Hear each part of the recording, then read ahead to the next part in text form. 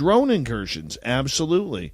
This would have a way different attitude than what we are seeing.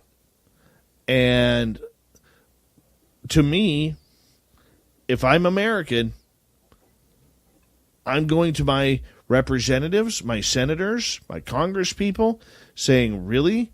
Did you just let this happen? Do you not see what kind of, and I could be wrong here because I don't know your system very well down there. Right. But well, that's almost traitorous.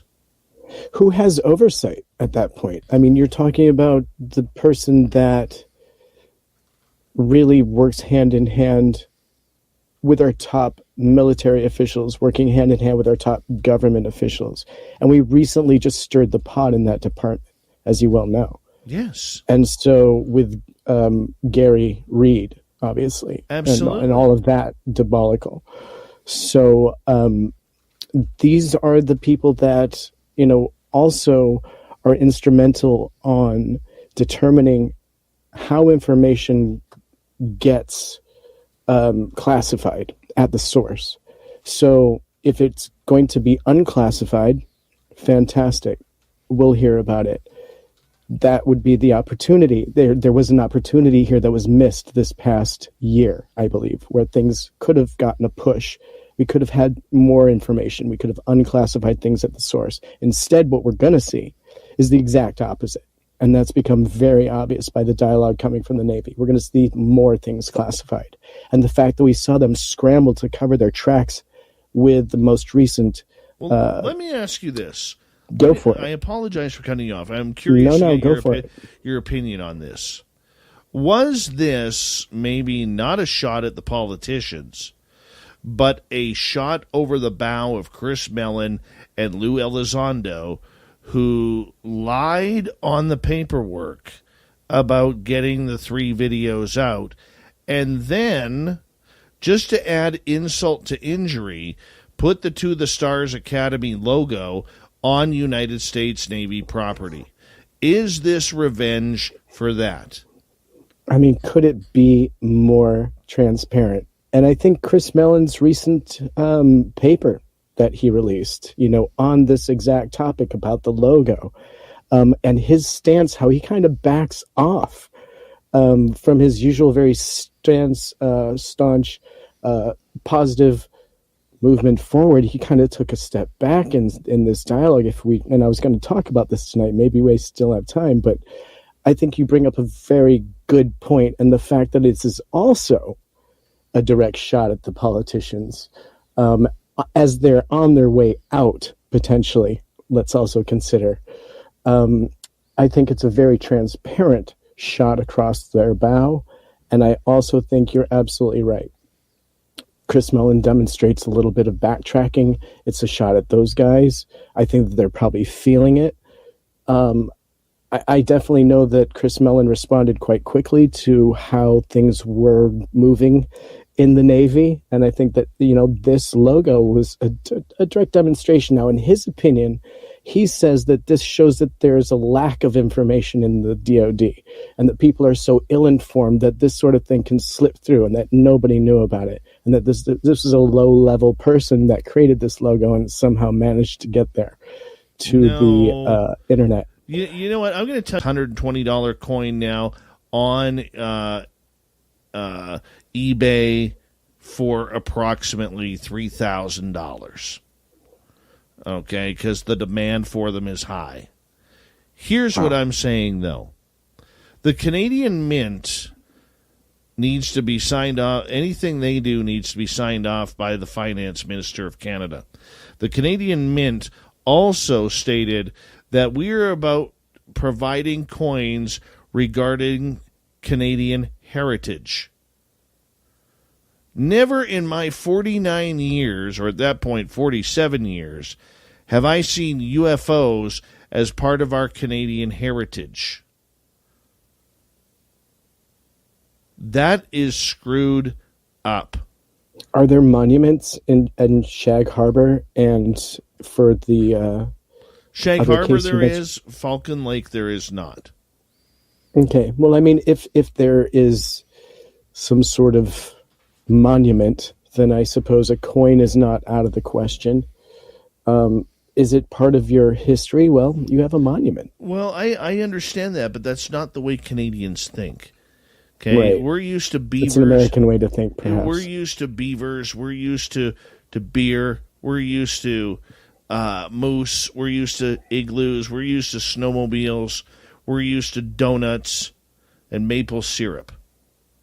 Maple syrup. Okay, UFOs falls nowhere in between that on Canadian heritage. It was a ridiculous line. And I bring that up because of what Chris Mellon is saying. Okay. It's like saying Bigfoot is part of Canadian heritage, too. Like, would you be insulted by that? Well, no. Why haven't they made a Canadian Bigfoot coin?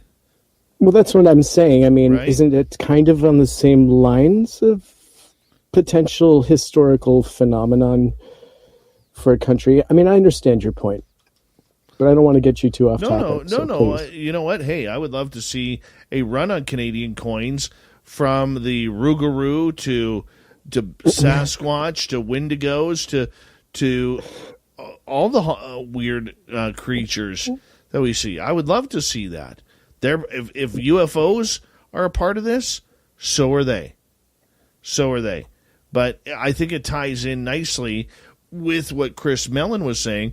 Mistakes like that logo on the ODNI, okay, just are not made like that. They put those out on purpose. They do it to gauge public inquiry, public interest, to see how long it takes people to notice. How long did it take UFO Twitter to go nuts on this? Mm-hmm. They watch it all. They knew. It's just Do you mind if I... Go ahead. Let me quote him, because I think that this kind of speaks perhaps how he's pivoting. Okay, and this is a quote from, let's see, this came out 4 days ago. And so that is called The Lesson on the DNI Aviation Logo. And inside this letter, there's a quote that I'm going to just read very briefly. The natural tendency in each case for UAP observers to think these occurrences were indications of the views of the people at the top or part of some coherent plan involving management of the UAP issue. In fact, each of these cases demonstrate the opposite. There is little, if any, coherent management of the UAP issue at a high level. It is only a slight exaggeration to say nobody at a high level of the DoD or the IC has time to even consider the UAP issue. Anyone who doubts that is out of touch. So he is saying here that, there's very little understanding, there's very little management of this at high levels, right? And what he's saying is that there's a reoccurring pattern, and I'll quote on here, regarding UAP reporting that appeared again recently when a new proposed logo for the Director of National Intelligence Aviation subgroup appeared on the web. Because it had flying saucer on it, UAP commentators naively made much of it, trying to read non-existent tea leaves. Predictability, the speculation proved for naught when it was revealed that there was nothing more than a draft prepared by a low-level government employee. Nobody at a senior level had even seen, much less approved, the logo. In fact, the few people at the DoD and the IC involved with the UAP issue were as surprised as anyone when this appeared on social media. And so he's saying that he sees this pattern recur over and over, in which some minor issue emerges and is misconstrued. And so he's kind of pointing the finger back at the UAP public, the UFO groups, taking this and running with it as being a major issue. But I kind of push back and disagree a little bit with Chris here. I think that it was somehow intentional. And what if nobody had made an issue of it? Would it still be there today? And they would have just gone with it? You know what I mean? And also, why was this created even at a low level? And I think, are we missing that massive fact that it's somebody at a low level thought that was appropriate and created that? And, there are a lot of people in the UFO community that were like, look at where the UFO is placed. There's significant things to everything. There's no mistakes, right? And I think you may even be one of these people, Dave, that thinks that there are no mistakes. And you're maybe even questioning whether this was a mistake, aren't you? I'm not questioning whether it was a mistake. Not at all. No. Not at all. They do these things to gauge public interest. They do these things to give us breadcrumbs, to send us on little sorties on trying to figure out what is going on. It's this is where I get conspiratorial and put my tinfoil hat on, okay? Because nobody's going to design that logo with a UFO on it and then just say, oops, this was a mistake. Oops, my 17-year-old kid was playing on my computer and just happened to change the logo. It's not how it works. Not right. how it works. And the timing also, at the same time as this massive pushback from the Navy, the DOD, expressing their apparent... Agreed. Agreed. What timing is so important. And, we're also about to put this in front of Congress again. We're supposed to get another public hearing and a new release in October. So, little Timmy Senor, we will talk to you in a couple of nights' time here, my friend. Thank you. All right, so buddy. much Thanks for having me on. It's been fun. It's always fun with you, buddy. Always fun. Tim Senor and the UFO Reports. We got Mr. Ron Bumblefoot Thal rocking in the background with Little Brother is Watching. Bumblefoot is the official music of Spaced Out Radio, rocking us in and out of every single show. Get your horns up for the guitar god himself. Special thanks to everybody listening in at home, at work, in your cars, wherever you may be. Thank you to everyone in our chat rooms tonight. YouTube, Twitch, LGAP, Spreaker, Facebook, the Space Travelers Club, and on Twitter at hashtag Spaced Out Radio. I know you're out there somewhere. Remember, this show is copyright by Spaced Out Radio and SOR Media Ventures Limited. Thank you so much for choosing to share your evening with us, because together, my friends, we're watching. We own the night. Mr. Bumblefoot, we need a favor. We need you to take us home.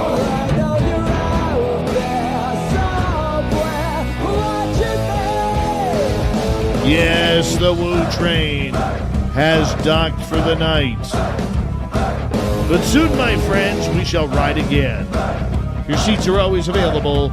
Your tickets never expire. And if you want to bring a friend, we've got room for them too. Good night.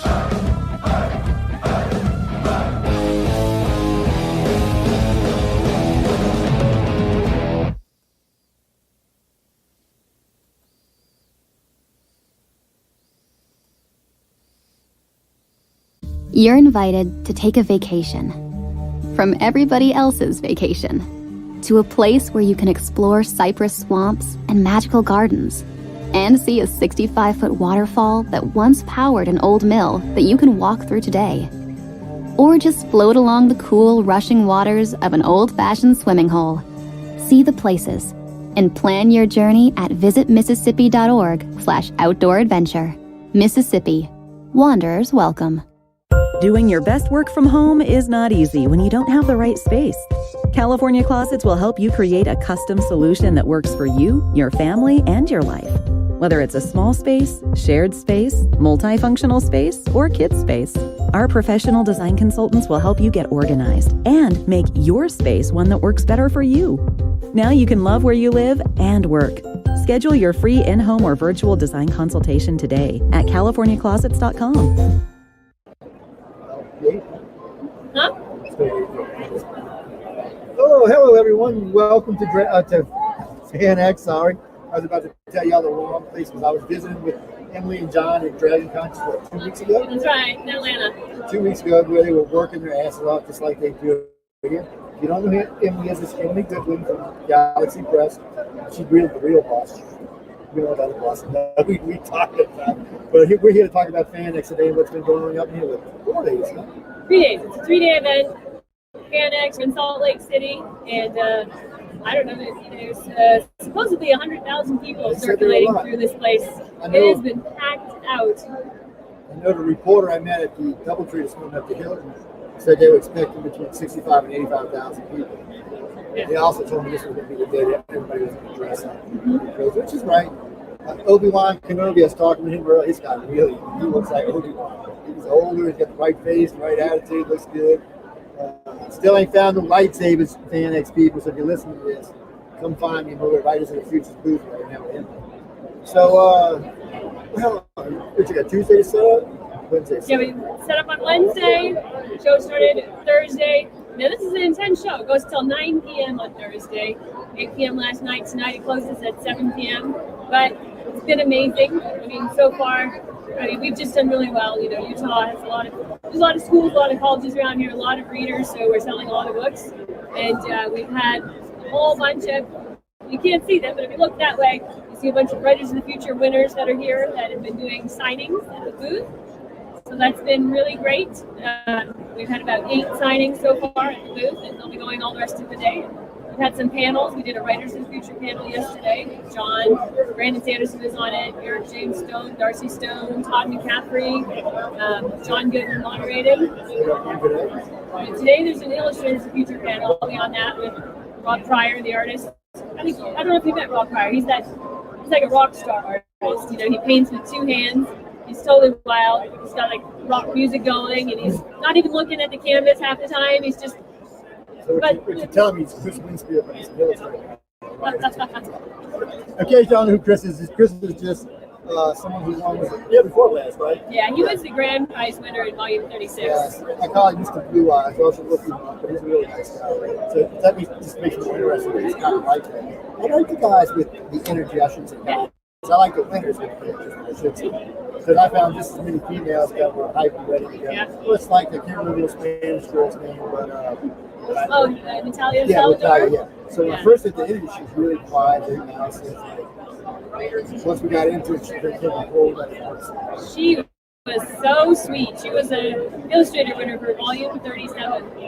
She was a lot of fun to talk to. The reason I bring it up here is they get a lot of international winners. So, this is one of the people you'll deal with if you win. She runs all kinds of stuff about the Writers of the Future. She does the gala and all that stuff. She does a really good job. Thank you. I always enjoy it. But actually, I was more out for some reason. That's because we asked you to move books and boxes and all stuff. I just go out, just call, get old. I did so many interviews. And stayed up late a lot of nights. You did a lot of interviews at the last event. What, 30? Yeah. Actually, I think all together with the judges, I think almost 40. And I still haven't got Tim Powers yet. He's still on this. We connected, but then we got something happened. We disconnected. So sooner or later, I'll catch up with him. So, what's your favorite thing here?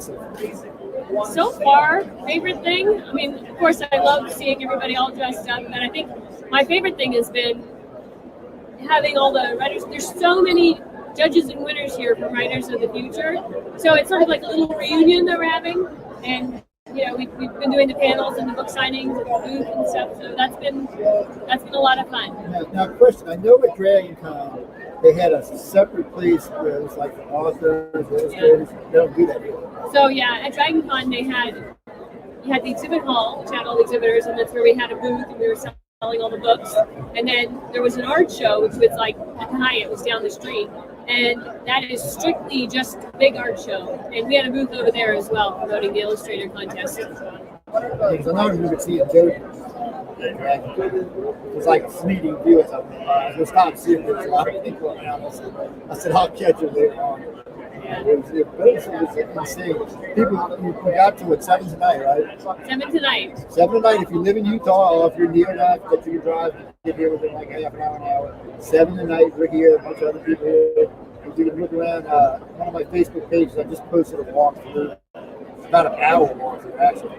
You can go look and see all the crazy people here, all the different things you can buy. You can listen to Timmy Hagen with the sword guy right over here. So I was telling him it's nuts because he wanted to pull $150 for a sword. It's not going to happen, dude. Because I give $225 cash right now. Yeah, so here's my phone number in case you change it. Yeah, you can come by. We're all hanging out at booth 1713. We've got tons of books. We've got authors here doing signings.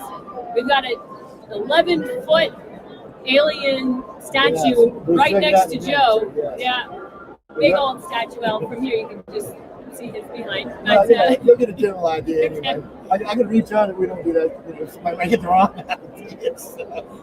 But we have a big, from the Battlefield Earth book, we have a big Churl statue here. He stands 11 feet tall, and all day long people are taking selfies with him. So yes, it's been a good day. So good sales? Yeah, sales have been amazing. I mean, just first day we sold hundreds of books, and it just hasn't stopped since. So it's been really good. Remember, guys and girls, if you can't get here and you want any of the books that we're talking about, which right now they're doing volume 38, 36, and 37. Yeah, well, right now we have all volumes from 38 down to about 30, and then we have a few of the earlier volumes in a package here. So I got it home right now. I've got from 28 to 30. And 28, 30. And before you ask, yes, we're giving away a lot of them. We've already given away 30, I think, 2 weeks ago. Anyway, from now till Christmas, there's lots of books. I know Writers of the Future donated over 200. Orders. One of them assembles 300 books from various authors that are really good. Also, we have random authors sending us all kinds of interesting stuff. So, and one of the authors we were talking about earlier, I'm making him send me one of his books. Who's that? Oh. I don't want to give you too much press, Chris. You're going to be on pretty soon. So you should be here with us today. I know. Oh, yeah, so he's in Poland. Yeah, that man loves the flyer. He got frequent flyer miles like you wouldn't believe. That's for sure. Yeah, he's an editor in Poland, Australia. And he was the grand prize winner for Writers of the Future Volume 36. So he's talented for sure. He's energetic and very nice. I like that. And he can drink as much as I can, which is kind of nice. Anyway, so where y'all going next? Matter of viewpoint. Vacation? Well, after this, we kind of head back to Los Angeles, and we're getting ready for the Holiday Christmas Parade, which we host. We'll probably sit it out a few days before we head back to the office, but then we'll be getting ready for the parade. That'll be the next big thing, and then we're going to start working on the next Writers of the Future event. I keep forgetting we're this close to Christmas already. Baby Jesus. We're 3 months now? Oh, man. And it's also September 30th is the deadline for the entering of the contest, Writers of the Future and Illustrators of the Future. So if anybody wants to enter the contest, if you're not coming to FanX, whatever, but you can still go online, writersofthefuture.com. You can enter the contest. It's the last chance people have to get into Volume 39.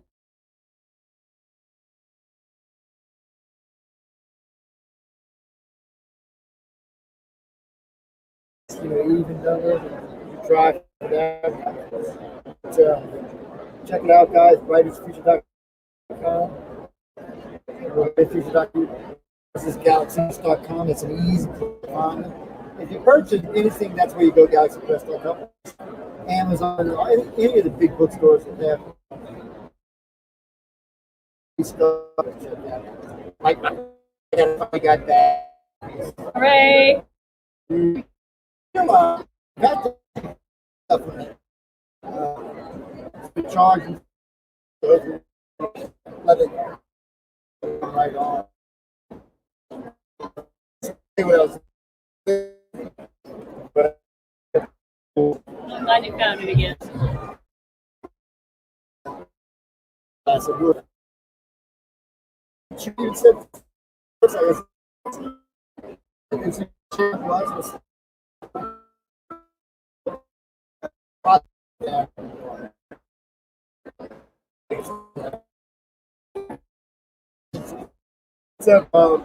pads, little.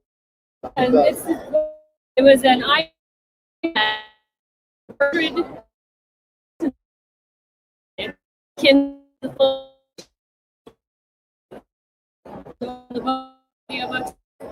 the little cards with the little sticks too, right there.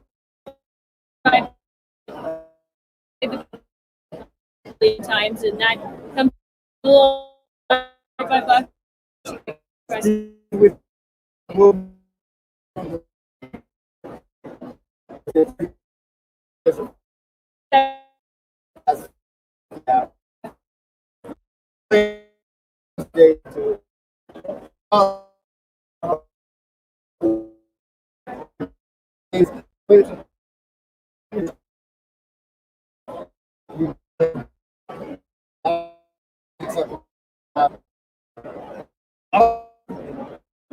sound. That's a great sound. 80 and 100 so if you have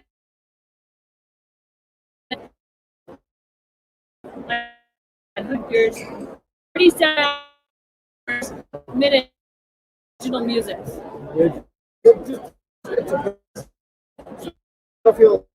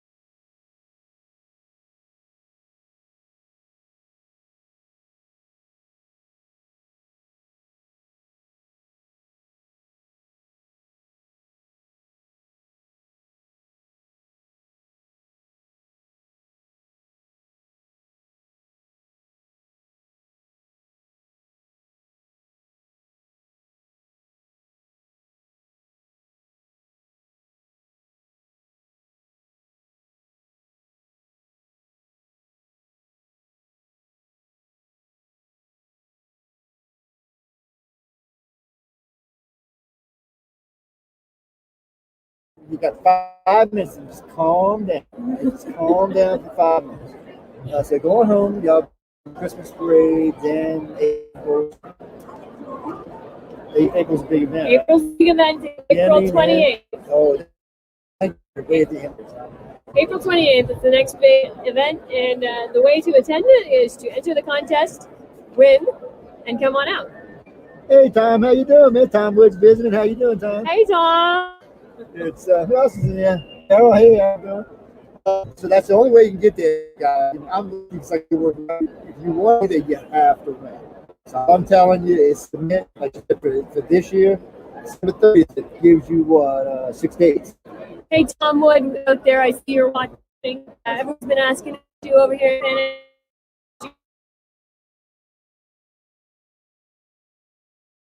Just a good-looking guy. Got a great-looking wife too.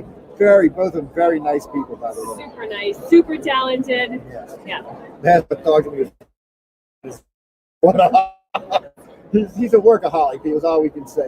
Matter of fact, I gotta be honest about this. So far, one of these three, which you can't see here, but work very nice.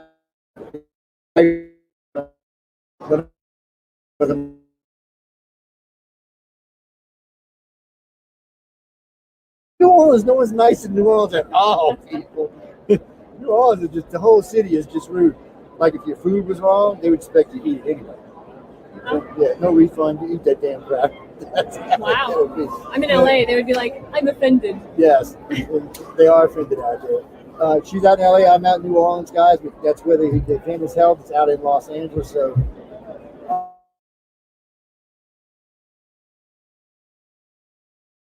you got time to win, and it is blind judge, by the way. I gave John a hard time about this a couple of years. I was telling one of the judges about this, one of the writers about this earlier, but I gave him trouble for a long time. So he brought me out. I met everybody. I've interviewed almost all the staff except for a couple people, officers, grass and shit.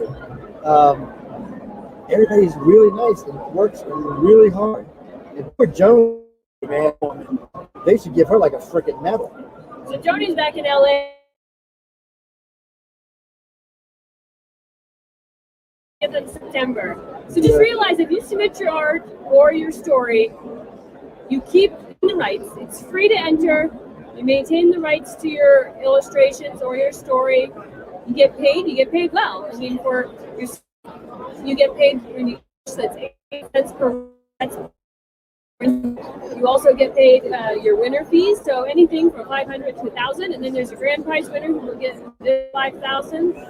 So there's really like nothing to lose. It's totally blind judge, which means the judges don't even know who is submitting. So it could be anybody from any country. We get submissions from 175 countries. Do not let discourage you. That's all discouraging because three Aussies with that shit. That's right. So people. 2 people from Vietnam. Okay, I'm just saying, guys. It's the right time. I didn't know this in the beginning when I hooked up with these people. I actually seen where these writers and these illustrators, a lot of them are getting illustrators got the job. Some of the authors got really good jobs. It's amazing how much weight writers of the future carries if you are an artist. If you're an author, you will be surprised how people get you. Yeah, I can't step right the other side of it. But all the people to me, don't get hurt if you don't win first. I talk.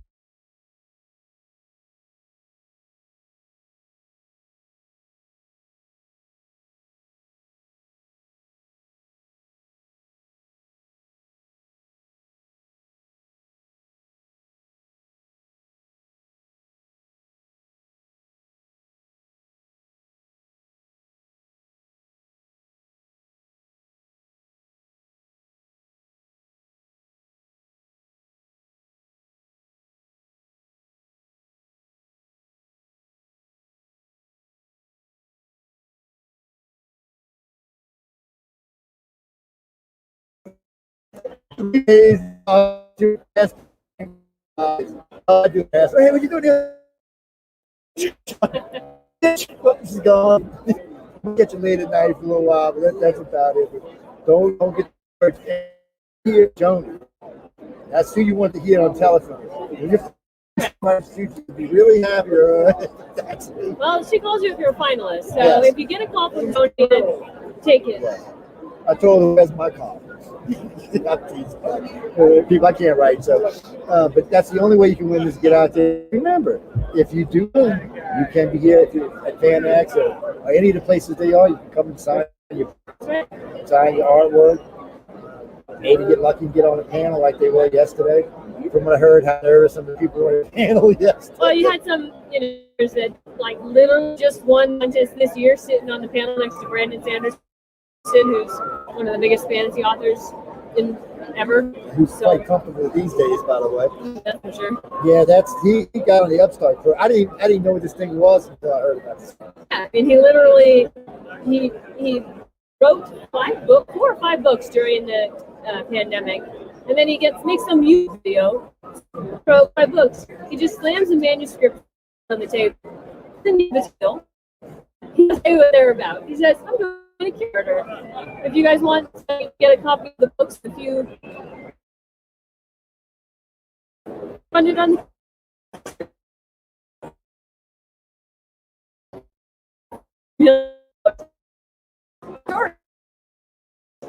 You know what it's about.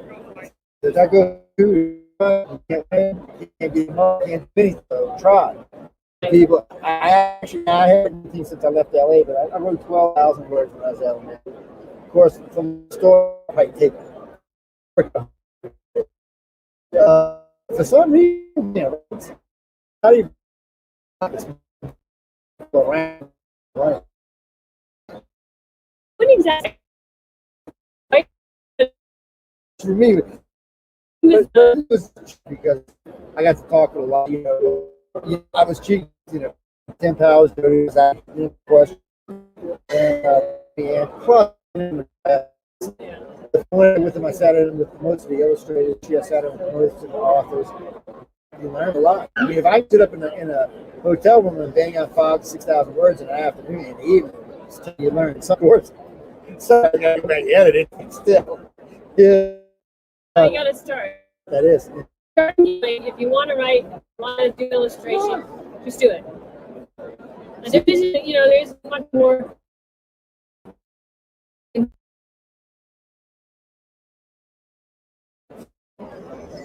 not going to help any, but you can try anyway. Actually, I got to be honest. I get asked about this. One of the biggest questions I get asked about writers in the future is, are they on the up and up? That's the biggest answer. I always have to say yes, they are.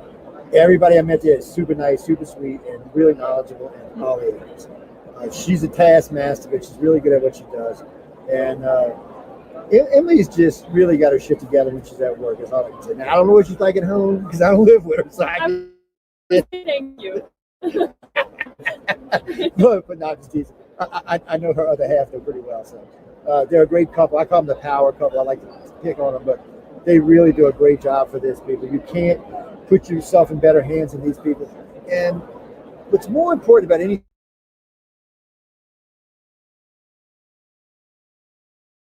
successful, they want you to become famous.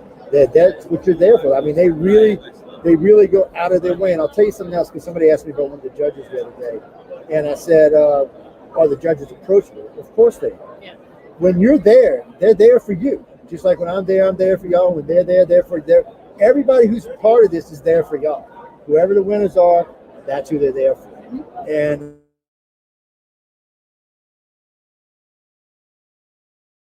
but they were very polite about it. They went out of their way to work with people. They also noticed people's strong points and weak points, and they helped them develop those, which is really good for an up-and-coming author or illustrator. As far as the illustrators go, I mean, Echo is an excellent teacher. So is Tom. I mean, they're both excellent teachers, and they do a fantastic job. And they vary. There may be different judges from time to time, but everybody I met so far has been great.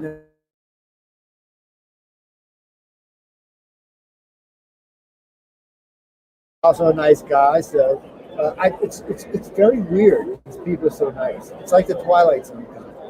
Well, I guess it attracts nice people. I mean, it's talent. You get a lot of people entering from all over the world. They're creative people, creative types. So that's everybody's here for the same thing in Writers of the Future. Everybody is here for the new artist, the illustrator. It's supposed to be launching careers for people. So it does. That's launch careers. So if it didn't, it wouldn't be going for 39 years now. So and also you're going to get people. Different people are there for different reasons, but you'll also have a gala. You might get lucky and get to meet some interesting people. I gotta say, I've met some interesting people the last couple of years, And what's the other Larry? Not Larry Elmore? which one was the Writer or illustrator? the writer? Larry Niven. Okay, and the artist is Larry Elmore. Because they're way different from each other. They're very different. Yes, because I got to hang out with the other Larry at the gala this year. We walked around. Somebody made me his escort. I think it was Joe. I don't know. Somebody grabbed me, stuck him under my arm. But last year, I got to be honest with you, the guy wouldn't even talk to me. He looked at me like, I'm not kidding. I thought I was like, because I was following around trying to get the question. I was doing reporting. He's like, dude, I don't get it. Get back. This year is really nice, really friendly. I got to say, everybody's very approachable. I know I say this a lot, but most people know I'm very skeptical, quite frankly, a lot. You know, put up about bullshit. And so far, there's not been a question I haven't asked that hasn't been answered.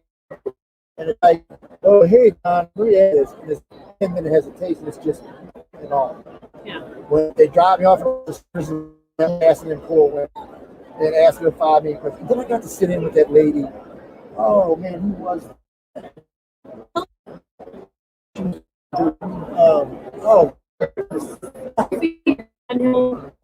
They were, I was in coffee and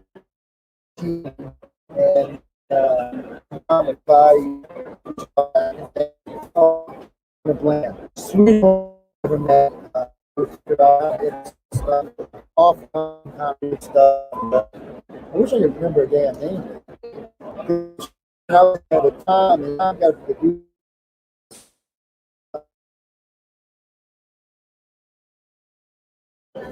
now who they were. Some of these people like 50 times. I'm Emily. Yes, yeah. You're Joe. I'm Emily. If I see your face one time, I'll know your face for life. It's a weird thing for me. Faces and numbers I remember forever. Names. Unless you're important or you're impressed me somewhere that it's been a little while, your name's on your head. Impressed if you don't. All right. Okay. I know it's hard for me just to take time out randomly. But if I'm anywhere, just like if you're anywhere, you can ask any questions you want about anything. I know because it's weird for me now because I'm in 3 or 4 different fields. So I'll get questions about these guys, some other stuff they're associated with. I'll get writers about what I do with the news, and I'll get writers about questions about it. It's all kind of over each other. Again, I was letting them get out of here because she's got a lot of work to do. Autograph.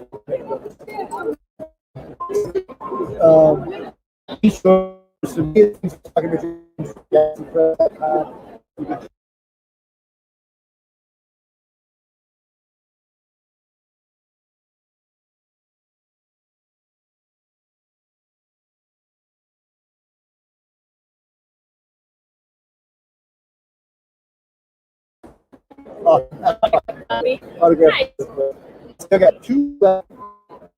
Probably 2 more. No, I had 3 because I bought one when I was here last month. Or in drag. So I got 3 left. Like 7 when I started. When you buy just like a 6-pack of books, you can set it from 28 to 32 or whatever. Buy it, even that you got who donate them to, in whatever state it is. Arrange the books.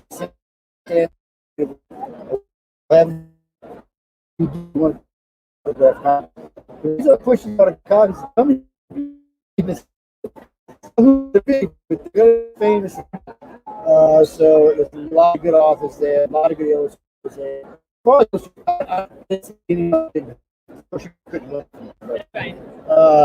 They are really good. They really are good. Lots of really good. This year I read off recently, and the third was 38. So I got to read one.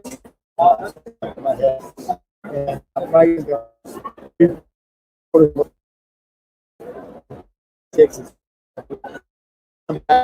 I'm a star. I think I can start to read your books anywhere. Every and any one of them.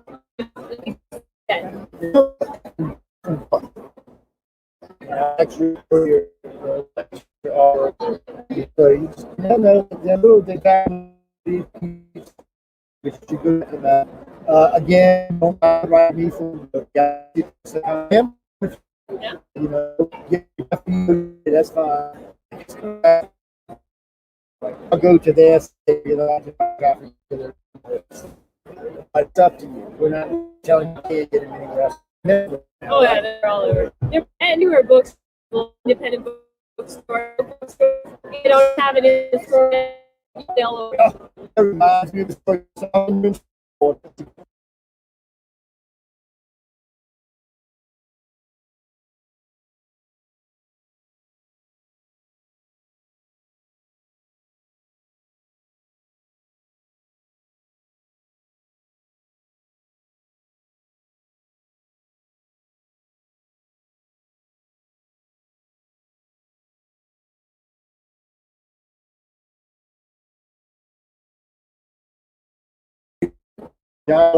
He even knew some people else he knew, so he must have the insider. I wonder who his name is.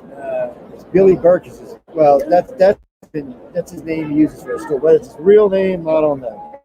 A lot of people have two sets of names, so it's not a bad thing, people. For anybody starts, it's just, you know, depending. It's basically you gotta go. Be sure to the future. Go. Yeah. So get here.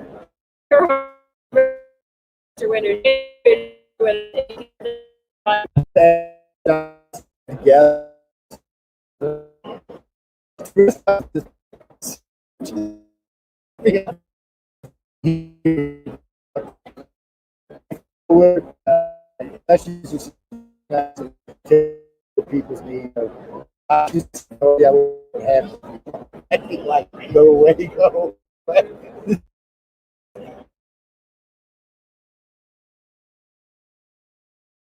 Really nice to see.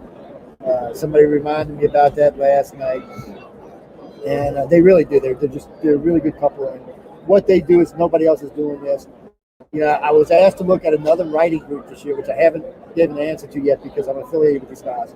I may go look at them. All right, I'm lying. I probably won't. It's I'll try. I've seen them.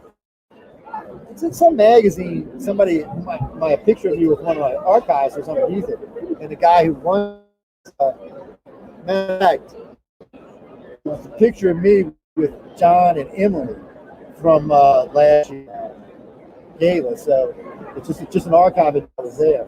So he asked me. He said, "Well, do you give them?" Yeah, I said, "I like what they're doing it for us." So I knew he was.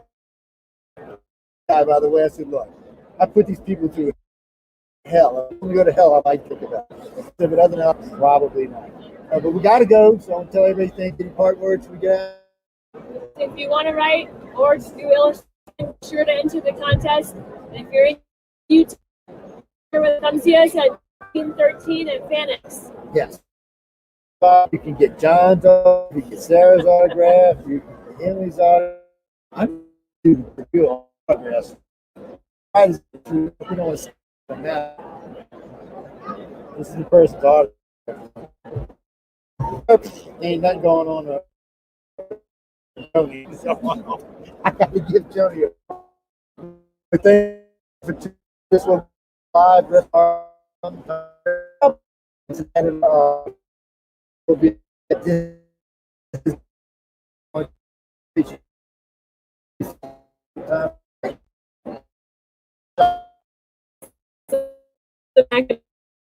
before we go home, yes. But You can't see the pictures, which are really nice, by the way. They're again, this is the counter. There's Sarah, John over there. What are we got? Julie talk. there's author illustrator that writing. This guy, see what in blue shirt.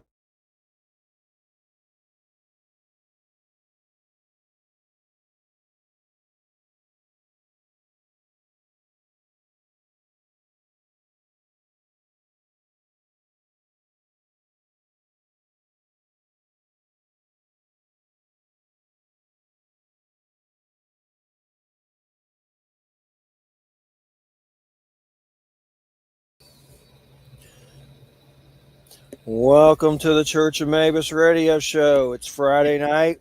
We haven't been nuked by Pootie yet. We're still alive. Moshing to the apocalypse. You're listening to United Public Radio 107.7 FM New Orleans. We got Wham here with us tonight. Hello. Our guest, Jonathan Hunt, for the Trick or Treat Tarot with Barbara Moore and Llewellyn. It's very nice, very cool. Has a lot of kind of like dark comedy, you know, and the art with it is a good mix. And really have enjoyed looking at it. Let me just say something real quick about the guests for this Halloween lineup. I try to make the Halloween lineup the craziest, coolest thing ever. Excuse me. Next week, Frater Tenebris, The Dark Side of Paganism. October 21st, Stephen Snyder. That's a friend of Stephanie's. He's serial killers, like Zodiac Killer and weird stuff. He also deciphers and makes fun of QAnon and break down all that craziness. So that's not something I make fun of it all the time on the show, but I've never had someone like professional make fun of it. So I didn't know that was a job, but that's cool. It's one of his things in his bio. So yeah, it's one of his traits for sure. October 28th, the big Halloween show, Denny Sargent, Werewolf Pack Magic. So a werewolf show on the 28th. And this book, he does like lycanthropy, weird magic from Llewellyn. It's called Werewolf Pack Magic. I think he's a werewolf. He showed me an altar in his house, like werewolf stuff. He kind of looks like one. He's a teacher. I think he might be the real deal. Is it a full moon that night? I don't know, maybe. But interview with a werewolf. So looking forward to that. Oh, I've been watching Interview with the Vampire on AMC. I like it so far. Some of the scenes are a bit much. You know, I don't care if people, you know, dudes are into each other. I'm not. But, you know, sometimes it's hard to watch for me. It was hardcore. Let's put it that way. But I still like the show. They're kind of like that in the books. I've read all the books since I went through chemo when I was 17. And, I mean, I'm not kind of naive, but I guess they've always kind of been like that. The, you know, male on male vampire. Like I explained to someone, it's kind of like in her books. There's male, female, and then vampire is like a whole nother sex or something. Like, because they don't really, I guess, have like sex. It's blood. But there's definitely some male on male Lestat Louis scenes that I'm sure a lot of people, you know.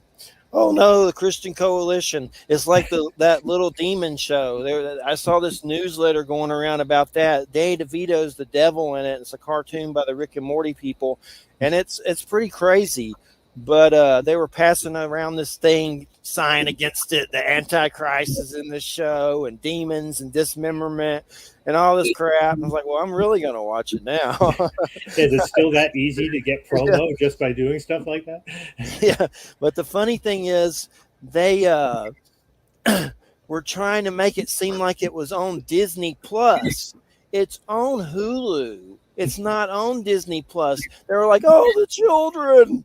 And it's not even on Disney Plus. Disney owns Hulu, but Little Demon is not on Disney Plus, and they were selling it in these little right-wing crazy, you know, Panama City hump crazy little coalitions. That was from As Good as It Gets, Jack Nicholson situation. But anyway, they were trying to say it was on Disney Plus and the children. It's on Hulu. It's not on Disney Plus. Disney owns Hulu, but it's probably like an adult animation in Hulu with Rick and Morty and stuff. So I was like, the whole thing was a lie. But anyway, it's worth watching. But yeah, there's boobs and crazy, you know, Danny DeVito's in it. So hey, you can't go wrong there. But it's good to have you here, Jonathan. How's it going? Oh, it's good to be here. We were discussing the hurricane earlier. We're very lucky. I hope people can work things out on the west coast of Florida. Yeah, I remember looking at the weather maps when Michael was coming at us, and it was the most terrifying thing to see that map and this thing coming at you. And the craziest thing about Michael is I thought it was over, and like a dummy went outside. Turns out I stood in the eye, Oh, yeah. And then I saw some trees move. I ran inside, and then the rest of it came. Wow. So I was like in the eye for like maybe 3 minutes or something. It was very calm. So I thought it was over. I don't know a lot about. Are you up near the Wolf Preserve there on the Panhandle? I believe so. Yeah. We went there, and Michael happened not long after that, and it wiped out the caves up there, and that was sad. Yeah, the crystal cave, not crystal, I forget what the caverns where it looks like, I've been to those. I hit my head on that ceiling and it bled. Yeah. I wore a hat, so. Yeah, they're beautiful though, for sure. But I want to go to that Wolf Preserve. It's kind of expensive. I was surprised. I'll check it out one year maybe, but not right now. It was worth it though. I took a bunch of pictures. I've been using them for reference. So. Yeah, nice. I want to do it some year. I think something happened, and now it's this one particular part of it's expensive, but later they're bringing back the more economical version or something. Yeah. Something happened weird, but I want to check that out sometime. But yeah, I am close to that. I'm near Alabama and all that stuff, and Dothan, Alabama. It's about 15 minutes away or something. I'm right on the border. We get cold weather, so that's good. I'm glad. We get 20s up here. Oh, it hit 85 today. I was happy with that. Yeah. How cold does it normally get there? Does it get that cold? In the wintertime, I mean, it might get down to the 50s, maybe the 40s, briefly for a minute. That's something. Here we get 20s, 30s, so it's pretty good. So what got you involved with the trick-or-treat tarot? And this is the first time you worked on a tarot? It is. I've been involved with a lot of, kind of dark subject matter, monsters. I always loved that stuff as a kid. And the funny thing is, I've worked for Llewellyn in the past. I've done book covers for them and a couple different projects, but that was years ago. And Barbara, the author, got in touch with me via email and said she had seen my work on my website, and she had presented my work to Lynn, who was the art director at the time at Llewellyn, and said, I found this guy's work. I really want him to work on this deck with me. And Lynn said, oh, yeah, he's a great guy. I've worked with him before. Sure. And Barbara was like, okay. And that's how I got the job. How long did it take to do that? That's one for every card. That's a lot of art. Yeah, and we really wanted it to not be one of those cop-out decks where the minors were all just simple pictures. We wanted the whole thing to be very consistent. So it was about 2 years from start to finish between sketching and approvals and then doing the final art.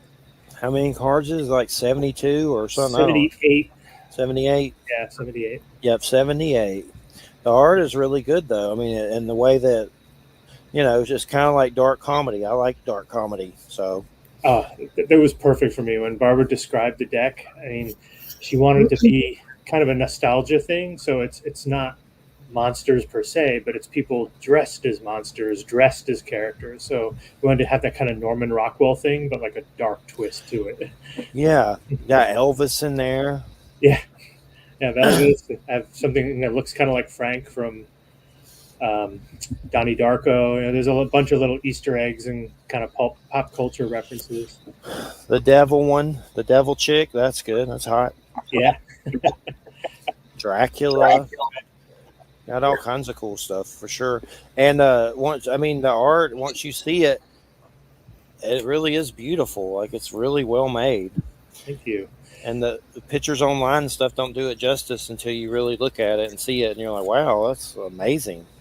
Yeah, Llewellyn did a really good job of printing it. I was actually pleasantly surprised when I got the deck because my work tends to be kind of dark, physically dark, and sometimes printers have an issue with that, but they kept the colors nice and saturated and bright, and that was important to us too. That it's not just scary looking; it had to be fun and scary. Yeah, definitely. How long have you been doing art? Well, I've been professional illustrator since 1988, so it's been a while. Was it something you grew up wanting to do and it just kind of happened, or what was the origin story, the origin story? The origin story. I think, like most kids, I went through all the different phases of not knowing what I wanted to do. Wanted to be a forest ranger. Then I found out, you actually have to get a degree. You just don't hang out with the animals all day. And I realized, I was drawing all the time. And somebody in high school, my guidance counselor, said, so what do you want to do with your life? I was like, I don't know. I said, well, you draw all the time. You could do that. And I said, what, people pay me to do that? yeah, that's a career. And I actually met up with a guy who lived in my town. I didn't realize he was there. He was working for Heavy Metal and was doing a lot of different cartoons. He had redesigned all the G.I. Joe packaging back in the 80s. So I visited his studio and said, yeah, I'm doing this for a living. So that was really my origin story there, and I never looked back. What are some of the things you've done? Have you ever done comics, or has that hasn't come up yet? I started out right after art school. I was doing some horror, small press magazines, and I did children's books. I wrote and illustrated children's picture books for a while. Nice. A lot of them were kind of medieval themed or fantasy and kind of folktale.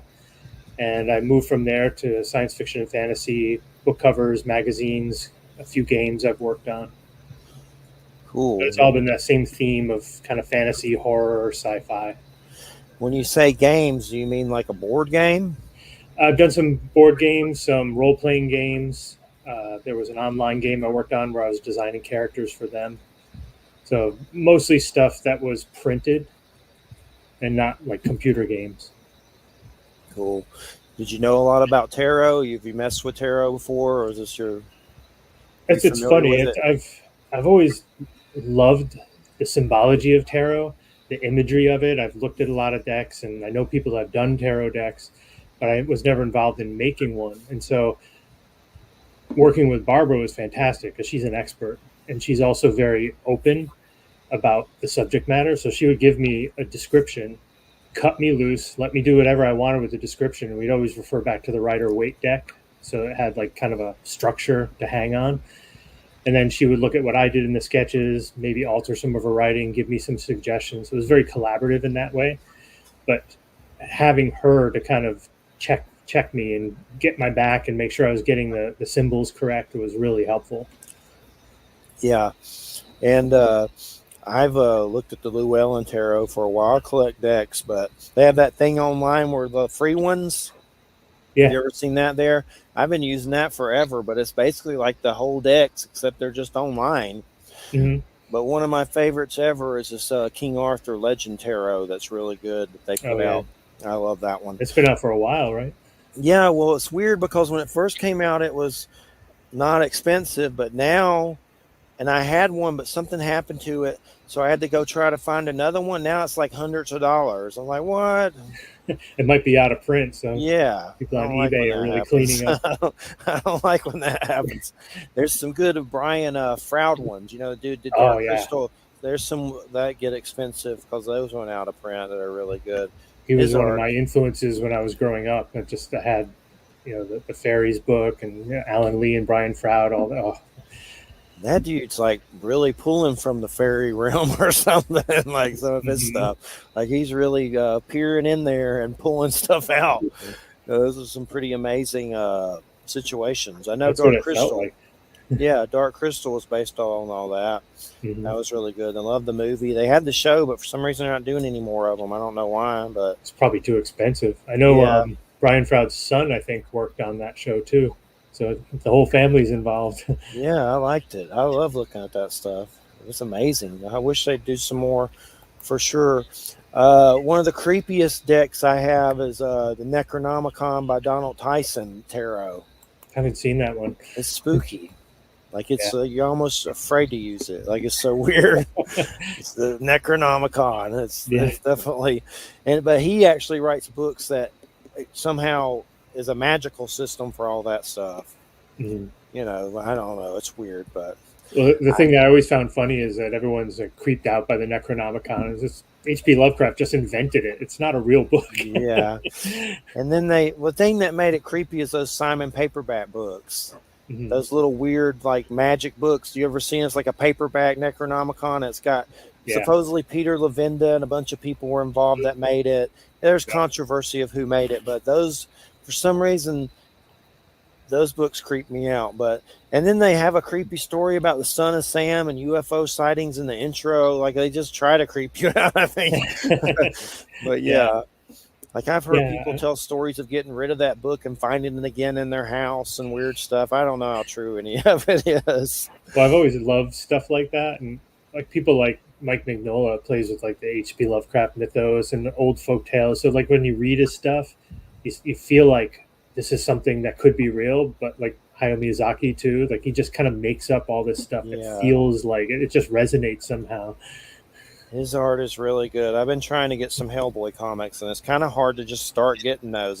Luckily, a lot of them are one-shots. So yeah, well, they're all in trade paperback now, too, luckily. Yeah, I may need to get that, the big one, and check that out, because I've always loved Hellboy.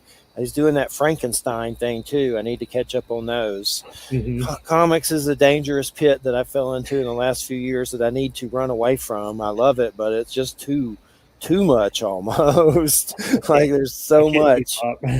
Yeah, it's just too much. I mean, I have a shelf behind me where I have just books and comics that I bought because they were great, and I haven't had a chance to read them yet. Yeah, that's a lot of mine too. It gets you carried away. And then all the variant crap. Like there's a Batman Spawn coming out by McFarlane and Capello or whatever in December, and they're already like going for $100 for all 13 covers. Like 13 there's 13 covers. There's actually more covers than that, and the prices go up to $5,000. I thought all that stuff ended in the 90s.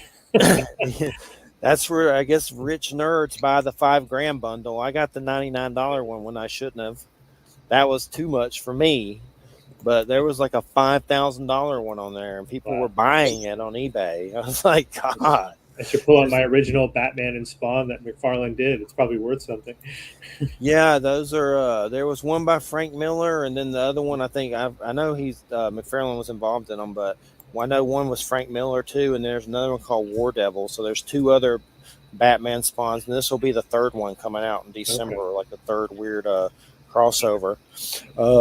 There's something now where Harley Quinn dies, where that issue's going pretty fast. So I can't say I felt particular energy as I was creating it, but I definitely felt the meaning behind each card. I would get into it, and after a while, each card would start to flow as I was sketching. Like I'd start off not quite having an idea, and then as I got into it, more and more symbols would come to mind, stuff that weren't mentioned in the descriptions, and I would have to run it past Barbara, but she's like, oh yeah, that would be perfect. I was like, wow, I don't know where these ideas are coming from. So in that sense, maybe, the deck itself was influencing what I was coming up with. And I'm actually working on another deck now, and I'm feeling that same thing. It kind of is hard to start each card, but then when I get into it, I don't want to stop. Yeah. Keep us on the loop in that one. I don't know if you could say anything about it right now, but let me know in the future for sure, whatever it is. Is it still through Llewellyn? It'll be through Llewellyn. Probably 2024 cool. That'll be out. Cool. Keep an eye out for sure. Yeah. One of the things I want to bring up, since we're talking about tarot, and maybe Wham can add some insight. Wham's got the dark too. It's like I was, but I couldn't see the tarot, so I had to turn on this light, which I hated. It's just the direction that my stupid computer's in. I've just got this light right above me and behind me. It's fine. I like mine better now. It's creepier. Yeah. But one thing I wanted to say, and maybe Wham could give some insights. I've noticed lately a lot of people, and I didn't know this was a thing, associate my sign Capricorn with the devil card. And if you see them on, YouTube doing their tarot and stuff, my fiance watches that stuff all the time. They're always like Capricorn, devil this, devil that. And then I looked it up on Google, and it comes up like that, like devil card, Capricorn. Really? And I was just, what is it? Have you always heard that, Wham, or is that something I knew bad? That's kind of it's kind of a middle. It has to do with there was this attribution or this relationship in the past between Capricorn, or the planet Saturn, more than anything else. The planet Saturn and goats in general, kind of. And how goats during the Renaissance, you have that image of Baphomet on the throne. And my understanding is that rendering dates from the late Middle Ages, and there's some question about where it comes from, but that's when that picture started being circulated a lot. I mean, some people have associated it with the Knights Templar. I have no idea actually where it comes from. stylistically, it looks like that. Yeah, it's like an iconic representation of some type, and I think that if I remember right, it might have appeared or been used as a description in widely printed books during the late Renaissance, books like the Malleus Maleficarum, stuff like that. So there was a relationship that was established between Saturn and goats and the devil. And the devil card is actually a Saturnian card. It's sort of a card that straddles Capricorn and Aquarius. It's almost like that cusp. Unusual things breaking their bonds, that sort of tension there. And between institutional power and overthrowing institutional power. And so I think that probably what you're talking about, Jeffrey, became popular in popular renditions of reading the deck, probably in the late 19th, early 20th century. I mean, people think that a lot of the tarot attributions of the current modern deck are ancient. Some of them are, some of them aren't. The Rider-Waite deck was first printed in the early 20th century, so it's not that old. You know what I mean? Yeah. I think, frankly, it's just sort of the way, as a result of the way in which the tarot has been popularized. It's kind of like, how the death card is supposed to be a terrible card if it pops up anytime, right? But the fact is that any card reader will tell you that it depends on the context of the card, and it doesn't necessarily mean death and like physical death. In fact, there's only been one circumstance that I personally know of where that card came up and it was referring to a physical death. A physical, but it refers to transformation or stepping over certain types of thresholds. But it became associated with physical death as a result of tarot cards being used in movies and stuff. You know what I mean? And so I think that the devil card has probably suffered from the same kind of stereotyping. Yeah. It makes sense. I mean, when you think about it, when people talk about tarot being ancient, it doesn't make sense that the devil would be in the deck because the devil didn't come along till Christianity. Well, the devil as we understand it, yeah. I mean, the devil as an enemy, and certainly in the deck, if you look at the whole kind of sweep of the major arcana, the fact that the devil is there at all is interesting, because you'd think that if it was that's part of the reason why certain Christians don't like the deck at all, is because the devil is given its due, so to speak. You know what I mean? The devil is present and is considered important. So, but like if you get away from Western renderings of the deck, like I have a Native American deck, and I have like a Cathar deck, and in the Cathar deck, which I think is great, is in the major arcana, they make a differentiation between Satan and the demiurge, and if you know about Gnosticism, and so in that deck, it's a deck that was done by John Matthews, by the way, Jeffrey. It's actually a great deck if you're interested in Gnosticism. It does a really good job of illustrating Cathar Gnosticism. But the demiurge is Jehovah, the devil. That's because in Gnostic thinking, it was any being that would say, I am God and I've created the world, and you're not supposed to worship anybody but me. You know what I mean? That's the demiurge. That's the demiurge pulling the wool over your eyes, and that's trying to entrap you. And so in that deck, it's actually kind of, in fact, the illustration in that deck is, the standard interpretation of God in the sky. The bearded guy and, the bearded old man. Mm-hmm. So. Cool. Thanks for the info. And I told our Ukrainian guest, Eva Marquez, about the devil and the tarot, and she's a Capricorn, and she was like getting all sad about it and stuff. I was like, I'm sorry. Getting all sad. Show her my devil card. She'll be happier. I'm not the devil. I said, I just, I didn't make it up. I'm just discussing it. No, Capricorn's not the devil. Yeah. One of the coolest tarot decks I have, and I got it from the Kickstarter. It's a Vlad the Impero tarot from Travis McHenry, and it's really creepy.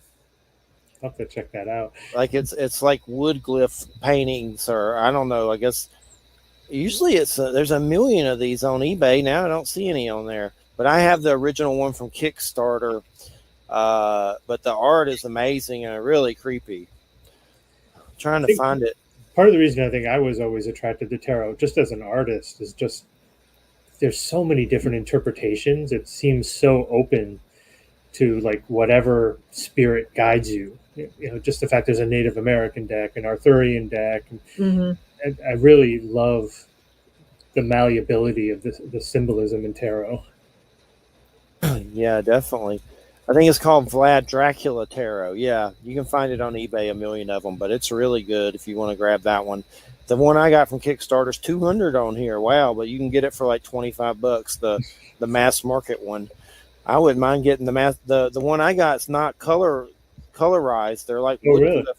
And the ones that are mass market are colored. So I need to get the mass market one, I guess, at some point. I'll get it one year.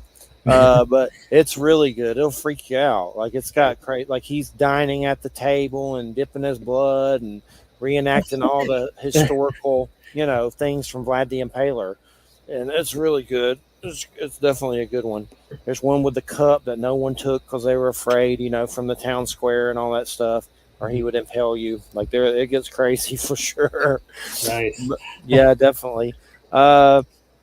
What was it's the Magician card. I'm trying to, which one is the Sleepy Hollow dude, the Headless Horseman? I just saw that's the Emperor. The Emperor. Yeah. That was actually when Barbara first contacted me, they asked me to do a sample just to make sure that I'd be right for the deck. And that was the card that I chose to do for the samples. That was the very first image I created for the deck. Was she the one that came up with the I guess you would call the interpretations, in the sense that the symbolism, like coming up with the headless horseman? Yeah, for the most part, on all the images, she gave me a breakdown of what the characters might be, and then I would read up on the symbolism for each card, using the Rider Waite primarily, right, and then adding symbols to her symbols, just to kind of add some extra depth to it and Easter eggs for people to find. Oh, that's cool. That's cool. Who did she say for the lovers? That kind of reminds me of the Addams Family, but it doesn't exactly look like them, but it kind of has that kind of vibe. That's my wife and I. Oh, okay. I was wondering. That dude in the ponytail looked familiar. Yep. Like, who is that? Yeah, that's a cool piece of art. I couldn't pass that up. Yeah. So I mean, I've only seen like some of the pictures, from the ads and stuff. Yeah. So what are the 4 suits that you used? They're the same suits as Rider Waite Smith. Okay, so yeah, I mean, are they pentacles? Yeah, it's pentacles, wands, cups, swords, wands. Okay, all right. I didn't know if you were like using pumpkins or no. Like the 5th of jack-o'-lanterns, or anything like that. Like the 3 of swords is it's an old mashed up jack-o'-lantern in the middle of the street with 3 plastic swords. Oh, that's nice. So we tried to take it and like update it and have it thematically accurate. The 4 of Pentacles kind of looks like Papa Legba. Is that who that is? The one on the pumpkin, the dude with the skull face and all that, kind of Papa Legbush. Yeah. I was actually used my friend Rudy as inspiration for that. Cool. That's actually his dog too. Nice. So I tried to make it personal in that regard. So like a lot of the details are things either from some of the models that I used or just inspiration I had. Like I have one, the King of Cups, looks vaguely like the Gill Man from the old movies. And if you look closely, there's a little love note on the floor where he's writing a love note to Millicent Patrick, who is actually the designer of the original Gill Man in the movie. So there's just little things like that if you look closely. Cool. And what about, which one is the the family with it kind of looks like the monster sort of, but not. Yeah. That looks pretty cool.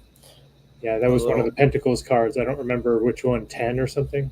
Yeah, I'm looking at where there's 3 different cards and that's got that picture, but I've seen that in here too. It's one of those, yeah. Yeah, so I definitely took those references as someone that's vaguely like Sabrina, vaguely like the Munsters, and they all look like they're wearing masks and costumes. You know, they're not meant to be real creatures. Did you get to see the new Monsters yet? Oh, the Rob Zombie one? Yeah. No, I haven't seen it. I've just seen kind of the trailers. A lot of controversy. It's worth watching. There were some times in it where I don't know if I'm going to make it. I'm going to keep watching. But, I mean, I know he was passionate about it. It looks, the sets and everything are beautiful. But there were some times where something just felt kind of off. And I love all his movies, usually in music. I know some of his movies are, iffy. But I loved House of a Thousand Corpses and stuff. It's worth watching, but I'm not going to say I love it. From the trailer, I'd say the one character I really liked was Grandpa. Yeah, that guy. He felt the most natural in the trailers. Yeah, that guy's a good actor. I forget his name, but I know he definitely did a good job. It's worth watching. Yeah. I think he's going to be at Spooky Empire, a big convention in Orlando at the end of this month. I'm going to be doing a table and selling the deck there. Nice. So I'll have to watch the movie before I meet him. Yeah, you should. And it's definitely worth watching. I'm glad I saw it, but yeah, it's kind of strange in a lot of ways. But his movies usually are. Yeah, I know, right? But it's PG, so that's what's weird about it. But he did do some cartoon. God, what was it called? Oh, it had Paul Giamatti in it. I think that was R-rated, though. I don't think that was PG. Yeah, but so he's done some kind of stuff like that. Let me see what that is now. Super Beasto or something. It sounds right, yeah. Yeah, something like that. But I know Paul Giamatti's in it. But it's worth watching. I don't know if there's going to be another one. I guess it depends on how it does on Netflix or whatever. Well, I'm glad it's coming out now because it's kind of a similar theme to my deck. So maybe people are going to get in the mode. Yeah. And it's worth watching. I don't know if I'm going to see it again anytime soon, but I don't hate on it. That's my point. Well, there's that Wednesday Addams show coming out too by Tim. Yeah, Burton. I really want to see that, and I don't have a problem with who they're casting. It's Tim Burton. He cast usually looks does great. Yeah. I was only movie I was a little disappointed in with him was Dark Shadows. I didn't hate it, but I wish he would have did something a little more with Dark Shadows. Yeah, it kind of threw me for a loop. But yeah, he kind of overdid the camp a little bit. I mean, I understand it's when you watch it now, it is really campy. Mm-hmm. When you watch it now, but the truth is that at the time it was also really creepy. Yeah, I don't think he found the right balance there. Somehow. Yeah, it's. I remember we watched that was like a family night movie, and we all after it ended, we all just kind of looked at each other like, "Okay, we don't know what to think about this." Yeah, it was like, especially those of us who actually grew up with Dark Shadows and watched it. It's. I know that new show he's keeping who Fester is going to be secret. Like he will not say who the actor is going to be. That's right. I haven't seen the actor at all. He's keeping it under wraps. I hope it's someone really good for sure. It looks really good from what I've seen. When it starts soon, doesn't it? I got to watch it. I mean, people are hating on Gomez, but I used to read all the original cartoons, and he looks just like the original Gomez. Yeah, that dude's a good actor. Yeah. Louis Guzman, but I've seen him in all kinds of. He's usually like weird crime movies or something. Yeah. Well, this isn't any different, I guess. Yeah. He's a good actor. It says Christina Ricci's in it somewhere. I don't know. Maybe really? She's gonna pop up, huh? Yeah, she's in it somewhere. Well, she's going to be at Spooky Empire too. I'll have to ask her if I run into her. Nice. And I got so much stuff I got to catch up on. I'm behind on. I got 6 episodes of Resident Alien to watch. I love that one with Alan Tudyk. That funny show. That's we don't have that streaming service, so we haven't started that one yet. It's on Peacock, so that's a good. And those new Child's Plays are pretty good. That's on Peacock too. But the reason I got Peacock, my mom got it, so I just kind of use it. But all the Halloween new movies come out. The new one, Halloween End, comes straight to there, so I'm going to watch that. I'm also going to check out the new Hellraiser. I prefer Doug Bradley, but I'm going to watch it. I'll watch it. I mean, it looks good anyway. Yeah. There's been far worse Hellraiser movies, probably like Part 8 and stuff. After Part 1, they were all good downhill from there. Yeah. I'm friends with David Howard Thornton, the guy that does the Terrifier clown. Like, we're not like best super friends or anything, but he's on my Facebook. He comes and complains about Trump on my wall. So that's a friend. but the second one comes out. That looks crazy. Like that I've never seen, but I've seen bits and pieces of it. See it when you can. The second one's coming out, and it's going to be really crazy. Definitely. He does a really good. That guy, the Terrifier clown's kind of like the new Freddy or Jason. It's not often a new horror dude comes out that gets big. It's usually kind of, rinses away or whatever. Yeah. But he's that one's getting some light, so I need to see the second one. But they're kind of intense, some of the kill scenes, but it's a clown doing it, so you adjust. That makes it better, right? Yeah. Like when he hacks somebody, like a girl, in half, and the blade is like on her genitalia as he goes down. That's like, my God, that's rough. And I guess that's why I've missed it. Yeah. See it sometime. It's worth the watch. I watched the monsters first. Yeah. Someone said in the comments about the monsters on Facebook that it reminded them of a porn parody, and I was like, "That's kind of looks like that." but it's fun. Rob Zombie doesn't surprise me. Yeah. Elvira's in it. Yeah, but she's not Elvira. She plays a real estate agent or something, I think. Yeah, and she turns into a witch or something, but she's not Elvira in it. That must have cost too much. I don't know. But no, she's like a different character. So you were at Dragon Con. What did you, what is that? It's mostly, is it role playing? It's everything, right? TV shows, movies? It's everything. I don't know if you've heard of San Diego Comic-Con. I've heard of it, yeah. Yeah, it's basically like that on the East Coast. It's in Atlanta. It was 4+ massive hotels full of people. I think this year the final numbers were like 65,000 people. Wow. And they've actually had to lower it because they had more in the past, but it was causing problems in the city. So it was just packed people in the streets. And they had a whole building for vendors. And I didn't even get into that building. My wife and my daughter just looked at the line and said, forget it. We're going to the art show. We're going to skip the vendors. But it was a lot of fun because there were cosplayers everywhere. We went to a panel on Severance. I don't know if you've seen that show. I saw it. Yeah. It was worth the watch. Yeah. It was everything to do with media, comics, art. As long as it was fantastical, it was represented somewhere in Dragon Con. I'm still getting over the Walken Totoro love scenes or whatever, but it was crazy. Walken was awesome.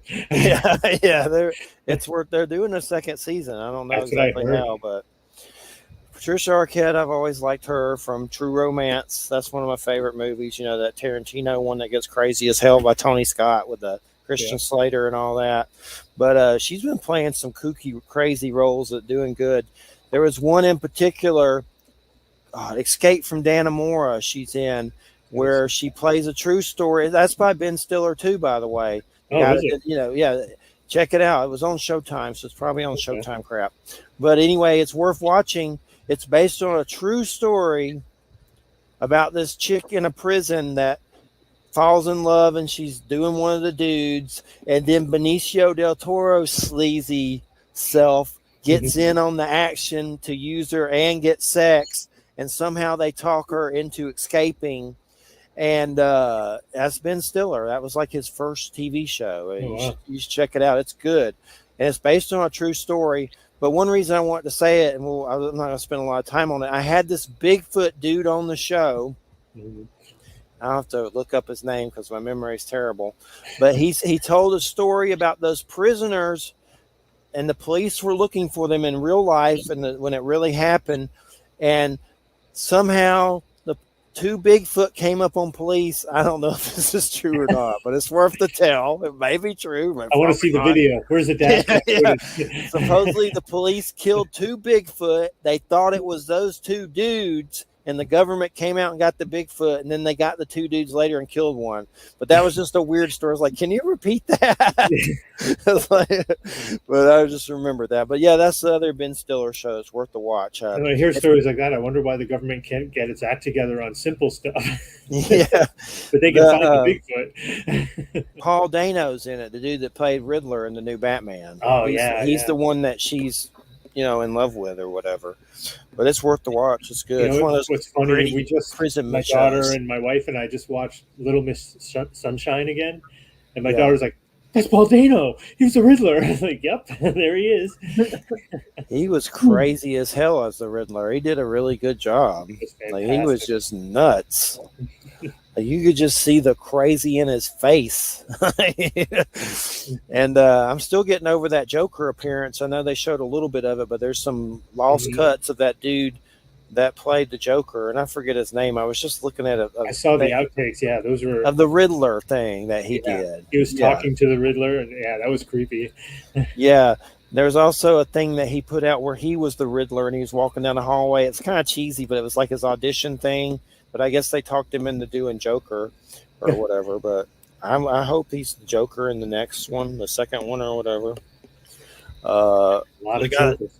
Yeah, there's so many you can't keep up. Now we got Lady Gaga and Joaquin Phoenix in the next one, which, I mean, I like the first one, so it should be good. The guy seems like he's pretty good at making movies, so we'll see what happens. But yeah, for sure. I still want to see the Joaquin Phoenix Napoleon movie by Ridley Scott.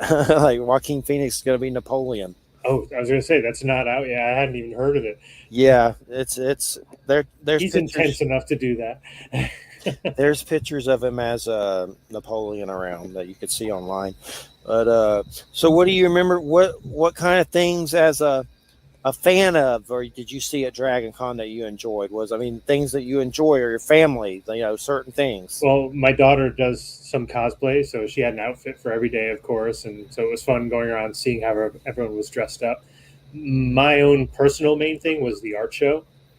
They have it divided up into vendors where they have more products, and then the art show is almost like a big gallery show with artist tables and kind of like a gallery down the center of the convention hall.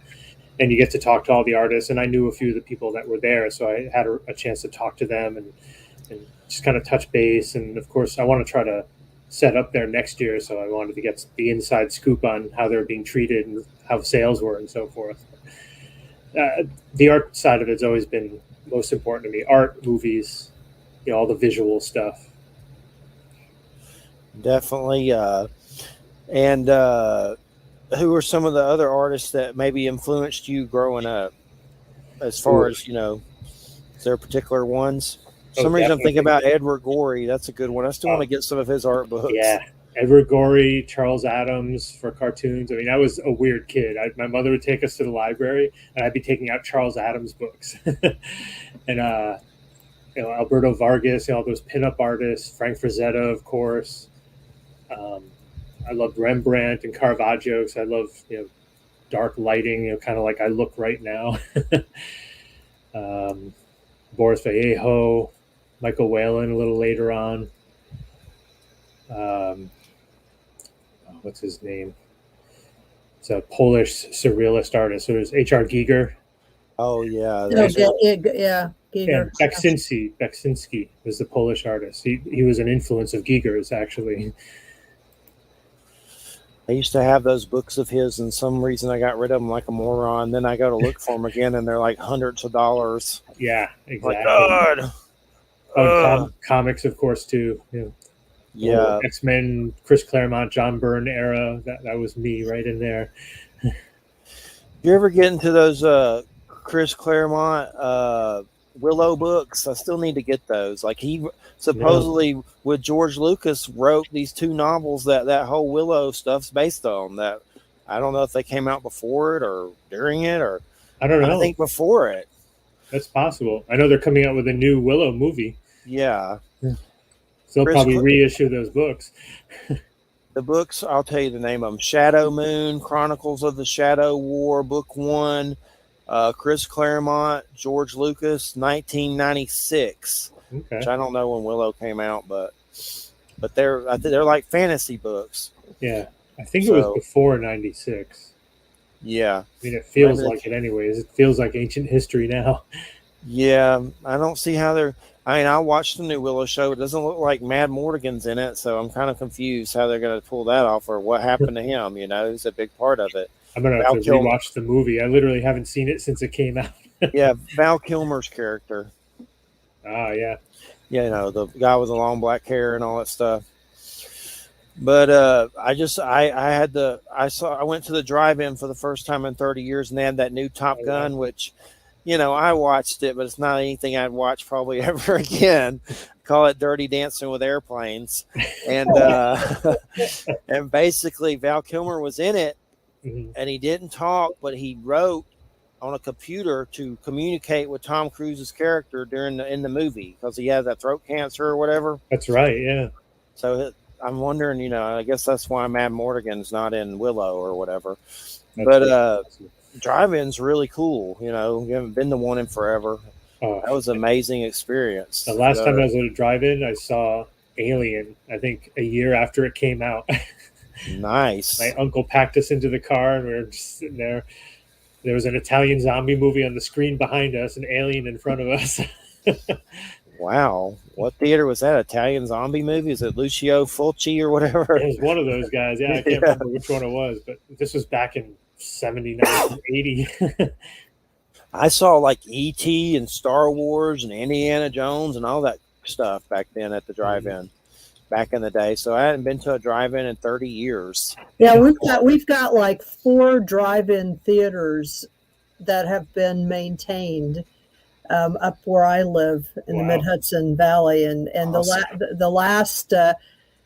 the last one I saw, I think I've seen all of the J.J. Abrams Star Trek reboots at drive-ins at the drive-ins, and usually they show either science fiction stuff or they show like really bad family stuff from the 80s, which is fine. Super cheap. Yeah, it's fine, whatever, It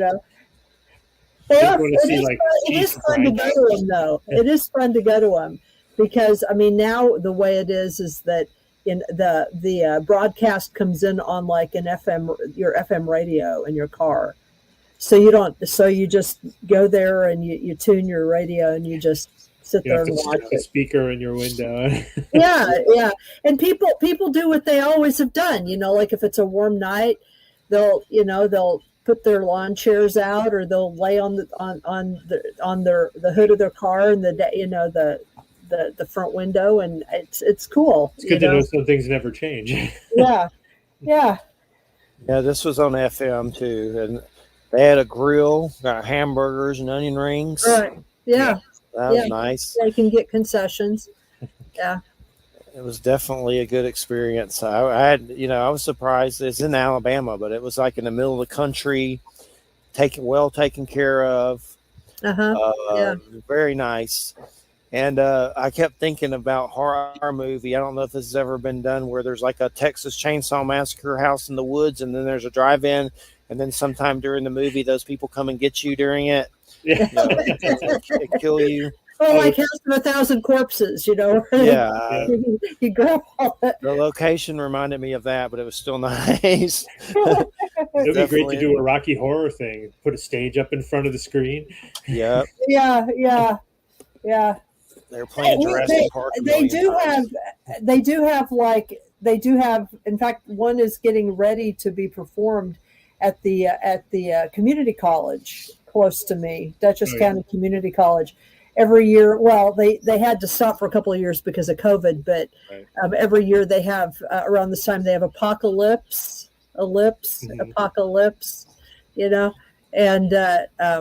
they have a live a live performance of the Rocky Horror Picture Show, and then they show the film, so that they have all of that stuff that goes with it.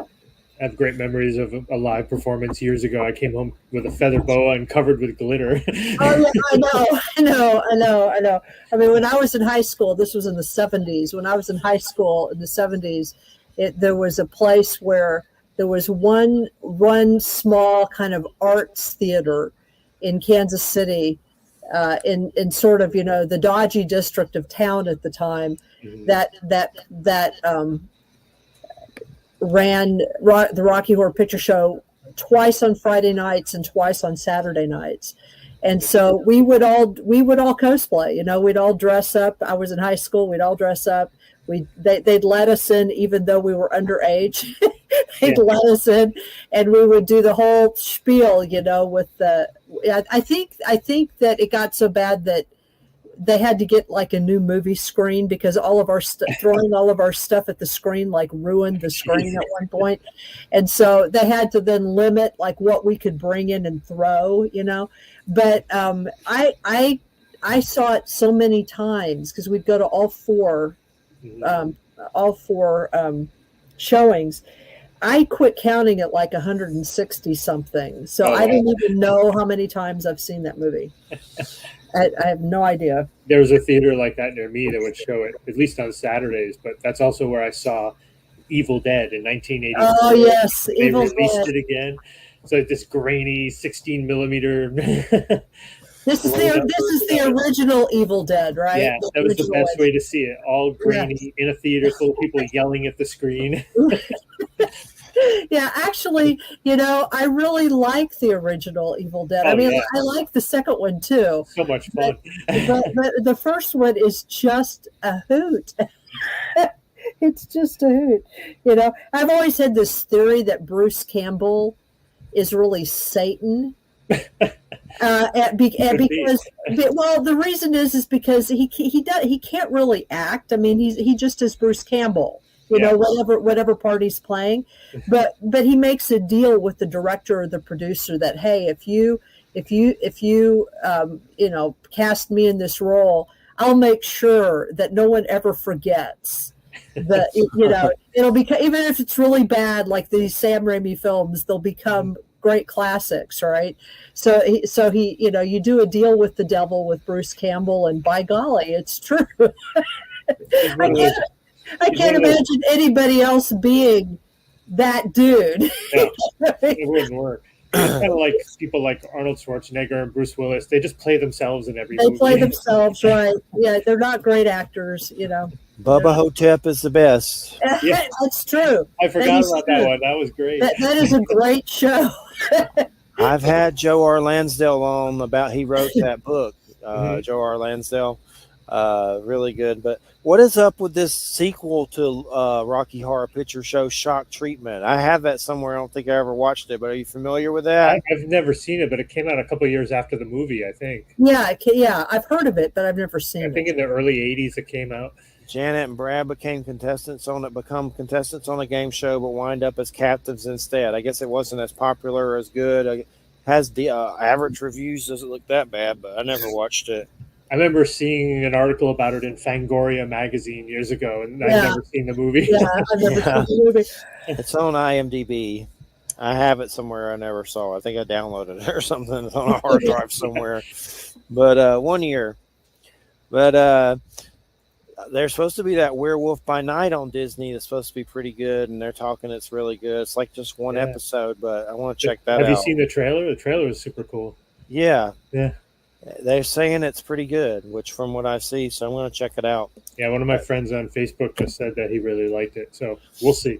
Hopefully they do some more with it, I've got in the tarot deck, I actually have a reference to American Werewolf in London, that John Landis movie. Oh, yeah. Yeah. One of the wands cards has a guy dressed the same way as the main character with the puffy vest and his face all mauled. Oh, yeah. So if you've seen the movie, you'll recognize it. Oh, that's nice. No, I think that's really great that you're kind of. So, do you have a Freddy Krueger? No, we didn't do Freddy. I have someone that looks vaguely like the Scream, the ghost from Scream. Okay.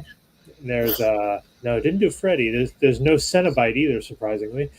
Oh, okay. Couldn't do all of them, I guess. Well, right, exactly. I guess the only reason I'm thinking of that is, I'm rewatching season 4 from of Stranger Things, and of course it has this whole evocation of Freddy Krueger in it.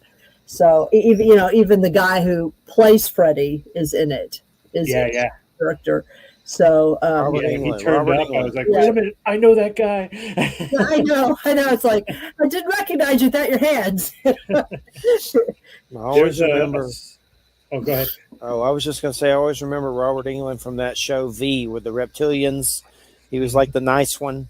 Yeah. They take their faces off and eat you and stuff. But go ahead. What were you going to say? I was going to say, there's a show, I think it's on Netflix, called The Movies That Made Us. Yes. And they talk about the Freddy Krueger movies and Friday the 13th and Alien and like all the backstories behind it and how they almost didn't get made. So that was really interesting to watch. Yeah, that's a great series. I've watched that series. Especially, I mean, they do a lot of horror films with it. Yeah, a lot of horror. Those were big at the time. Yeah.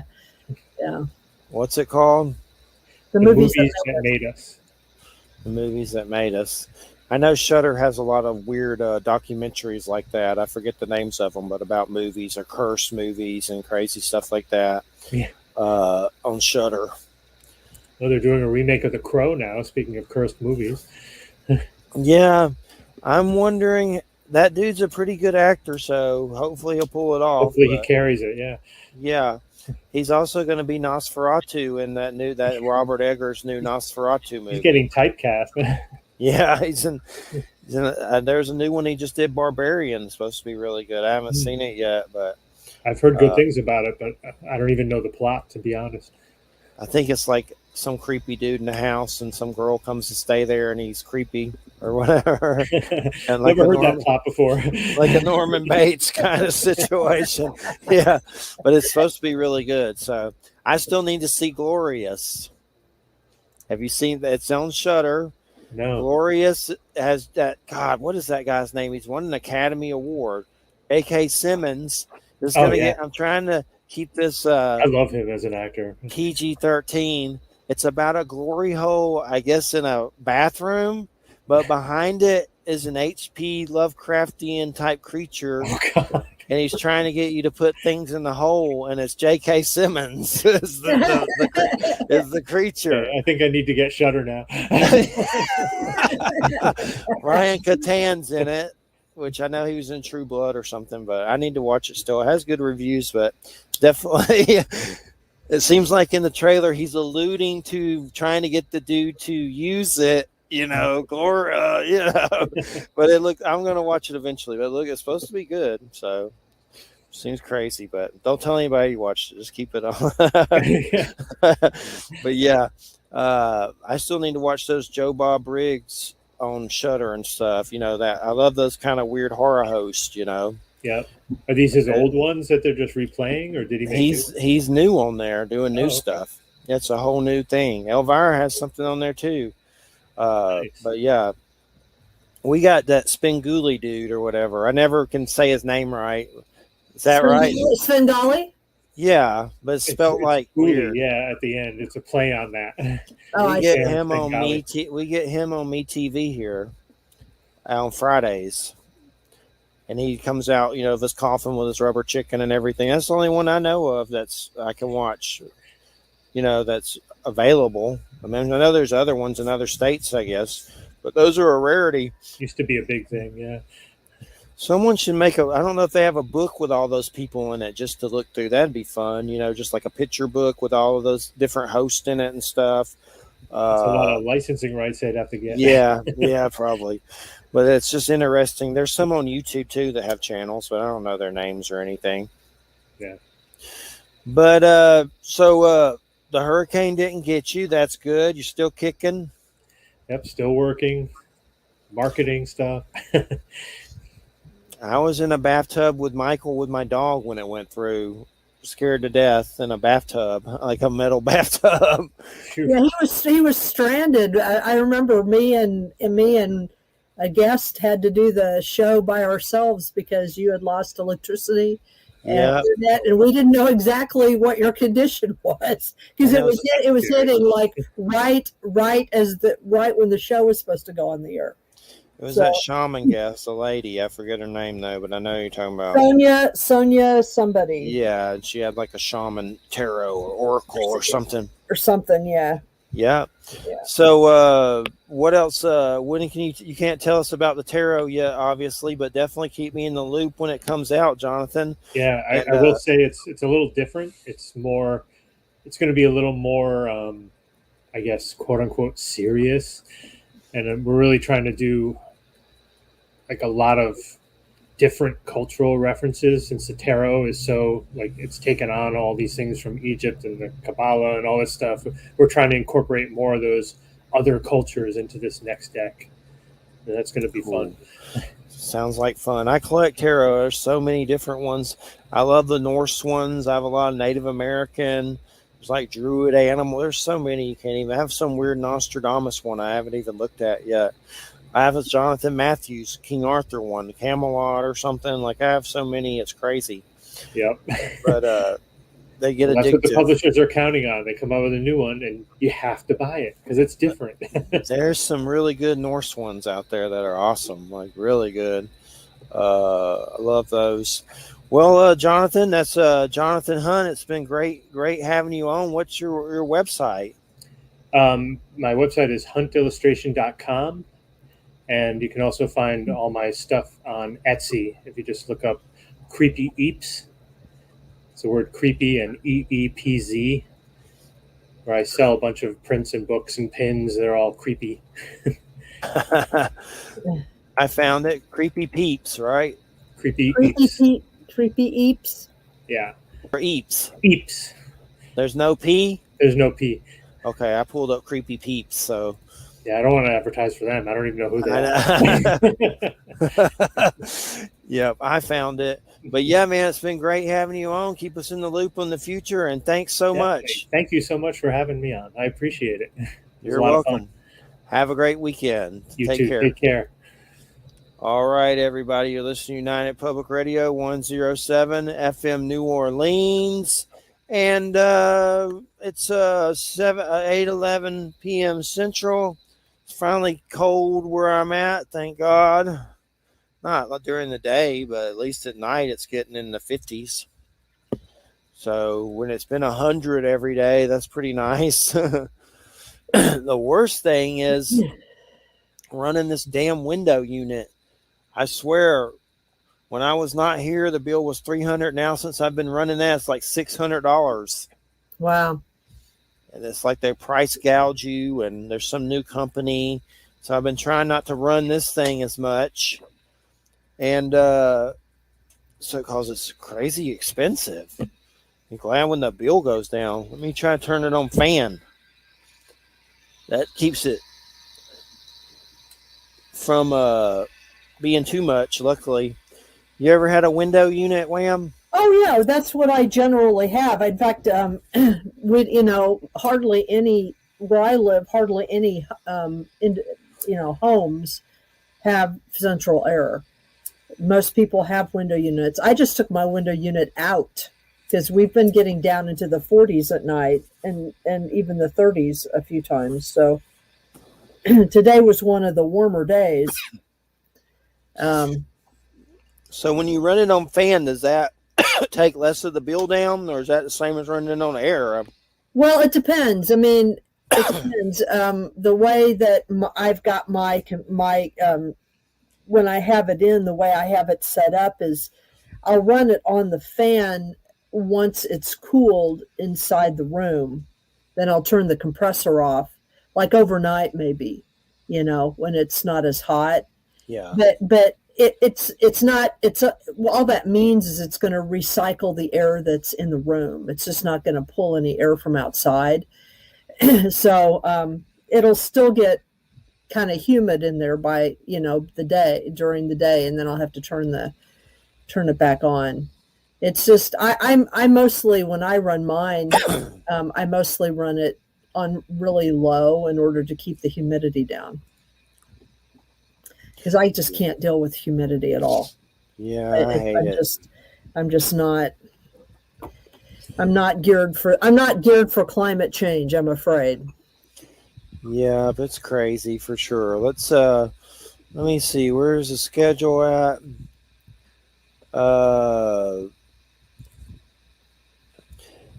November, Don Brunke, that's some animal shadow situation book. Bernard Bateman, that's Synchronicities. And then you come back November 18, that's Jason Mankey and Astria Taylor. That's that Greek witchcraft book. Still trying to do December 2nd. December 9th is Naja Lightfoot. You'll be here for that. She's been on before about voodoo and stuff. Okay. December 6th, her book's something about juju. Powerful juju. Powerful juju. And that's Naja Lightfoot. December 16th, still working on that. And then we'll come back. We'll take a vacation after that and come back on the 6th. So that's the schedule. What was that? That was not for me. That was not for me. What was that? Sound like a porno. It did. I don't know.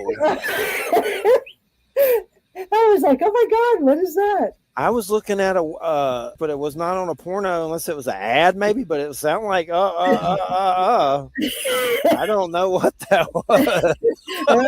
There we go. I don't know. And I don't even know. I was looking at his page, that creepy Eps. I know it wasn't that. So I wasn't looking at anything too weird. It's mostly like bling. I don't know. That was crazy. Yeah, I was like looking around. Is Joe here? Your guess is as good as mine. I don't know what that was. Now I'm embarrassed, and I don't even know what happened. Yeah. Like I heard that. Well, you didn't do it, so yeah. Like neither of us. I was on did it, so. Etsy. And I flipped through Bling and a few other places, but it was definitely not a porn site. So that was weird. It was something else, but it just sounded like that, like an ad or something. I don't know. Yeah, I mean, to me, it sounded like, it sounded like OnlyFans suddenly coming on. I don't know what it was, but it has me blushing. And I don't even know why. You caught me. I was here looking at porno the whole time during this whole interview. I wasn't, but it was funny. Maybe it was an ad that was trying to be funny, and then it was like a normal ad or started like that. I don't know. Well, we'll hope that it was that. Yeah. But anywho, is there a story you could tell for like 3 minutes? Oh, do you have to go? Yeah. But I'm fast, so it'll be fast. Okay. Well, I'll just tell people about the website, my website, and what's okay, and your audio book, and I will be super fast, so I'm not going to leave you hanging like for anything crazy, like 3 minutes, baby. Okay. All right. Okay. Thank you. So Jeffrey is relieving himself because of medication. So I'm going to just tell you all about my audiobook. My new Audible book, which has just come out. And this is probably some of you don't remember, way back in 2017, before the pandemic, I published a collection of short Lovecraftian stories that was available on the internet and has been, and for some reason has done really, really well in England and in Europe. Why it hasn't done so well here, I don't know. But anyway, I contracted Michael Hacker, who we had on a little over a year ago, to do an Audible version of it. And it has just become available. And if you want a free promo version, you can contact me at ProfessorWham1 at gmail.com, and I will send you a promo code for Audible. Although, even if you don't have Audible, you can usually get a free trial of something. So the name of the book is Final Seasons, a Lovecraftian Quartet, and it is under the name Waheba Hadia al-Mueed, which is where the anagram Wham comes from, for those of you who are in the know about that. But in any case, Michael did an extraordinary job in narrating these stories. It was almost like somebody else had written them. So that, and it's just out in time for Halloween. They're very much Halloweeny stories. There's only 4 of them. I think the audio book, listening to it, takes maybe about 3 hours. It's not even very long. But he did a great job, and I think you'd enjoy it. So I basically talked about my new Audible book is what I did. Oh, check it out. It's a good one. Did they ever send you a U.S. code? Yes. What they did was, do you want a U.S. code? Yes, please. Okay, because I'll send you a U.S. code. Not to be a dick, but what happened is, if you do the UK one, you go there, but your library's not there. So you're basically just opening a whole new thing with one audio book. And I would like to have the U.S. one so I could keep it with all mine in your other one. Right, I understand. Now, that's fine. If you're not on Audible, though, you can still get it and download it. I mean, and if you are on U.S. Audible, then in order to get onto it, to the UK site, you have to log off of your U.S. out of your U.S. stuff and then go to that. The reason why they did that, I found out, is because, as I mentioned when I was talking, the ebook has done really well in the UK. Cool. And so they have it there in the marketplace. And so they gave me a bunch of US promo codes and a bunch of UK promo codes.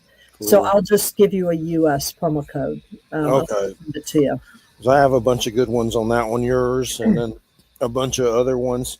There was some dude that was constantly giving away audiobooks on Facebook, and I forget his name right now, but I got all kinds of weird ones from him, like Clive Barker and all this stuff. Oh, wow.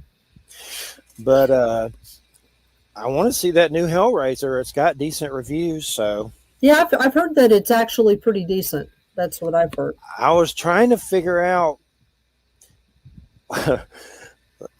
the person that's in it is trans, but I guess she was a man, was originally a dude and now's a woman. Like, I was confused trying to figure it out, and I think that's what I came up with researching it. Like, she was male. Now she's she or whatever, I guess. It's confusing, but I was just trying to figure out the whole, pinhead thing. But I don't have a problem with it. I like Doug Bradley, though, but he was nice and said good things about it. It looks good, and it's got good reviews. I'll watch it. But I was just trying to figure out, because they said trans actress, and I was just trying to figure out the backstory, I didn't know. I didn't know if she was male, female now, or what. Apparently, she was also, apparently it was a male and now female, but she was in that Wachowski, some Sixth Sense show or something weird. Oh, yeah. And the Wachowskis used to be dudes and now are chicks. Yeah. And I always find that, I don't care, that's their business. I stay out of it. But I find it funny because all these right-wing nuts always say, swallow the red pill. And if they probably don't even know that fact, that the brothers are now sisters. Yeah, I know. So I find that funny. The red pill. They all say that crap. It's like, if you only knew we're that red pill. I laugh about it, but I like the Matrix movies. I still need to watch the new one. You haven't watched the new one yet? I haven't. There's a new one. Yeah. You saw it? I did. Okay. I had a mixed reaction to it. There are parts of it that are really good.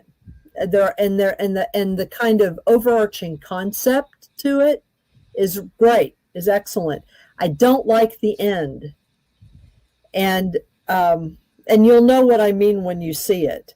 Yeah. And that's just because I'm a bitch.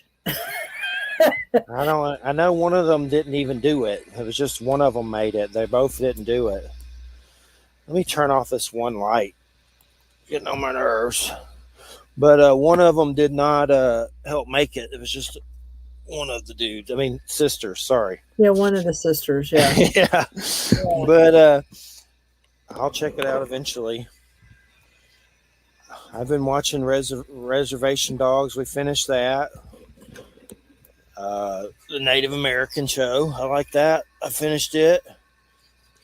The 10th episode. There's 2 seasons. Best thing about that is just all the native actors together in one place. Yeah, that's true. Wes Studi, and there's a bunch of dudes. I know another one of them is also on Resident Alien. I forget his name, but he was the one that got naked that was looking for the Thunderbolt or something in one season. Yeah. That guy's in Resident Alien. Right. I forget his name, though, but I like it. Did you watch it? You saw Reservation Dogs? Yeah. Greasy fry bread. You like the fry bread song? Yeah. Well, I understood it too. I've never had fry bread. You've never had fry bread. You've never had you never had a Navajo taco. No, but I want to. People talk about making them, and they just haven't yet. It's trying to figure it out. They're not hard. You just have fry bread, and then for a Navajo taco, you just have fry bread, and then you just put like meat and what you'd put in a taco, like on top of it. Excuse me.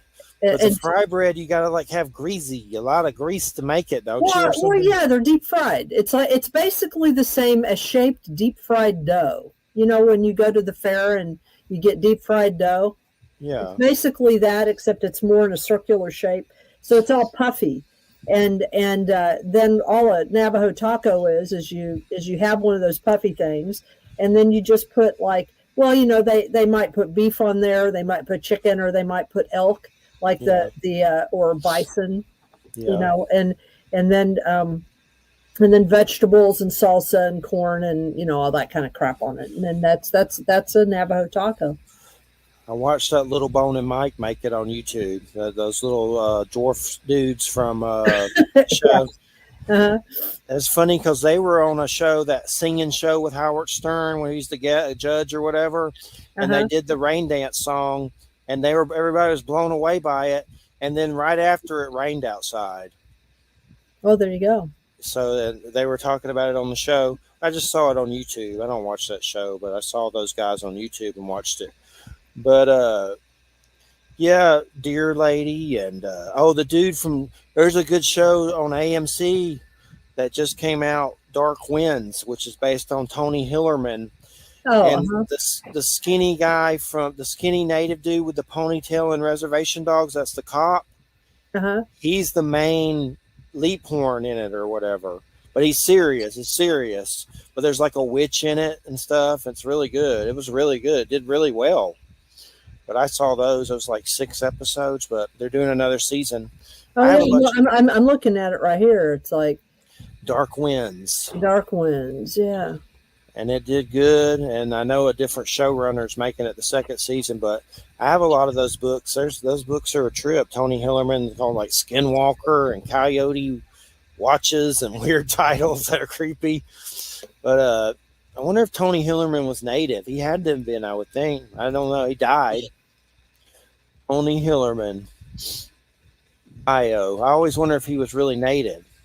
I don't know. Well, maybe not. Let me see. Why don't we look him up? Tony Hillerman. I'm looking at him, but he might have some native in him, but he looks like a white dude. Yeah, it looks like a white dude to me. Got some ears on him. What's up, bro? But he does a lot of good native books, though. Like all his books have that in it. Wonder what? Yeah, well, he was born in Sacred Heart, Oklahoma. His paternal grandparents were born in Germany. He's croaked. He croaked. It is implying that on his mother's side, they may have been indigenous. And then his wife put out a book that's kind of native, like it's kind of similar to his books, which I have that Ann Hillerman. I have her book somewhere. Oh, he's got one called The Sinister Pig. The Sinister Pig. The Sinister Pig, for sure. Well, one thing that a lot of people, me and Jay have been talking about is Rings of Power. It's on, the new Lord of Rings show. Yeah. I haven't actually sat down and watched that yet.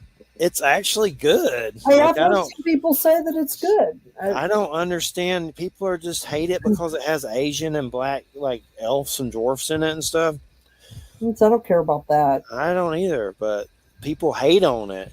I don't. I'm like, this is really good. It's almost as good as those Peter Jackson movies. Like those are really good, but it's good. It's not bad.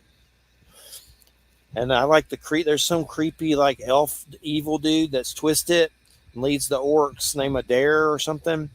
Mm-hmm. And he they found some weird artifact and put it into this thing, and it started to turn. I guess turning everything into Mordor or something.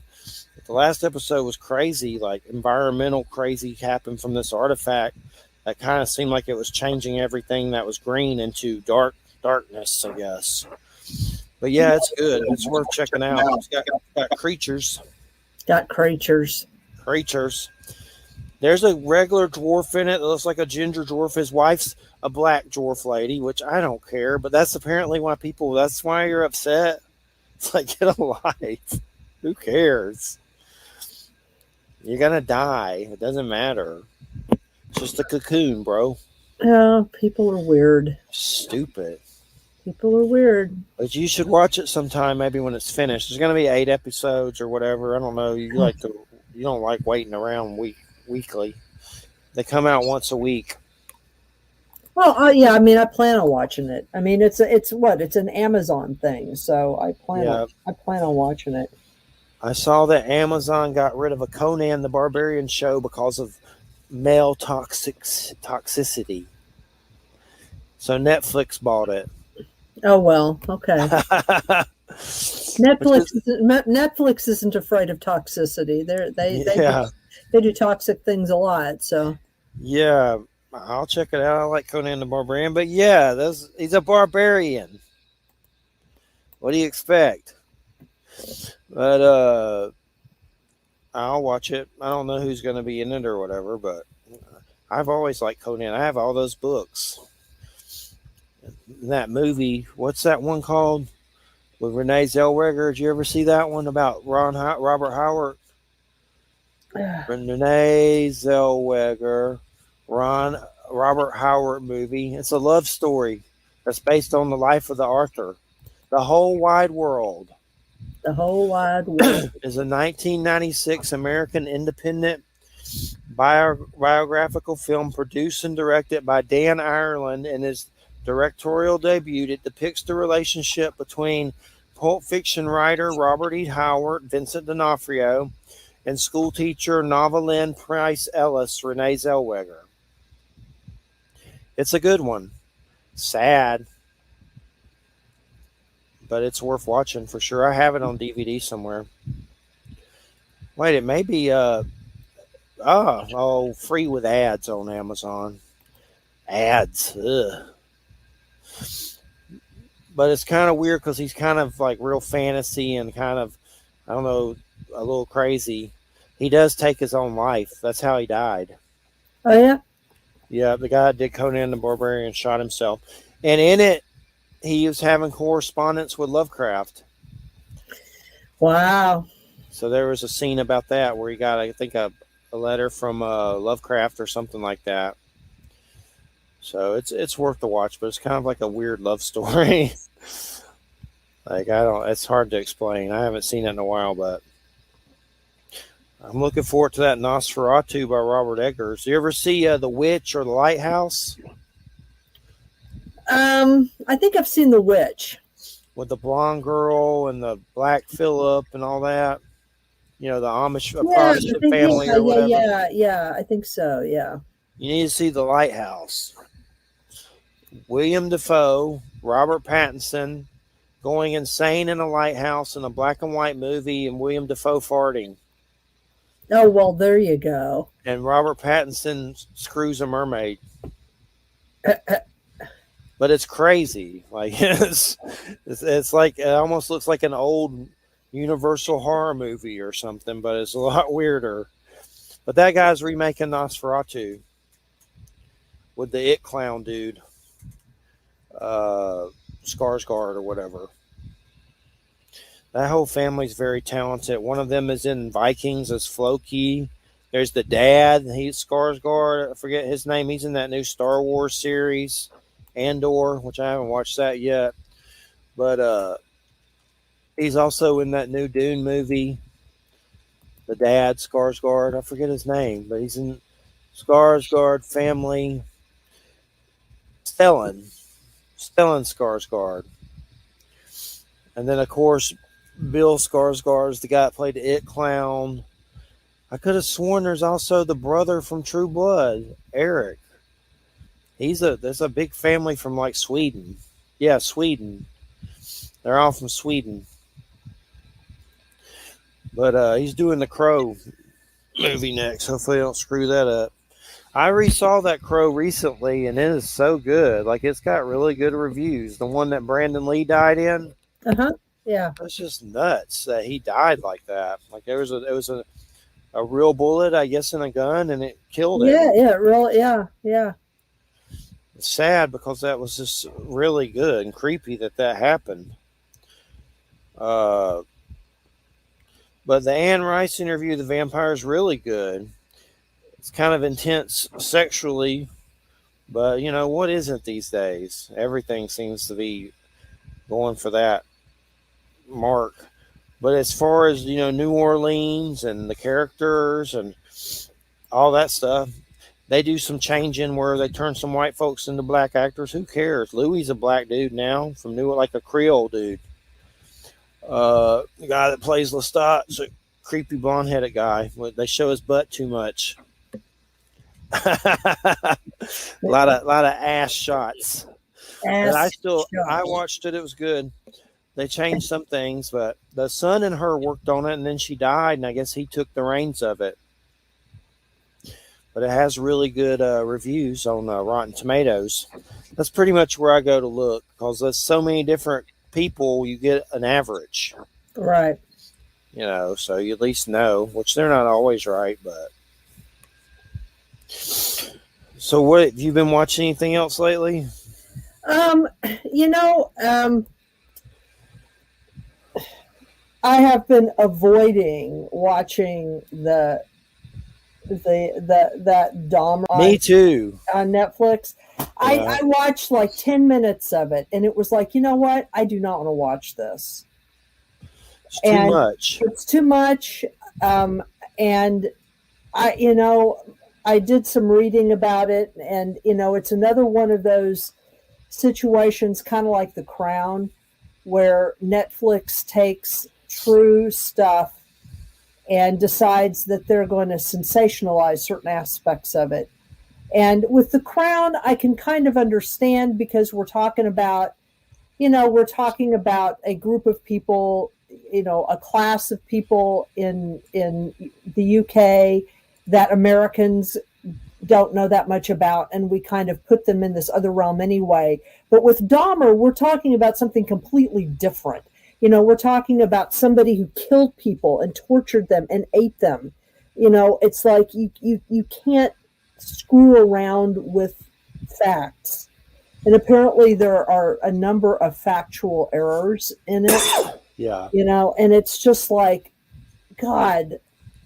And the fact that they originally, they took this tag off, but when they first put it out, released it, they had an LGBTQ tag on it.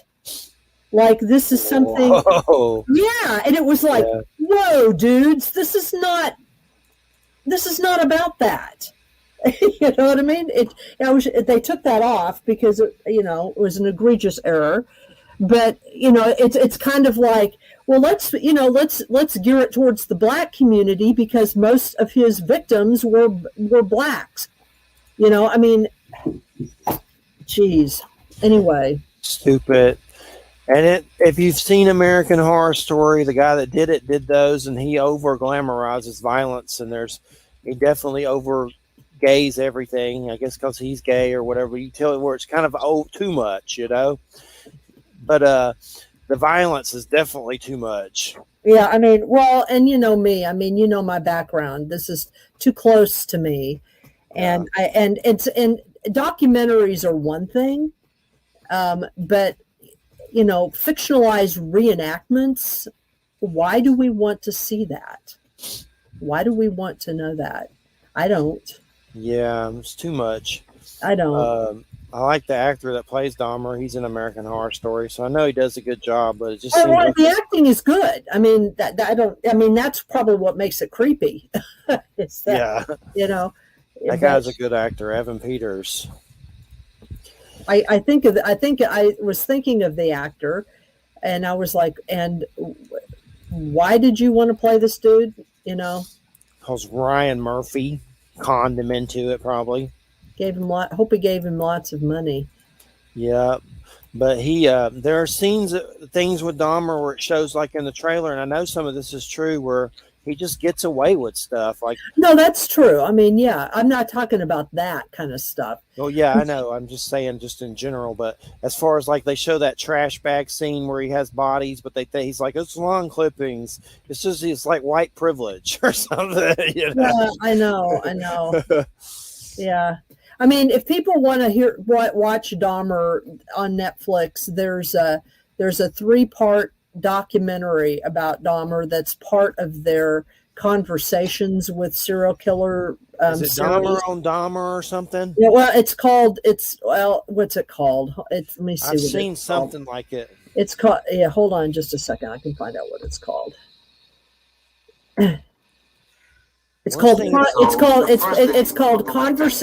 Conversations with a Killer, Jeffrey Dahmer, and there are actually several conversations with a killer. That's like sort of an intermittent series that they do. Yeah. They did that with John Wayne Gacy and several other people, but they did that with Dahmer. And if you're going to watch something about Dahmer, watch that one because at least it's accurate. It's too much. That was the last true crime book I ever read, was the Dahmer one. It was too much. I have some sitting around here I just never got to, but it's like that one was too much and stained me forever to where I didn't want to read those too much. Yeah. I mean, I guess, for me, what's weird is that, the serial killer that I knew, Berdella, was active at a little bit before Dahmer was, or before Dahmer was caught anyway. And they had some similarities. The only difference really is that Berdella wasn't a cannibal. He didn't eat them. But he disposed of disposed of their bodies in similar ways. I mean, there are many ways in which they were very similar and were motivated in a similar fashion. And I've always wondered, actually, whether Dahmer had heard about Berdella. Yeah. And I don't know if he did or not, because, Berdella didn't kill nearly as many people, but it always made me wonder, And then I saw some article trying to tie Dahmer to Adam Walsh, and Dahmer was supposedly at that around that mall area when he went missing somehow in Florida. And I don't know how true that is, but they were trying to say it was a possibility because the guy that originally said he did it, I forget his name, kept kind of flip-flopping on it up until his death. The guy that Otis O'Toole or some crap. Oh, yeah, that guy. And when he also admitted to a lot of things that he couldn't have done or didn't do, you know what I mean? He was one of those there's no doubt that he killed some people, but he was also one of those dudes that brags, says that he did various things in order to sort of brag about what he did. Yeah. So I don't think they really know yet who got that kid.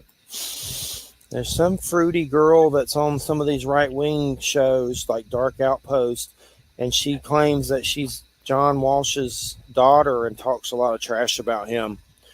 Her own father, like really crazy stuff. Like he's violent and sex trafficking. I don't know. It's probably BS, but who knows if it's even really his daughter. But they tried to tie Dahmer into the Adam Walsh So for some reason, Dahmer was in that area, which, nobody knows. But they asked Dahmer, and he said, "Haven't I told you everything else?" And he said he didn't do it. Yeah, well, he didn't go after little kids. That wasn't a thing that he was. Apparently, what he was attracted to was he was just attracted to adult male physiques. He was not a pedophile, and even though some of his victims were rather young at the time, they were old enough to be in gay bars. Yeah. You know what I mean? So why did he do it? I mean, he wasn't an ugly dude. Why didn't he just be in regular relationships? Why did he have to do all that other weird stuff? According to him, he just had this thing inside of him, these impulses, these fantasies, and they had to do with having power. And he was actually diagnosed at a certain point in his, life, based on his ideations, as being probably a necrophiliac. He had some kind of dysfunction. He was not wired normally, and he always insisted that it was not his upbringing, that it was not his parents. He refused, while he permitted himself to be diagnosed, he refused to allow himself to be say that he was crazy. He basically took responsibility for what he did and said that he really didn't know, but he fought it. He killed his first victim when he was 18, and then he didn't kill again for I don't know, 9 years or something. And it was during that time that he tried various means by which to stop himself, including living with his grandmother and going to church and, trying really, really hard to stop whatever those voices were or those impulses were inside of himself. And at some point, he just gave up. And that's how he puts it. He just gave up. He just gave up because it was too difficult to ignore whatever was going on in him. Yep, definitely creepy. I saw one about Ed Kemper. That was creepy too. Co-ed killer. Yeah. Definitely some creepy. I still have that depraved book about Ed Gein. I've never read it. It's one of those, do I need to read this? It seems like a lot. Yeah. He was a completely different case. I mean, it's like he had a really screwed up family life. I mean, his mother was insane, and his father was absent emotionally. And he was only of moderate intelligence. He wasn't like a terribly clever guy. So he really didn't have the wherewithal or the means by which to figure out how to get himself out of his own internal stuff. And so he was just messed up. I mean, like, seriously messed up. Yeah, it was definitely... His mother was messed up, too. Really weird religious stuff. Just, she was Lutheran and crazy. A crazy Lutheran. It's weird how they got Norman Bates from that, because Norman Bates doesn't really, seem that. They kind of toned it down some, for sure. Well, they... made him a pretty boy. Yeah, Norman Bates is a combo of, I think, 2 or 3 of them, if I'm not mistaken. Yeah. Just like Buffalo Bill and Silence of the Lambs. It's like a combo of several of them. Yeah, I saw that Thomas Harris said there was some gay Mexican serial killer or something that he based Hannibal Lecter on, too. It's like some real story that really happened about some dude that was some gay Mexican serial killer that ate somebody. It's in a book, like an updated version, and there it tells the story in it. in Silence of the Lambs or something, the real story behind it. That Thomas Harris is a weird dude. He put out some other new book recently that didn't have anything to do with Hannibal. I never got it, but it takes him forever to write a book. He must be like pretty old now. Thomas Mexican serial killer Alfredo Bali Trevino. Yep. Thomas Harris, born 1940. So yeah, he's pretty old. Gotta be like 80 or something, right? 1940? Yeah. Oh, he actually met him in a Mexican prison in 19. He was known as the Wolfman of Nuevo Leon. Was a former physician from Monterrey sentenced to death for murdering his lover, Jesus Castillo Rangel, and mutilating his body. He was also suspected of killing several hitchhikers in the late 1950s and 1960s. Nice. I love those books. Some of them are better than others, but the new book Thomas Harris put out was Carrie Mora. And I don't know what it's about. Some treasure hunter, weird stuff. Oh, listen to this. Oh, my God. Oh, my God. In an interview, although Trevino was given the death penalty for his crime, his sentence was commuted, and he was released from prison in about 1980 after 20 years. Once free, he resumed his practice as a doctor and died of cancer in 2009 at the age of 81. Wow.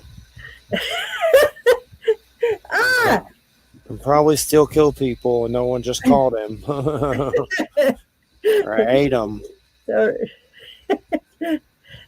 was some creepy story that really happened because I saw Kevin Bacon, the actor, bring it up because the victim's name was Kevin Bacon. What it was, this gay kid answered some kind of personal from somewhere, Tinder or something, went to a dude's house. The guy strung him up and cut off his testicle and ate him.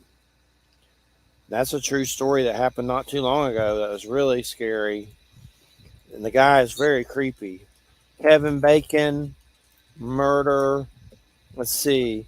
Yep. Suspect Mark Latinsky pleads guilty to murder of Kevin Bacon. Cannibal admits eating man named Kevin Bacon he met on Grindr dating app. That's a creepy story. The guy just went to, trying to meet someone to hook up and went to this dude's house. And the guy just ate him. There's a Rolling Stone article about it. Men are dangerous. I hate to say it. Yeah, they are.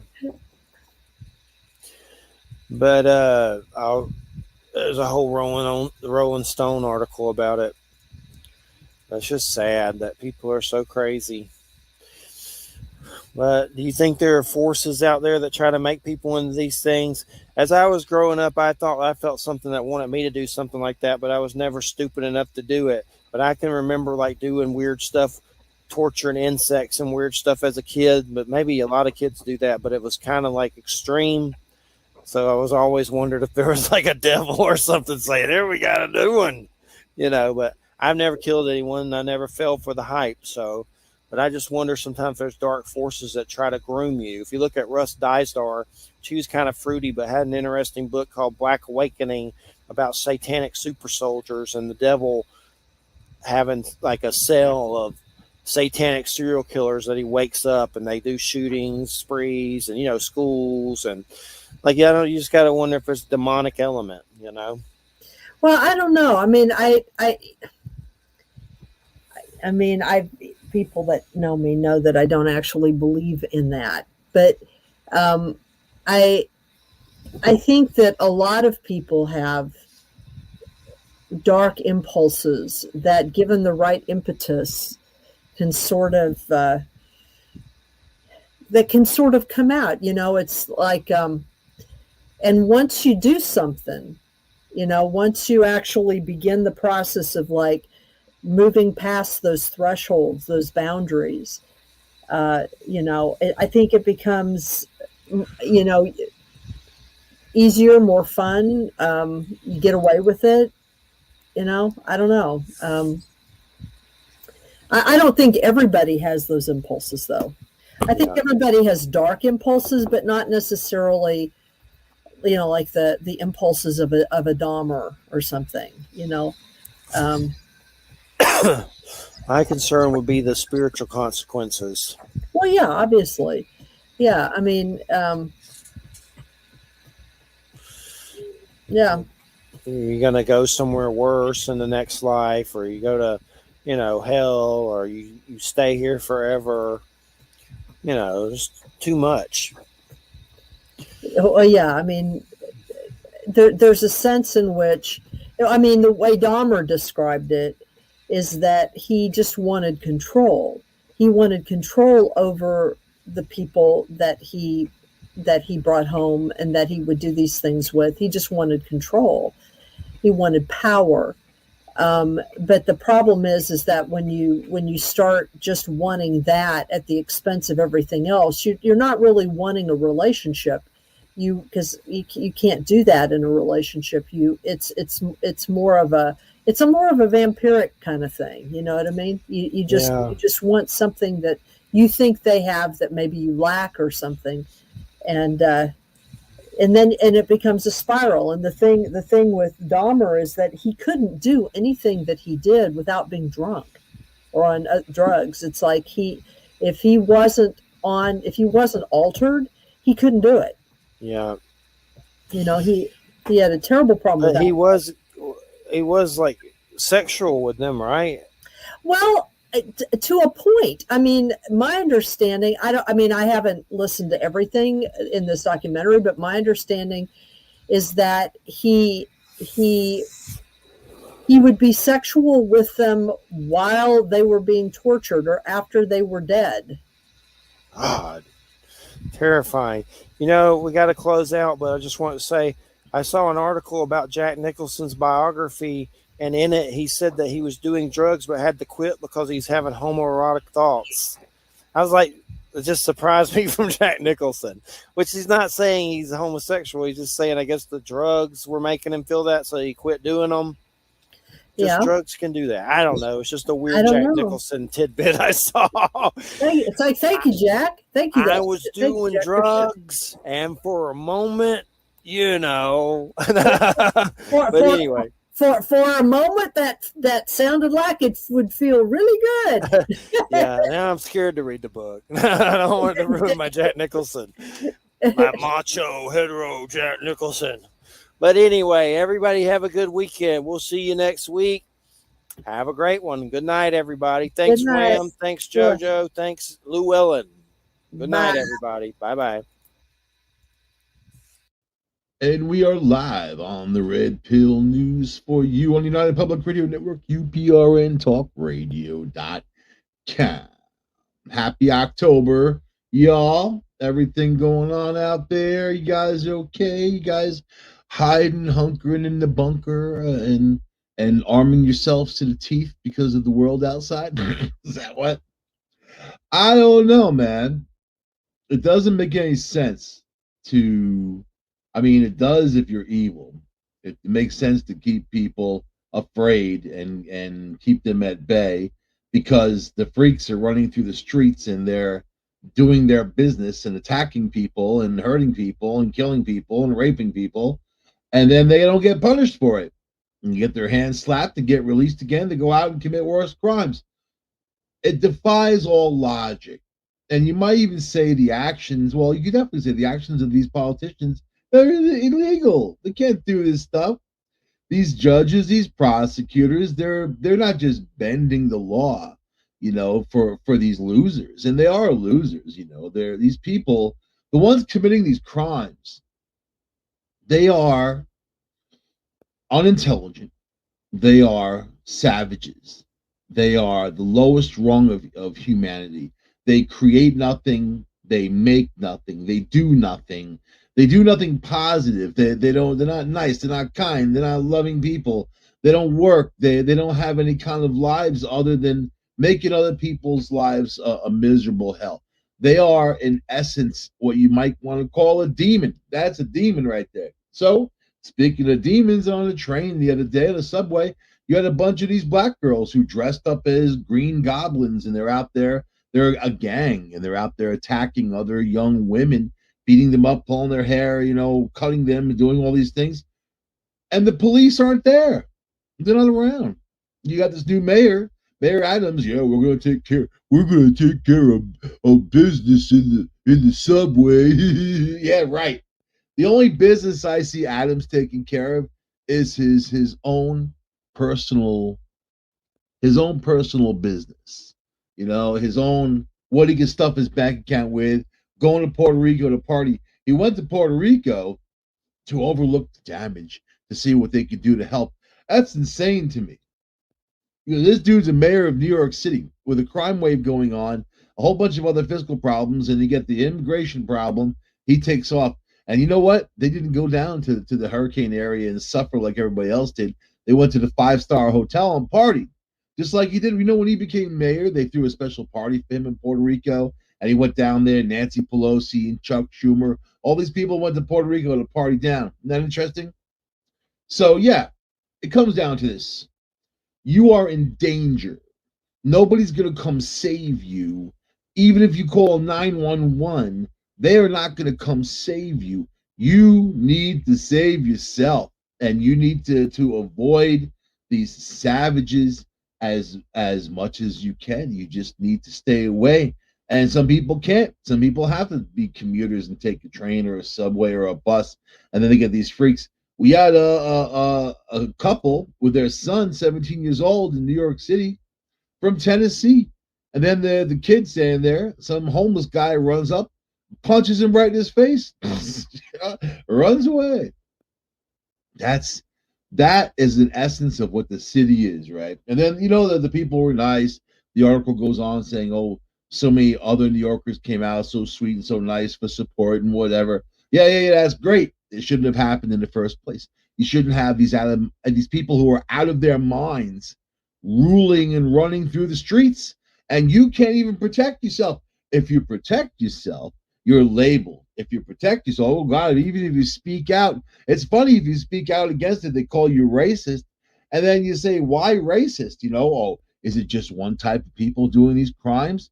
Why racist? Because they know what the deal is. They know who's doing these crimes. And they are willing to look the other way with your pain and your agony. When your mother gets killed or your father gets killed or whomever, you see the dad that died at the Marriott in Poughkeepsie, just there to visit his daughter at college. How innocent is that? I'm going to visit my daughter at college, right?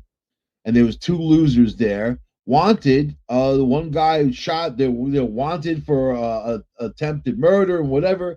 And then the DA there, didn't want to charge him, and they were waiting, so they let this guy roam the streets for months and months and months. Plus, he was guilty of weapons possession, and he's a felon. So I'll tell you, it defies logic to have these people roam through the streets unless you want to. Unless you want to. And that's really what it is unless you want to. So it's these people in charge that are doing all these. By the way, let's get political for a minute. These are liberal areas we're talking about. These are liberal cities. This is Chicago. This is New York City. You know what? In Chicago, Tyson Foods is now moving out of Chicago. 1,000 white-collar, high-paying jobs, and they're taking 1,000 high-paying jobs away from Chicago. Boeing is moving. They're getting out. Citadel is moving. They're getting out. Chicago and New York City are losing all their big white-collar corporations. They're leaving. And it's funny when these corporations are so full of shit. And when they say their actual statement, oh, we're not leaving because of the crime and the high taxes. Yeah. And then that's on the record. Off the record, they say, well, we're leaving because of the crime and the high taxes. Yeah. The crime. Because you don't want to subject your workers to these green goblins. You don't want to subject your people to these losers going through the streets. I said, get yourself a pair of brass knuckles and then let holy hell loose, man. You know what I mean? Protect yourself by every means. Oh, in New York City, you can't have brass knuckles. You can't even have pepper spray. You're not allowed to have a weapon in New York City. Only the criminals have weapons in New York City. It doesn't make any sense unless the political body wants to create those victims. That's the only thing that I see happening down in the city. You couldn't drag me down there to live down there again because things are out of control. Or I'd be some vigilante running through the streets. I mean, it's going to come down to that. It's going to come down to vigilantism. It's going to come down to groups of people protecting their block, protecting their area, and keeping these low-life savages away from them as far as possible. As far as possible. And when they come around, there's going to be a lot of violence. There's going to be a lot of terrible stuff happening, but what can you do? What is the government forcing you to do? The Second Amendment says that the government protects us. Unless they don't protect us, we protect ourselves with our militias, right? So isn't that the way it's going to come down? And what's funny about forcing people's hand? Vladimir Putin doing the same thing. I'm anti-NATO. I don't want NATO on my border. No NATO, no NATO. All of a sudden, this is all he's got in his face now. Because of his actions and the stuff he did, it's like he wants it. He's asking for it. He's begging for it. Right? Ukrainians are kicking the Russians' asses. Man, talk about embarrassing. This guy used to hold his head high like some kind of prize pit bull walking around. And then now he's just some junkyard dog. He just I have nuclear missiles. That's the only thing he can say. So what do? You protect yourself. You protect your children. You protect your interests, your property, your family. Someone comes around, you settle their hash, and then let a jury handle it later on. You protect yourself. You protect yourself. You got that one congresswoman.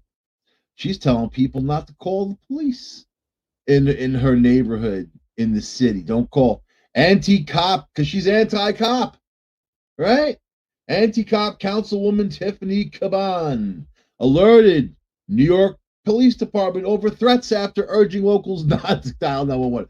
She told people not to call 911. Then she called 911 because now she's getting threats. So she needs the police. I thought she didn't want the police. All these people, Chuck Schumer's and Nancy Pelosi's, all them, they've got all kinds of agents, Secret Service and whatever, security agents around them who are armed, and they're happy to use those guns on anybody who's going to come around. They just don't want you to have them. They don't want you to defend yourself. They don't want you to be safe. You think anything happens in Chuck Schumer's neighborhood or Nancy Pelosi's neighborhood, aside from immigrants being dropped off there, illegal aliens? You think anything happens? No, nothing happens in those neighborhoods. A SWAT team would be up your ass so fast, all you got to do is say the wrong word. You're done. You're done for. So that's one of the issues, that the people who live in those neighborhoods are the ones who make the rules, and they don't see what the hell's going on out there until they become a victim themselves. So, and then that's really what it's going to come down to, because now the stuff is pouring over. Right? The defund the police promoting Councilwoman Tiffany Caban's Queens office notified the NYPD after receiving a slew of threatening phone calls. The messages were received over the weekend and reported to cops by someone in the progressive police politician's office late Tuesday. The callers spewed vile threats, telling Caban they hoped she got beaten up on the subway. And hope your eyes fall out. This is the woman who said that the subway crime is 1 in a million. So people getting beaten up in the subway, women getting beaten up. They just had this guy beat her up. The guy was guilty of murder. He was in jail for murder. Now he's out again. He's some homeless loser, just some black dude beating people up. This woman's walking right past him. He grabs her by the hair and starts beating the hell out of her. And the subways are safe, right? But this woman, Caban, she doesn't take the subway. She doesn't go down to the subway. She doesn't know what's going on down there in the subway. So it's a whole underworld in the city, I will say. But she's going to tell people, defund the police. These people, they've got a brain problem, a problem with their brain.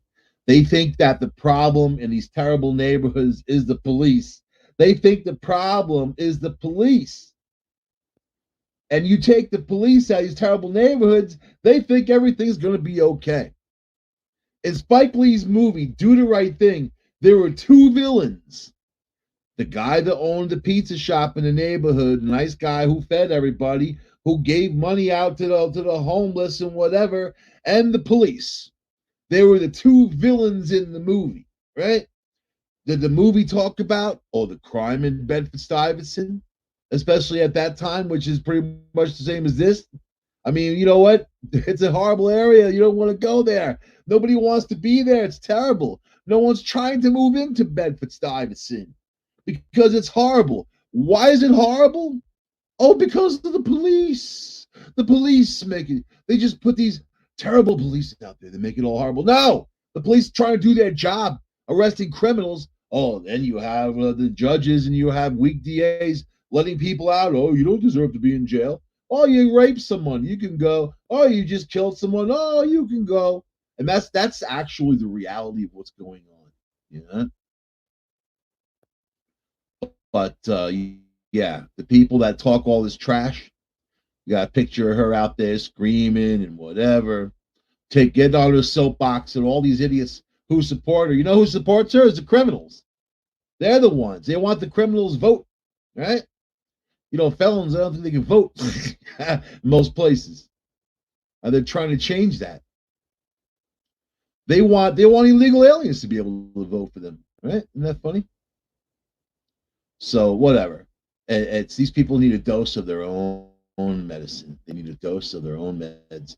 And once they start getting that, then they start realizing how stupid they've been, how stupid they are to even say the things that they say and disrespect all the police officers out there who are trying to do a job. You know, it ain't easy being a cop, especially down in Queens or Brooklyn or the Bronx. You're dealing with a lot of angry, messed up people in general, right? Angry, messed up people. I'm from the city. I can say that. There's angry. That doesn't matter what color they are. Doesn't matter. There's angry, messed up Hasidic Jews. There's angry, messed up white people. There's angry, messed up black people. There's angry, messed up everybody. And they're all crammed together in a little tiny area, chock full of rats and cockroaches and all high expenses. Of course they're going to be angry and messed up. That really is my summary of New York, Chicago, LA. LA, not as much, but pretty bad. Especially Compton, especially Watts, Compton. Why is it like that? Every time I ask a question, I like calling into these shows sometimes. They do these shows on racism, and these people are on there spouting off all kinds of anti-white stuff, which I find they're blaming white people for all their problems. So then I call in and ask them pointed questions. Oh my God, they hang up on me so fast. Or they start, they start going crazy. The whole zoo just came alive because I spoke the truth.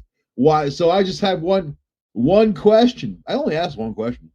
Why is it dangerous in those neighborhoods? Why? And then, oh man, but you can't say it's the police. It's the police, man. The police. Yeah, no, it's not the police. Try taking the cops out of those neighborhoods. Then, you know what? I love this comeback. Because all the money goes to white neighborhoods for the police to protect them. And that is so opposite from the truth. Because there's white neighborhoods, there's no crime. Or very little crime, or BS crime. But the black neighborhoods, there's a ton of crime. An unbelievable amount. The police budget for those neighborhoods is enormous. Because they need more cops. They got to ride 2 cops in a car. They have to have wall-to-wall cops everywhere. You're always arresting people, bringing them in and whatever. It is a lot of doing. But I always ask why, and I never get the answer. And until they can answer that question, no one's ever going to solve anything. But if you think that's the police, it's not the police. Oh, yeah, there's some bad cops out there. That's for sure. But there's more bad people, and those bad people, you don't want them just having the free run of your life. So those nice, safe white neighborhoods and all that, they're going to be overrun. They started that a little bit with busing people into certain neighborhoods, right? But they were looking to get the anti-MAGA people, That's their thing. They need to divide. The MAGA people. The MAGA people are the ones who are causing all the problems. MAGA people, MAGA extremists, which sounds like pretty much everybody, and the police, both of them, the worst possible people on the planet. Oh, the MAGA people, the ones who believe in something, the ones who work for a living, the ones who love their family, want to support their family, the ones who want to keep their families safe, the ones who want to provide for their family, the ones who support their town, their city, where they live, the ones who create, the ones who invent, the ones who help others, the ones who are kind, the ones who are loving. You mean those people? You're those people? Not the hateful losers that have no life, that have nothing, and they want to destroy everything? You mean those people? Which is it? The ones who don't invent, the ones who don't do anything, the ones who just out there to hurt other people? Those people? And they're sitting there getting a welfare check, so they got their ID for a welfare check, don't they? Oh, they don't need their ID to vote. But they're happy to provide some ID for their welfare handout, aren't they? So they're government owned, government controlled. They don't have jobs. These young ones, some of them are in school, right? And the schools, the schools got to put up with an unbelievable amount of crap in those neighborhoods you wouldn't believe. You ever watch those movies about the school, the white principal coming in, turning around the black school, and everybody's happy at the end? That's funny as hell, man. I just watched one. What the hell was it called? It was with Jim Belushi. He was in there, the teacher, right? Had Louis Gossett Jr. He was in that movie. I like that dude.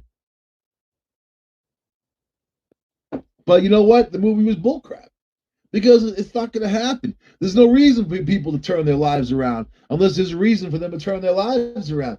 I don't know, man. There's an answer in there somewhere. But I'm going to walk into the school and kick out the drug dealer because I can do that. You know what? It doesn't work like that. It just doesn't work like that. And you need an unbelievable amount of security. You need an unbelievable amount of police officers who are handy that can handle these things. Now you're not even allowed to touch anybody. They can't even drag these horrible people out when they're doing these crimes. So what do? And so you open up the book of Ang Lee, where it says you lock them up. They commit crimes. They prove that they cannot exist out in a free society with people. You lock them up. They're guilty of murder and rape and assault. You lock them up. Oh, they're mentally ill. You lock them up. If they can't control themselves, you lock them up. You don't let them loose. You don't let them run the streets. You don't let them in the subways. You don't let them on trains. You let them on buses. You don't give them guns. You don't do anything like that. You lock them up. And then you know where they are. You know where they are. You know exactly what they're doing. And you guess what? They're not victimizing anybody on the outside. Maybe some people on the inside. So here's a very funny thing to me.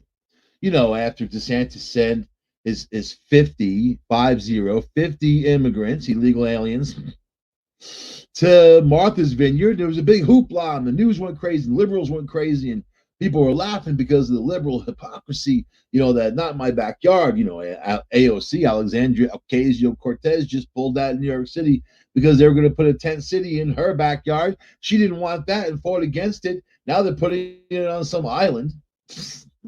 And it ain't like Gilligan's Island. Randall Island? Okay. You know what I would do? These illegal aliens that come here, I would put them in Rikers Island because they broke the law by coming in this country. And they're asking for asylum and whatever. The first thing they did was break the law. They're criminals. Then you don't know their background. You got to check them out. You need a facility to process people. We had Ellis Island. It was a facility to process immigrants, and they stayed there in quarantine until people knew what the hell was going on. You don't know these guys are carrying, got COVID-19 and whatever on top of that. A lot of them are smuggling drugs, a lot of them drug dealers, they're smuggling kids and people and whatever. This is what this Biden administration and Obama administration previously, this is what they've created. Trump tried to build a wall. Now I hear liberals asking to build a wall, right? So here's this story after DeSantis sent 50 immigrants illegal aliens. They're not immigrants, they're illegal aliens. 50 illegal aliens to Martha's Vineyard. So, New York mayor rips into Biden after dozens of migrant kids secretly flown to small town in the middle of the night. An upstate New York mayor ripped into President Biden and his team after dozens of migrants were secretly flown to his small town by the feds last week, telling the Post this seems clandestine. I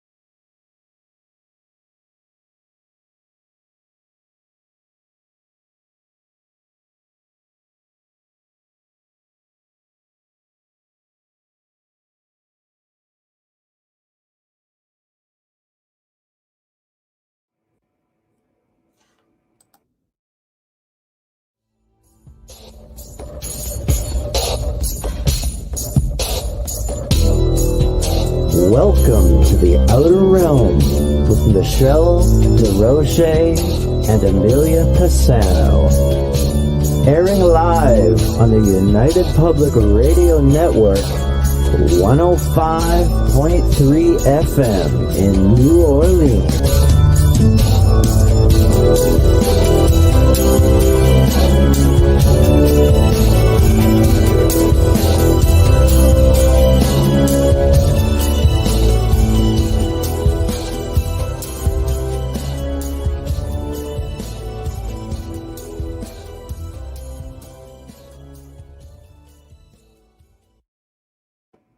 Good evening, everyone. Welcome to the Wednesday night segment of The Outer Realm. We are broadcasting live on the United Public Radio Network, UFO Paranormal Radio Network, and 105.3 FM from New Orleans.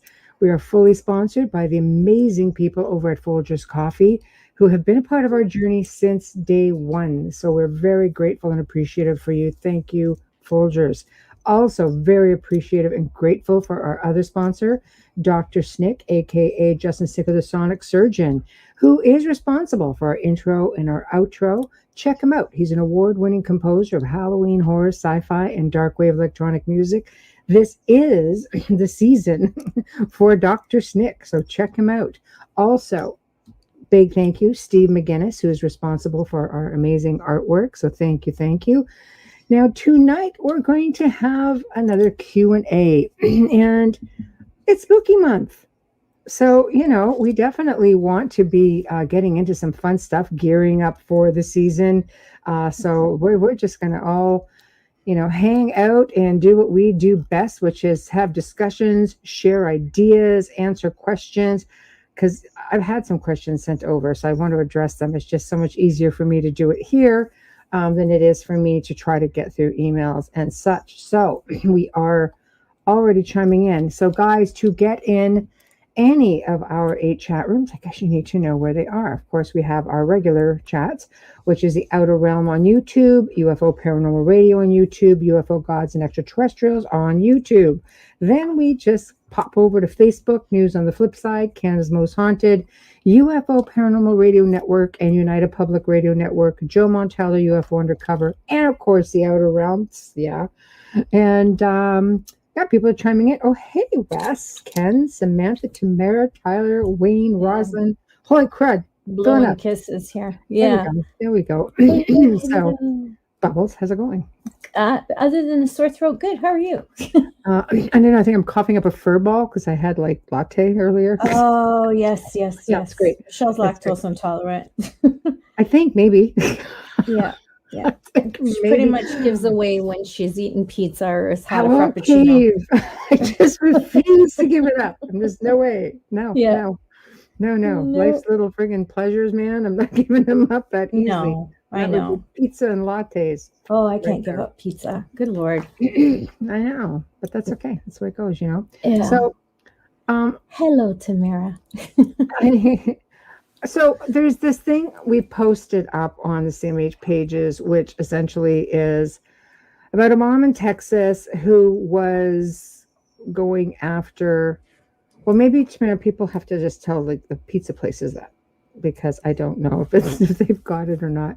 You can buy lactose-free cheese. It is so gross. I sell it in my stuff. Yeah, so I don't know. You're better off just eating a little bit of the real stuff. But anyways, exactly. Stuff before it's worth it. Yeah. A mom in Texas had watched the new. Oh heck, what is it? I'm thinking, Bubbles. You have half my brain tonight. The new Hocus Pocus 2. And she basically is making headlines. As she's saying, you know, she's a person of faith, and I respect that. And she feels that watching this, because they're trying to, you know, conjure up things to sacrifice babies and blood and stuff like this. And it's just like, oh boy,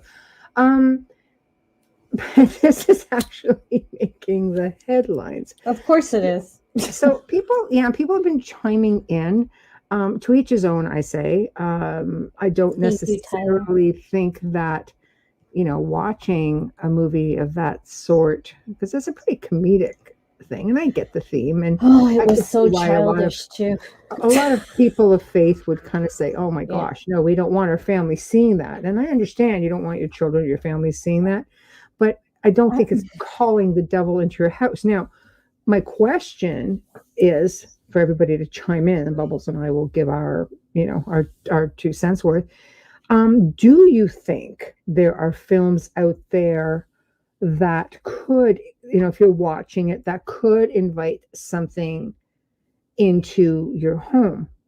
Because, I'm a big advocate of mindset. Yep. So I think if anything, for me, that would have something to do with the mindset and how you perceive it and, project out that type of energy.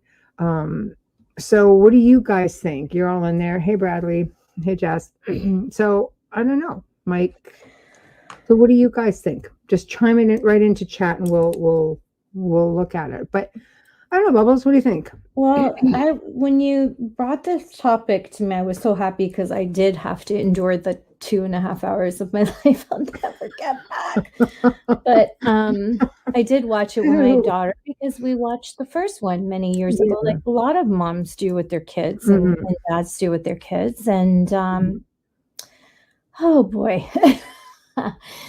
If you Google search this topic, you will get a list of films that do affect the mindset. And Michelle and I agree on that point about the mindset. If you're going to believe in something, just as you believe that something will protect you, something will hurt you. It's yin and yang. It always was. Oh, hello, Sav. Hello, Minnie. She actually showed up. Hi, Savvy. But here's Bubbles Minnie. Yeah, that's my Minnie. So you're never on the show. Hello. Hey, Dana. Yeah. So I really do believe that if you believe it's going to hurt you, it's going to harm you. There was a big story when The Exorcist came out on how that it would be reaching out to the audience, and it was a way of collecting followers for the devil. So I really honestly believe it all comes down to, like you said, mindset, how you feel about it, what you think about it. I personally watched the film and feel that it was age appropriate and I'm going to get hate mail. Send it to Joe Montaldo at UPRN. I personally thought it was geared towards much younger audience. It was very silly and Lilo and Stitch like. There was a lot of, caricature and silliness. And I didn't see what she saw, but then again, I'm not her, and I don't have her belief system. Right. I am Christian. I was raised Catholic, but I don't believe Hamilton. Yo, I don't believe that. I don't believe the way she believes. That's all I can say. Hamilton. I can think of a few TV shows that remove your brain. Brains and nails and nails from the earth. I feel that mindset is a big thing. Let's just explore tulpas. Hi, Chris, my nephew. My whole family's here. Sorry, Michelle. It's a party now. Family get together. It was Sunday. Let's just take the example of a tulpa. So Slender Man is a tulpa. This is something that was created online. And people would chime in, and over time, they gave it a personality. They gave it characteristics. Next thing you know, there were sightings of this thing. It's almost like it was mass manifested, and it became a thing. It became a phenomenon, and people actually fear this thing. This was created through mindset and projection. I feel personally that there are shows out there. If you believe it, you can manifest it. It's like the theory of being able to manifest your own reality. Sometimes you get films, and I'm going to use this one here from Wayne as an example, if you want to catch up, Bubbles. Yeah. Oh, the film that scared the crap out of me. I hated this show. Yeah. Yeah. I watched it 100 times. I'm just afraid of it. I feel like it's real. I feel like it's not. People are saying it's not real, but the fourth kind, if you haven't seen it, it's sci-fi.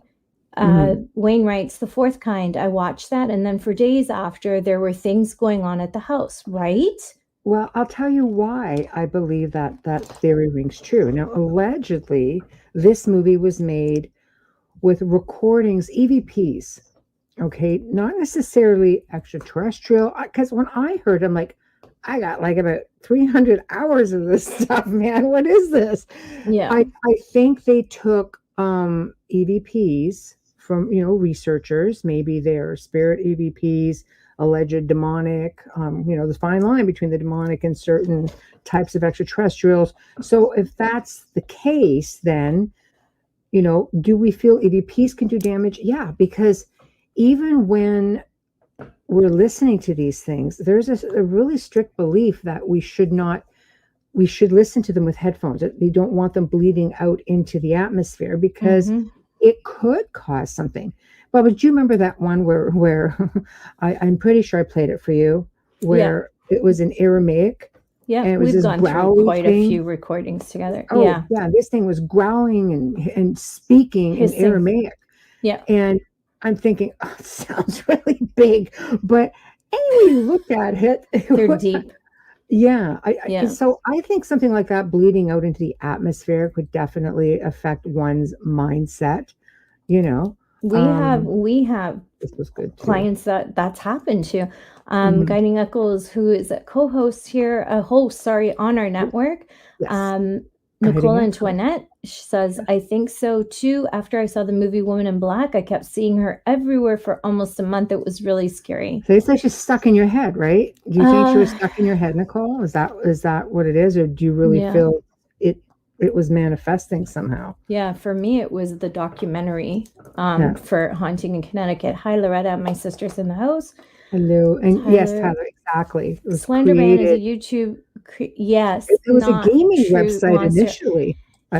He was created by some university students in tech. And what the scary thing and the saddest thing with Slenderman is that there was an attempted murder on another child by her friend. We're talking very, very young, where she somehow was convinced that this Slenderman was speaking to her and she was searching him out on the computer. Now you have to remember, this is someone who's not mentally stable.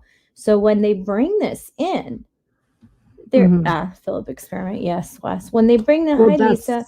This is what I was going to say before Wes came in. The Philip experiment, the school experiment, a manifestation. Yeah. You guys should Google this stuff if you're not familiar with it. It is fascinating because these people manifested things and objects to appear and disappear. It's fascinating. There's just too much to explain, and there's not enough time to do it. But the Philip experiment, segment. There we go, Philip experiment. And happy birthday, Lisa. Happy birthday, Lisa.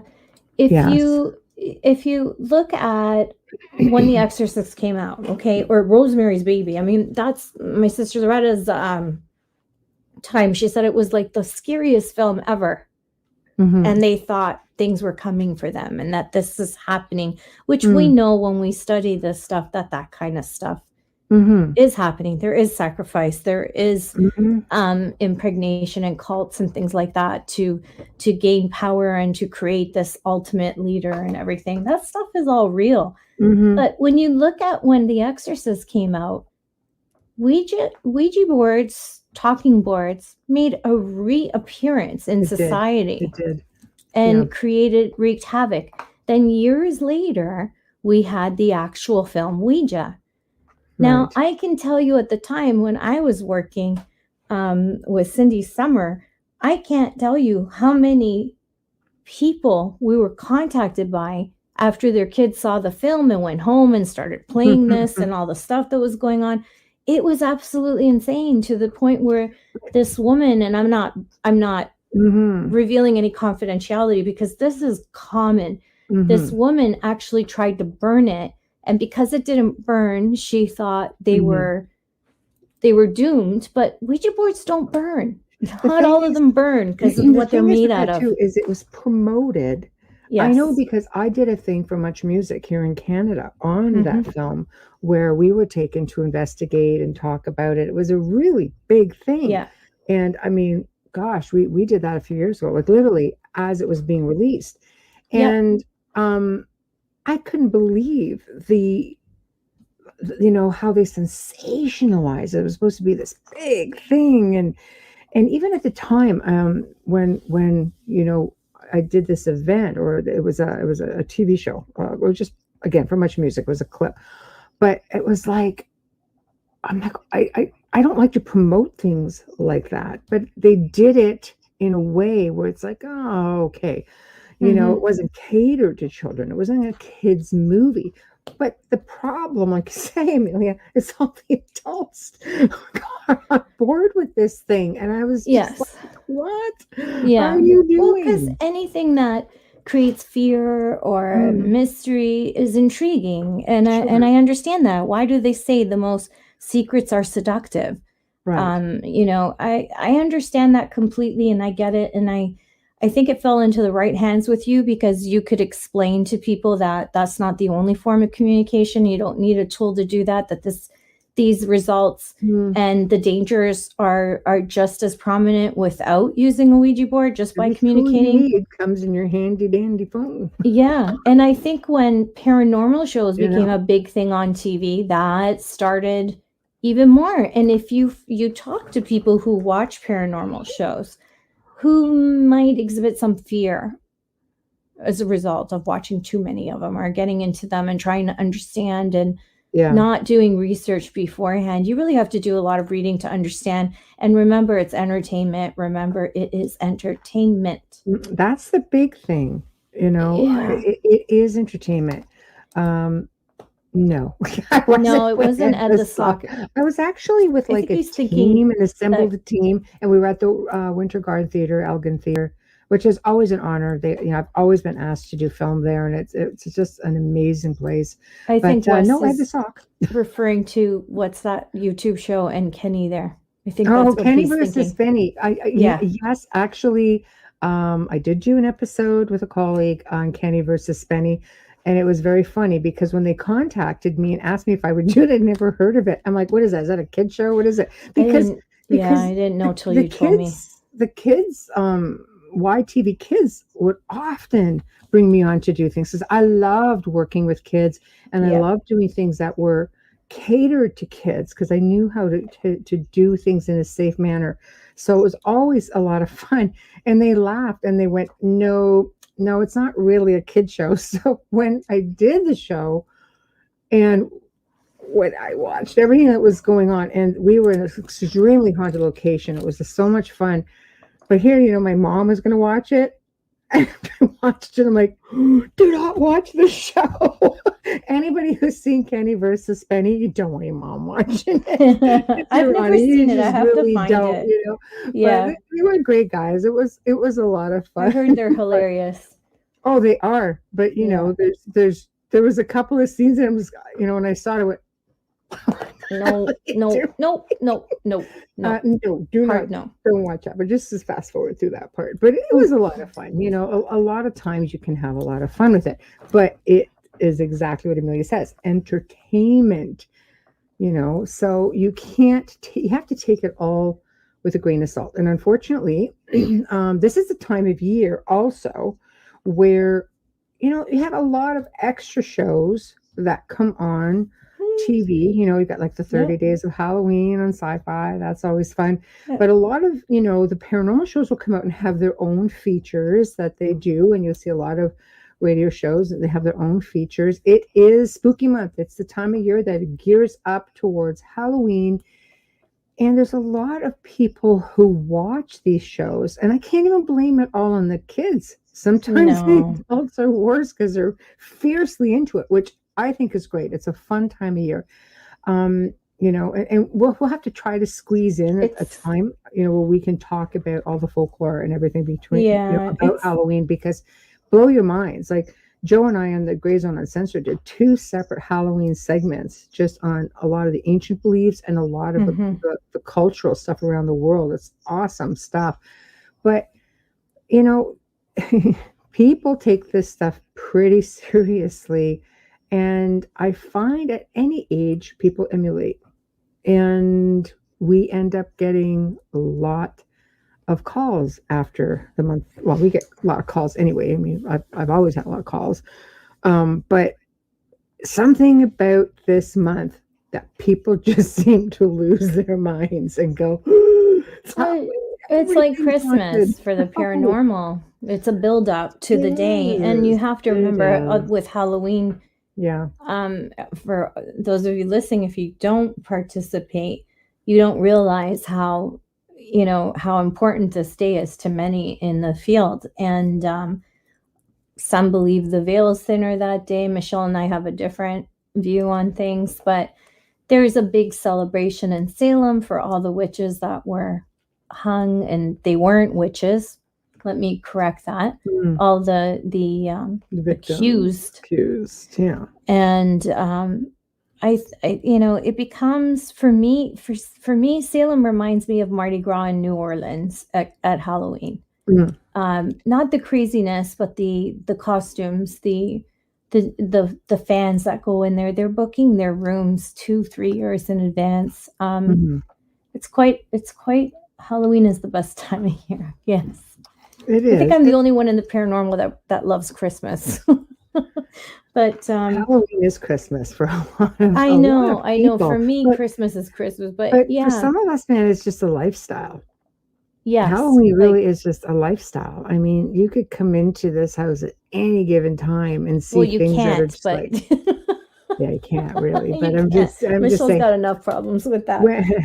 We have a lot of people who actually try to just, we've found people like this into the windows, and like I'm like just smacking out the front door and go, "What are you doing?" You had one walk in right off the tour bus. No, this some guy just wandered in when we was sitting out in the front, and he goes, "What are you doing?" Because I'm just going in and check it out. He goes, "No, it's my house." And he goes, "Oh, it's not like a film set." No, man, no, it's my house, dude. Here. Tour buses and people coming around, but the house is quite unique. It's funny because there's new countertops going in, and the people who came in and did all the measuring were just like, yeah, it's a little bit weird. I always laugh. God, this place is amazing. I will show pictures when I'm not living here anymore. I will post pictures of the interior of the house. There you go. For all of you who's been trying to sneak into Michelle's house through me. She'll share those pictures with you. Stop asking me. Yeah, it's a very unique house, and I'll be going to another very unique house. But a part of it, is the allure. People see houses like this and automatically make an assumption that it's haunted. It is. Well, actually, yeah, they're not assuming it actually is. Right? Sorry, I can't hear. Yeah, there's a lot of mediums through the years that would just send me messages and start talking to me about, the entourage in the house. I'd be like, yeah, I know, but point I'm trying to make is not all houses that look like this are haunted. It's like not all cemeteries are haunted. It's like, just because it looks like it should be haunted.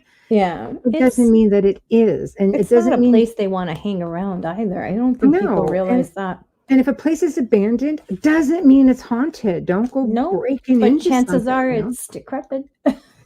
We had people in the city of Toronto here in Canada. People in the city of Toronto were investigating. There were a couple, and they died going someplace where they should not have gone. So, it's. Just because something looks like there is activity, it does not mean that there's activity. I have investigated houses that, one of the most haunted places that I investigated was just a townhouse, just like a semi-attached townhome. And I got some of the best recordings in there. I got phantom sounds, which is like, you're getting chains they sounded on the recording like they're being dragged across a hardwood floor, but it was a carpet where those sounds were captured. People walking around on old hardwood floors, yet it was concrete basement. You're in a furnace room, somebody's picking up the recorder, touching it, handling it. It's just like and the stuff that went on in that place was unbelievable. And yet, you know, it was just, you looked at it from the road, you would never know the amount of activity that was going on in there, and the stuff that the family had to endure.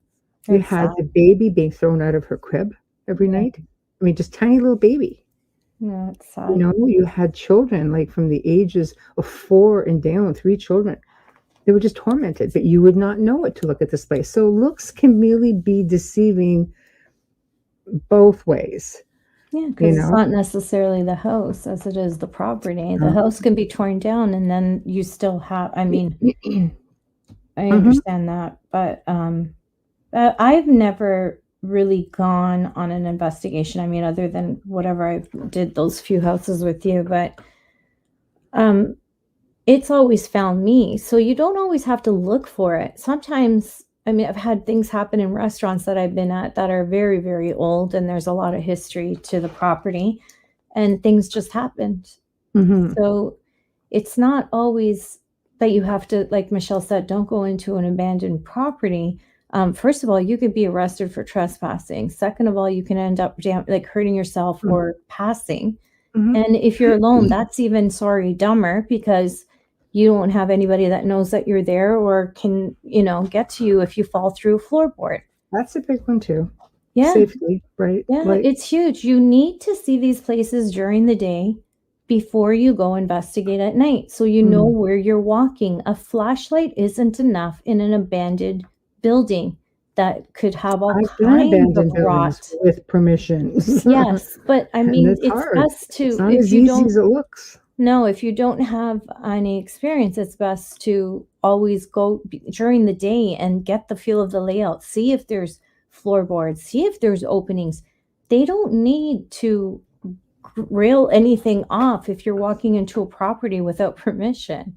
They're not liable. And even then, you know, when we had done, this was one of the shows that, or the stories that were featured on one of the Haunted Case Files.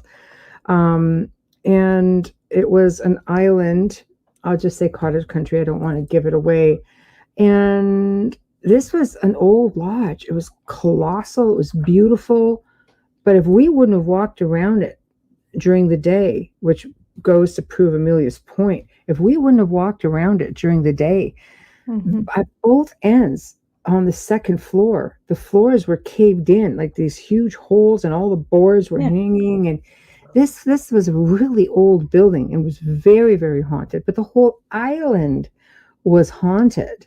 So you need to get your bearings. You know, it's the same thing when we, went to the haunted forest of Romania. I purposely went there during the day to get my bearings, just to see what to expect and get a feel for the place, you know. Well, you can't see those holes in the dark. I mean, people have fallen into their own pools at parties that they're in their backyards at night, and they know the pool is there, and they're not even drunk. So think about it. You have to be very, very careful. This is unfamiliar territory. What is Hamilton saying? I'm not going to say anything bad about him because he's sending me treats. The spirits in my house, lots of them, get so freaked out by my behavior that they don't cause problems. Objects can be equally haunted, possessed. Yeah, it's true. I've got some. Yes, I've got haunted objects. Yes, absolutely. Yeah, Thank you for staying awake for us, Hamilton. Yeah, that's nice. Hamilton's in the UK. He's being a real champion tonight, which is fantastic. Yeah. Can you do that when we have you back on? Richard will make him. Hello, Caroline. Hi. Yes. It's scary for me. I'm working is very haunted. Where's your haunt? If you don't mind. See, that's something else. Haunts, which are haunted attractions. For those who don't know, we used to work those haunted attractions. So those can be fun. Just saying. Yeah.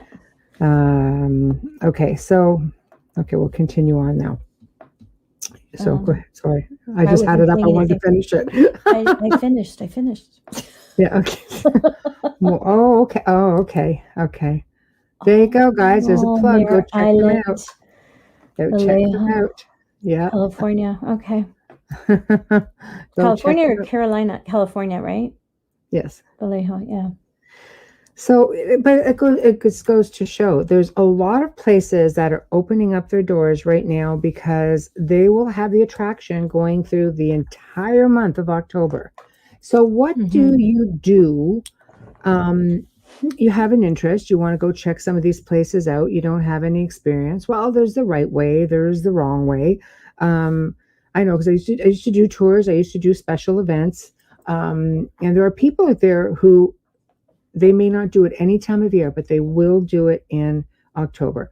Yep. I think some of these places are just tours, like ghost tours or ghost walks or special events where you get to have one night only, 1 month only, going through haunted locations, and you get to investigate them.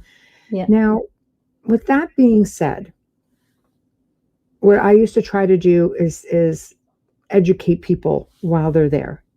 I think it's great that people connect up with other people of like mind, so they can go to these locations. Everybody's of the same mindset. Everybody's researching or helping one another, being educated, hopefully being taught how to protect themselves. There are some places that will do that, how to do proper spirit photography, how to do proper voice recordings to get the best results and to do it safely, because I think you've heard us talk on past Q&As that when you are putting forward an invitation, like even with a voice recorder, phone app, ghost box, pendulum, you name it, if you are, again, Ouija board, it's not so much that it's the device itself as much as it is the intention of initiating contact and making that invitation.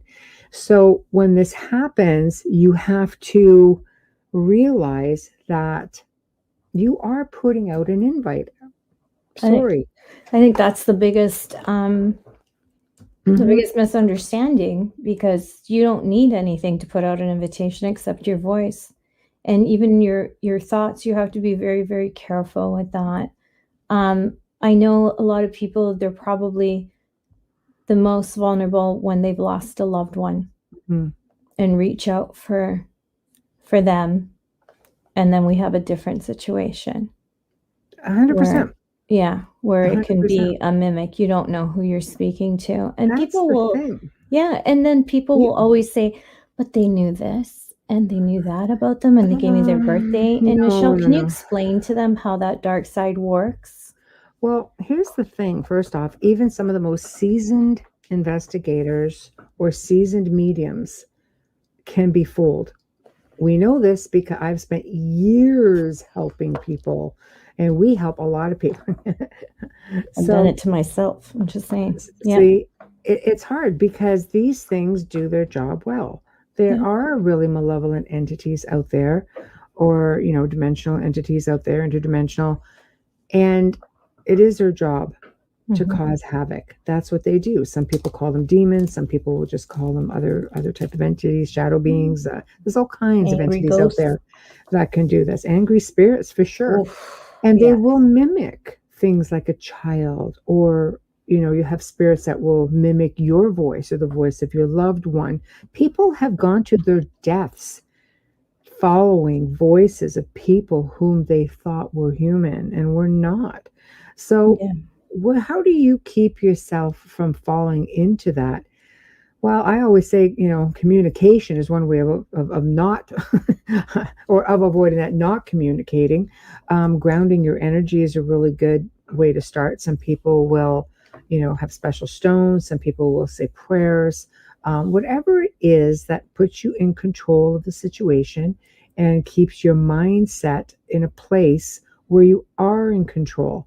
Don't let your mind run away with you. It's too easy in places, like this place even, like tons of things have happened here. People have come in and doors have just opened, right in the middle of the day. If you're haunted, you're haunted. It's 24/7. You hear like footsteps going down the stairs, door opening and closing. Yet the door doesn't never open. Non-existing cats. It's just phantom sounds or, so I think you just have to be diligent, because sometimes it really is a careful what you wish for situations. People go out there looking for experiences, and then when they have them, they don't really know what to do with them. What do I do now? I understand the curiosity and the thrill of it. I get it. I mean, obviously, here, but I feel like you have to do a lot of research and understand. And we've both said several times on other shows, if you're going to get into investigating, like Michelle said, either a ghost hunt, a ghost tour, or if you can ask a group, if you have a group in your area, if you can tag along, or if they even do that, a lot of groups, I find, if they're looking for someone, but they don't usually bring on a lot of people. I know for us, our team has been solid for, I mean, we've had very few changes over the course of 2 decades, because when you work with people, it's important, you get to know one another, trust one another, and you have to have a huge amount of trust when you're going into places that is completely unknown to you. Yeah. We should ask Wes. Wes, if you're out there, if you're still listening, do you ever bring people on if they ask you, like if it's someone who knows someone on the team? Carol. Oddfellows. Oh, let Michelle tell you the story. We actually, yes, we do. Just like the United States, I actually bought out an Oddfellows lodge and have some of the most incredible, one-of-a-kind furniture that was made by prisoners of a penitentiary that is now closed, and it was part of a rehabilitation program. And all of this one-of-a-kind furniture was made for the lodge, because most of the people, the guards and the wardens, were part of the lodge. So it was just beautiful thrones that are like 8 feet tall and just so unique. And of course, but long before that, I ended up buying a 1854 toe pincher coffin that was part of an Oddfellows, because it had the skeleton in it and such. So I know, big score. It was indeed. I still have a lot of the pieces, and I parted with some of the pieces, and I donated. There were 10 8.5 foot, 200-pound benches. Beautiful.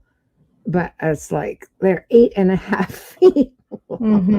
So they all got donated. And funny enough, 6 out of the 10 ended up in a monastery. Oh, who knew what the heck that was all about, right? I know. So, but it was great, because then the guys from the lodge all got the tax receipts, because it all went to Habitat for Humanity. Yeah. And this way here, it's, it was win-win. They were happy because they didn't know what to do with them. They were all very elderly, and they sold their building. So it really worked out. And all I really wanted was the thrones, but I had to buy all or nothing. So it's like, all right, here we go. That was a smart way to do it, because they would have had trouble getting rid of those couches. Those couches are huge. Very heavy. They didn't know where to turn, what to do. So I remember when you got them. Bubbles, do you want a couch? No. Why not? It would fit in your living room. Yeah, I know. It's just the wrong color. I know. They're heavy, heavy had pieces. November 10. I had 10 of them. Yeah. Well, I 2 could fit in my living room's big enough for that. It is beautiful, but yeah. No, it was a bit much, but nothing was haunted. People assume, because secret society things going on in there. No, nothing was haunted. It was actually had beautiful energy, and it came from a haunted penitentiary to boot. So but not at the time. So it's really nice, because some of the thrones are in storage, and 3 of them are here in the house, but they're real like eye catchers. So when you see them, especially the Grand Master's throne, it's so big, and it's so unique. People just look at it and go, "Wow!" Like, it's massive. Yeah, it's exactly right. She'll move into one. Don't worry about it. She'll find one. Not wrong. I visited many of them. I think I just keep bringing back pieces that. That's exactly what it is. The whole house is pretty much like medieval in theme, with very, very old pieces.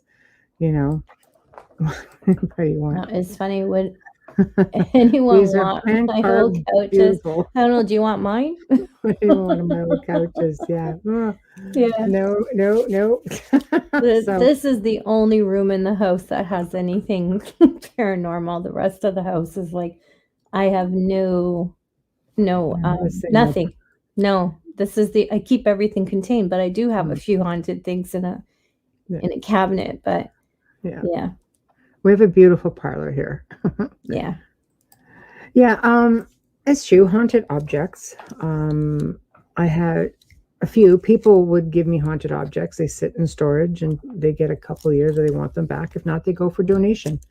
Hence Habitat for Humanity, and make sure that they're no longer haunted. Sometimes they're not haunted. People just think they are because other researchers have told them it was, and they're like, I don't want it, you take it. And people know I take them. And it's like, yeah, okay, you've got yourself a year or two to think about it, and I'll keep it in storage until you make a decision. But then they do get donated. They don't get sold. Spiritless. And the only thing that's here, I think, that was haunted, I don't even think it is anymore because it's pretty quiet, was a skull that I had. Used to sit on my desk, hang out, and I had a lot of energy for a long time, and I think after a while it just became at peace because I kept saying, go to the light, just go. Just, Yeah. It's all how you handle it too when you get it. And some things you can't I would love to say, yeah, you can clear every object, but sometimes you can't. And because it doesn't want to go, or things happen. And depending what's attaching itself to it as well. But I'm a firm believer in not trying to find out, but put it under glass, like hence the World War I stuff behind me. But I do have a few things that I know that I bought from Christopher St. Booth, who's been on our show, and his auctions that came to me under glass. So that, and like, I can't even open it, kind of thing. Anything can be removed. Yeah. I feel. I feel sometimes. You know how. Yeah. I don't know. Like sometimes, I don't know. I agree with you on that. I know what you're saying. Anything can be removed. I feel like it can be a battle though, to get there sometimes. Not a battle in a bad way. Like, I mean a battle in like strength with this. If it's a human entity, it's actually harder to get rid of than if it's demonic kind of thing. I think if you know how, like I've never had issues getting entities removed or spirits to move on. I think it comes down now, and this is where people are on the fence. Do we have the right to remove a human spirit from an object? Non-human. I'm not on the fence on that at all. I know, and some people are. I feel that, why would you want to leave them with an object? I think once spirits move on the first time and they know they can come back and forth, but without baggage, then it's just like a game changer for them too. Why should they remain stuck? I agree. I mean, we do these cases. I just feel like sometimes it's a battle. Even when we do it all in the same night, it's like, are you kidding me? Like, I want to say to them, like, just walk. It's going to be so much better. It's like sometimes it's a battle. It is, because it depends why they're stuck, especially if they committed suicide. It becomes a thing where they just have so much fear, and you have to break down that mindset again. Energy. So you just have to change it. Yeah, they're stuck, and that's mindset, because I could never leave a child spirit. I mean, I can't leave any spirit, but I could never leave a child spirit and be able to say, well, it's part of their life. Really? Where do you get that? I'm asking, where do you get that? I can't even be Switzerland about this. I'm very firm and move them along. There's a reason. Ooh, I'm starting to sound like a guest. There's a reason why we are there.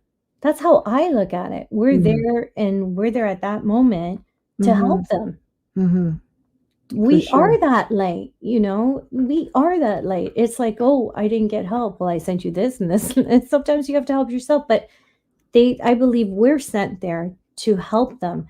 And that's why we can see them. That's why we can communicate with them. That's why these cases or these, I hate calling them cases, but these situations come to us because we can help them. And I believe if you have an ability, you should use it and pay it forward. That's what I was just going to say. If you're a medium and you can see that spirit, I think it's an injustice for you to leave it there. You wouldn't leave a human child or a human suffering in a home or in a building. Why would you leave a spirit? Here's another question then. Okay, I'll put this question out to everybody. And I mean, I already know how Amelia and I are pretty like-minded, but I'm just going to throw this out there to you guys. What about these haunted attractions, these haunted locations that cater to people who come and investigate these places? Now, in some cases, that money is used to maintain the place or to restore the place. I'm on two levels with this.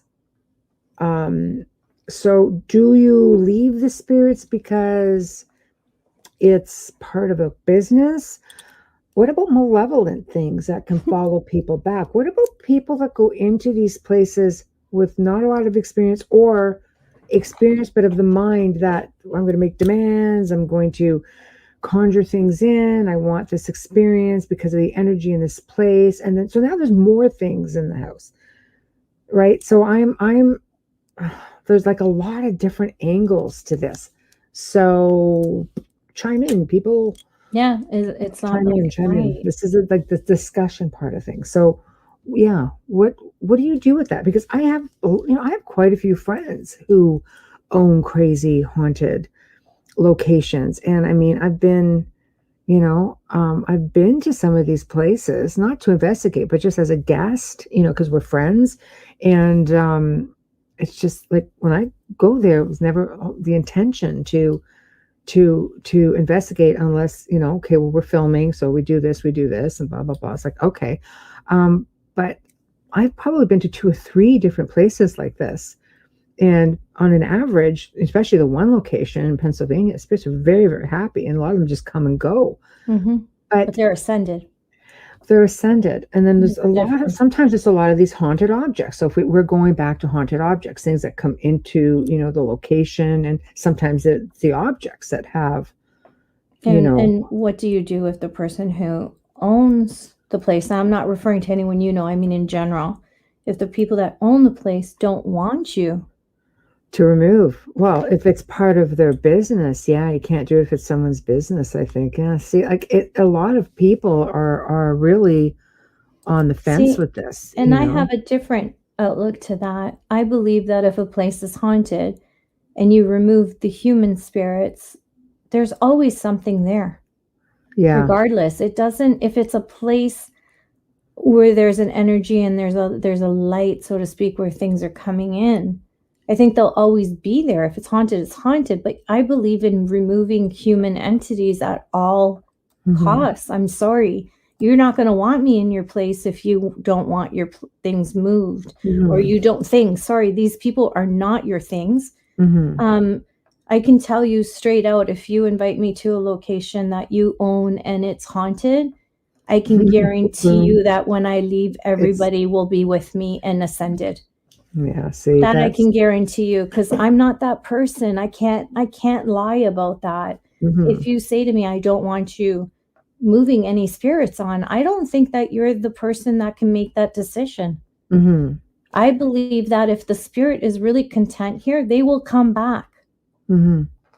I think that's it too. I think that's a key, is people assume that spirits need to be grounded to be interactive. The spirits here, the lady of the house here is super interactive, always has been, right down to the point where, she would direct us as to, yes, there was a door here once. Yes, there was this here. There was that here. Look here, look there. Like, there was a lot of guidance into the restoration of her home, because this house was built for her to entertain in. This was her house. She helped a lot. People seem to think that spirits need to be stuck to interact. We find the opposite. I mean, the amount of activity in this house, and the spirits there were a lot more then. They weren't all stuck, and a lot of them could come back if they are happy enough at a location. They will come back. So I don't know. I'm all about that. Ascension doesn't mean that they're gone forever. No. I think you need to remember that. Hi, Joanne. I don't think we have a right to use someone's spirit for your profit. Agree completely, Amelia. Thank you, Joanne. It's for me, I know it's tough for people and I feel for them when they're in this industry, but I have a hard time because that's like saying, here, let me keep your kid here and make some money while they throw some balls around and people take pictures. If you look at them as human, I think that's where you start to feel differently. It's a perspective too. So I'll tell you a story. I was filming on a location. The neighbor from across the street came to me and said, I need to talk to you. And I could sense there was a problem. And I said, would you like me to come to your home? And I pointed to her. She goes, yes, please. I said, okay. Now, the backstory on this was the family's 13-year-old daughter drowned in a swimming pool, a friend's swimming pool. She got caught in the top of her bathing suit, got caught in the strainer, the drain. Yes. Yeah, that's why we don't have those anymore. And the family went on to, they closed it, locked up all their cars. Everything became a tomb, a monument. The cars were locked up because of her smells. Like they wanted to hold that. They bought another car. They wouldn't leave. I said, look, they go, we want to make sure the spirits in this house aren't bothering her. And I'm just like, no, because you have her kind of grounded here. And she doesn't really leave. And I said, what do you do now? She's staying out of guilt. What do you do now when you pass away? Like, well, our son will take care of her. I said, that's very selfish. That's a very selfish thing to do. A, to your son, B, to yourselves, C, to her especially. Years and years and years went by. And finally something happened. And they just sold the house, sold all the cars. That was it. You and I actually ascended her. So, right. Well, after I was going to say that because I didn't know if I could. No, it's true. Yeah. It's true. It was just hard because they moved and she was left behind. You see what I'm saying? So I think people have to realize that the best thing to do is to send someone. We once again worked at this location, and it was a murder. And this woman was in a shelter for 2 weeks. Nobody knew she was gone. I couldn't believe nobody checked on her. Heartbreaking. Yeah. We moved her on. She had schizophrenia. I kept hearing lots of voices. My head kept buzzing and all these noises. And I was finally able to get her to move on. And I told her, you can come back. I promise you can come back. She was afraid to leave her things because that's what she had in the world. Anyway, she came back the next day because we went back to do a follow-up because this was a crime scene. Like this was a crime scene cleanup, all of this. And she came back and she told us who her killer was. We related that information to the owner of the company, whose behalf we were there to, because this was like an experiment per se, because he kept saying, I keep going to these cleanup sites, after that, and people are left behind and our crews are having very difficult times. So I said, let's just play with this a bit. Let's figure this out. He goes, okay. Anyway, we will go in and make sure that we can move the spirits on so then the crew could do what they had to do. So he took that information to the police and the guy was arrested. She came back and nailed her killer. I gotta tell you, that happens to a lot of mediums too, for giving information to the police, because they're going to question why you have that information. They're not going to say, hey, you're psychic. That's great. She gave information. There was stuff hidden in the couch. And that's what the police came back and looked for. And basically the owner of the company said, I found this in the couch. We were taking everything out. We had to clean everything. And that's because he knew to look for it. And it had this person's, I guess, something that belonged to him. So I don't know, you know. I have some really good days sometimes. Yeah. Yeah. So Carol says, yes, I have. Hi, Carol. I have always wondered if the spirits get so tired and annoyed with all the people coming and going, asking questions day in and day out. Yeah, it's a good point. Think about it if I it would was get you. tired of it. I'd be the one in the spirit that come up beside you and say, "Shut up." She would. I tell you.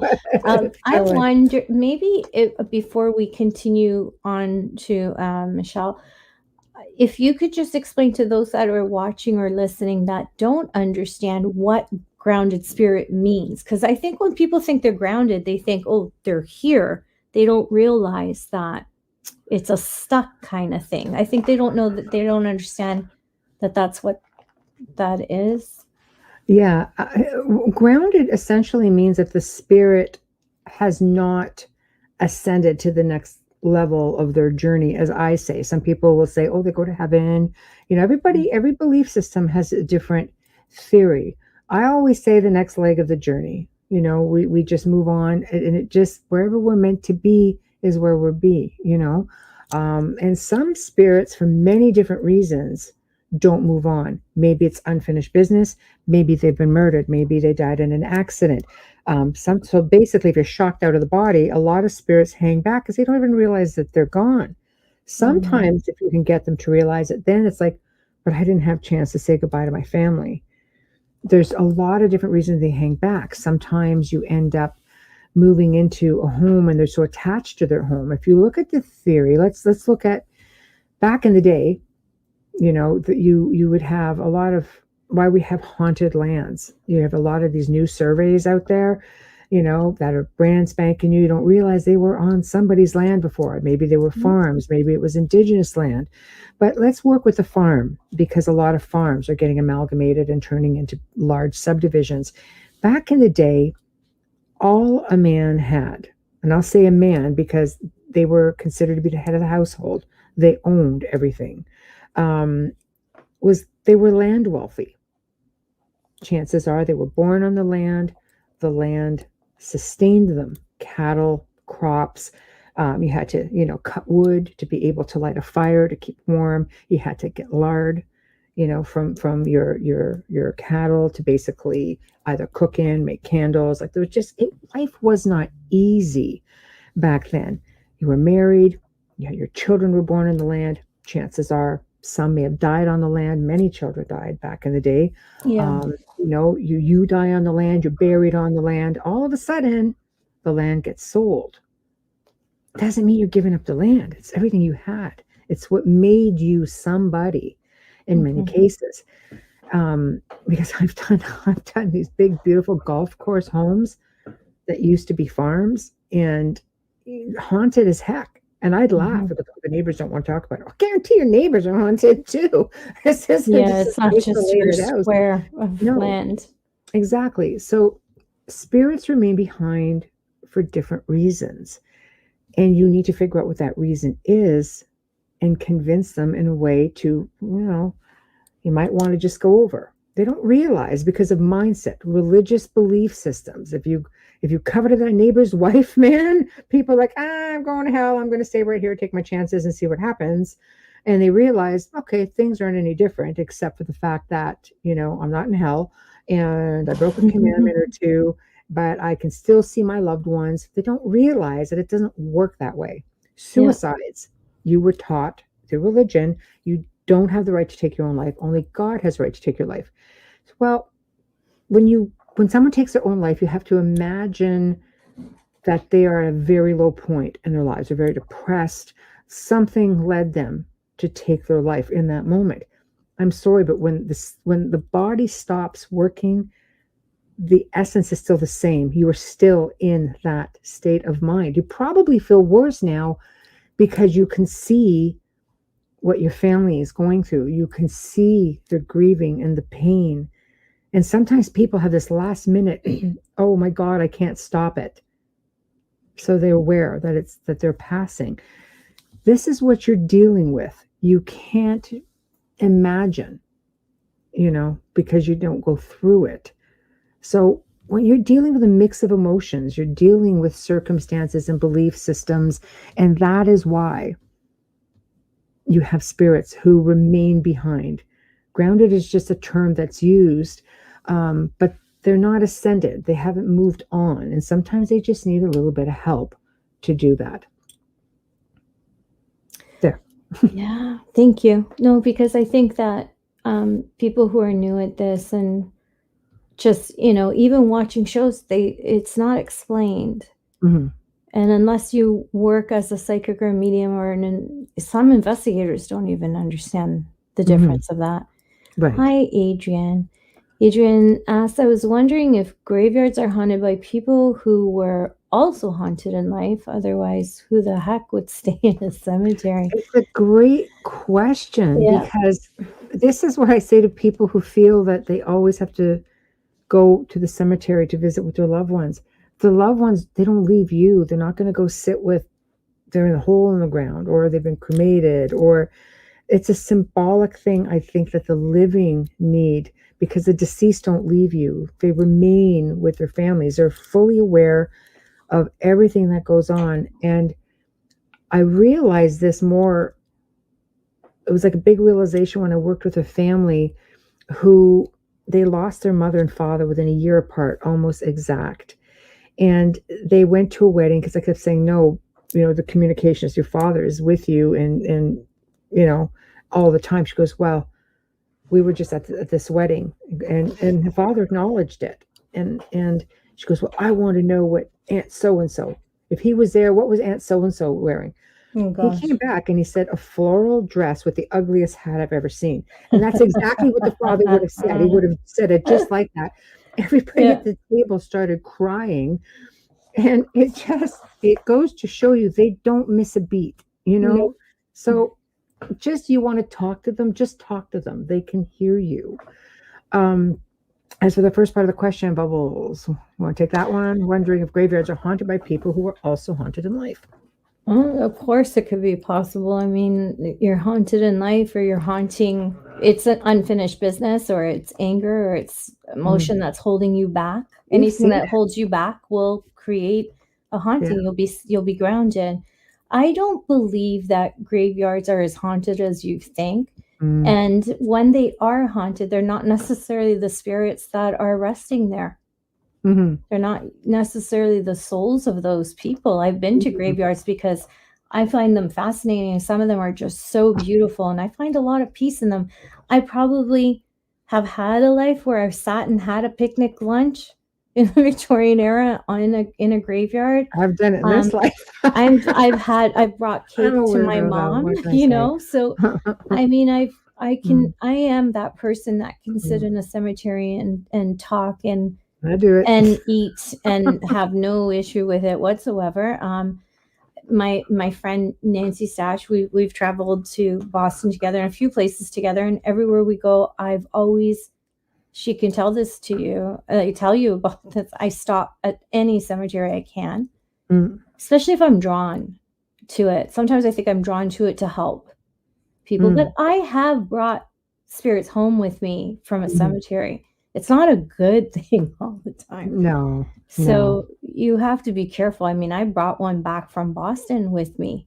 That's a long way from Salem, from the burying point. So, but they will follow people. There's something about you. If they feel that you can help them, or if you remind them of someone that they once knew, they're going to come and tag along for a while. But on an average, if they're grounded to a location, they will go back to the location. My biggest concern here is, just because I've spent 2 decades dealing with attachments and people, and that doesn't change. We do it all the time now. And if you have an attachment, you have to realize these things attach to you for your essence. The body is just collateral damage. It will just have you harm yourself. It will kill yourself, kill somebody else. It doesn't care. It just, wears you down physically, tries to take away your will to fight by just wearing you down every which way it can. But when the essence leaves the body, don't think that the attachment doesn't go with it, because I've seen it for years. We see it regularly, where you try to get a spirit to move on and you realize, oh wait, they can't, because they feed off that energy. They hold them hostage. There's so many ghosts at locations I have been to that have been held hostage by more aggressive entities. And it's just, it's not right. It's not right. A lot of this stuff actually happens. So we remove those attachments, and then we can move those spirits that are grounded, because they've been pretty much, fighting for their essence in their afterlife just as much as they did in real life. There's just so much to consider there. There really is. General or generational attachments. Yeah, that's a thing as well. Absolutely. Yeah, huge thing. Yeah. The question. Yes, but aren't there familiar spirits around us who can pretend to be our loved ones? Mimics. Yes, all the time. Happens all the time. But cemeteries they're beautiful. I've spent literally from the time I was a child, I would hang out in cemeteries. My friends used to think I was a weirdo. I used to love hanging out there. In fact, I ended up purchasing 2 headstones from the 1800s. One was in the Civil War, but it wasn't used. It was from what I understand from the person who bought it at auction, it was a symbolic thing for the family, because the young man, their son, who died in the war, Civil War, it was just everybody there was nothing left. So there's a big monument, and I won't say the location. I don't want to say the location, but it's a very famous location. So this was just put on the property as something symbolic, because back in the day, people would bury their dead on their property, like we were talking about earlier. So if they had a body, but even if they had a marking, they didn't. But they wanted the family to have something symbolic in a place, because we need something physical for the ones left behind. Yeah, exactly. And I'm in possession of 2 different ones right now, and it's just, we've had them researched, and the one, we just can't find anything on it at all. Probably a property that got divided up and headstones knocked down, and that's it. So yeah, it was fun bringing those across the border. Bought them legit, receipt and the whole 9 yards. But Hamilton did the graveyards in Boston, all of them. Or did you? I did wherever I could. I was only there a few days, but I need to go back. Jessica, hi Jess. I always worry. I know she does. I always worry about something attaching when I go to the cemetery. I shield myself and hope that's enough. You're good at grounding, so exactly. I know what she means, because she's my niece, but my brother, her dad, and my parents are in that mausoleum, and when you go up the stairs, you have to walk by a really deep row, and then this row, and then you're turning in, and it's overwhelming, and there's saint statues everywhere, and the Virgin Mary, but it's overwhelming. Again, almost like a mindset, even though nothing is there. So I understand that. And then her being gifted mindset, she's and she's gifted, so she's picking up maybe not voices, but the pressure of that energy trying to get to her, because she's grounded and shielded. So I get that completely. Well, we're in the same building, but I can sit there and have lunch, which is really crazy. No, I've done it. Sometimes just go sit and have a little, put your feet up for a while. It's quiet. You want a quiet place? Quiet, and I'm moving to a place that my only neighbors is a cemetery. Oh, I can't wait to go there. But I'm a very happy camper over here. I'm going to get quiet, dang it, one way or another. So how do you shield yourself, Chris? I just want to tackle this comment first. That's up on the screen. Yeah, sorry. I just saw my nephew come up. That's why. Tyler, hi Tyler. I have spirit cat. Are they protectors or are they harmful? We have a house full of spirit cats. I was just gonna say that my first night there. It's a free for all here. I don't know. I wouldn't say harmful at all. No, I find not. that if you go back in time in the Egyptians and you find how powerful and strong and protective they were, I believe that's something that, Cats there's are a reason. to ward off evil spirits. Yeah. So I think the whole black cat thing is such a myth. I actually really love black cats, but yeah. Right. Hello, Christopher. Chris is my nephew. I hope you're doing well. How do you shield yourself? Go ahead. I'm going to send you that grounding because I'm pretty sure I sent it. I'll send you that grounding again. Shielding yourself very much, again, you have to go into a mindset. What I do is a technique that Michelle gave me, and it's phenomenal because it's easy to follow and you can say it out loud so that you're visualizing this. But you really have to feel it. It's almost like earthing. You can earth and still protect and shield yourself. But it's always about bringing light either through you or around you and out of you and reflecting anything negative off of you. But I will send it to you, Chris, on your cell phone. And it's very easy to follow. Lovely compliment. Hi, Terry. Can I say how interesting and informative your shows are? I'm fairly new to watching. I absolutely love. Oh, thanks for being here. Well, thank you for being here. Thank you. My gosh. Yeah, we appreciate you all. Absolutely. My God. We couldn't have these kind of nights without you. Joanne asks, can you please send me the ground? Yes. Sorry, Joe. I'm like reading it like I don't know her. Adrian, churches are typically constructed on PowerPoints. This means the graveyards nearby are too. I wonder if there is a recipe for trouble. I think it depends. Yeah, where I know in the ancient world there most certainly were power spots. Tend to have portals and things like that. So cemeteries, I mean, I think old cemeteries, yes, depending. Some of them were on private property, they're their properties. Yeah. But in the old world, yeah. Also, when cemetery isn't always consecrated ground, a graveyard is. Mm-hmm. So that's the difference between the two. Consecrated meaning protected and blessed continuously, not just once. Mm-hmm. As consecrated ground is continually nurtured and blessed and protected. Those are graves. Paul Revere, I have pictures of me there. No, yes, nothing Granary negative. Burial Ground. Hamilton, I stayed at the hotel across the street. No, nothing negative in that. But the church where Cotton Mather did his preaching was unpleasant. I didn't make it to the church. Yeah, Paul Revere is buried at the, oh my gosh, grave at the Granary Burial Ground. So is Mother Goose. She was the first woman to come off of the Mayflower. Mm-hmm.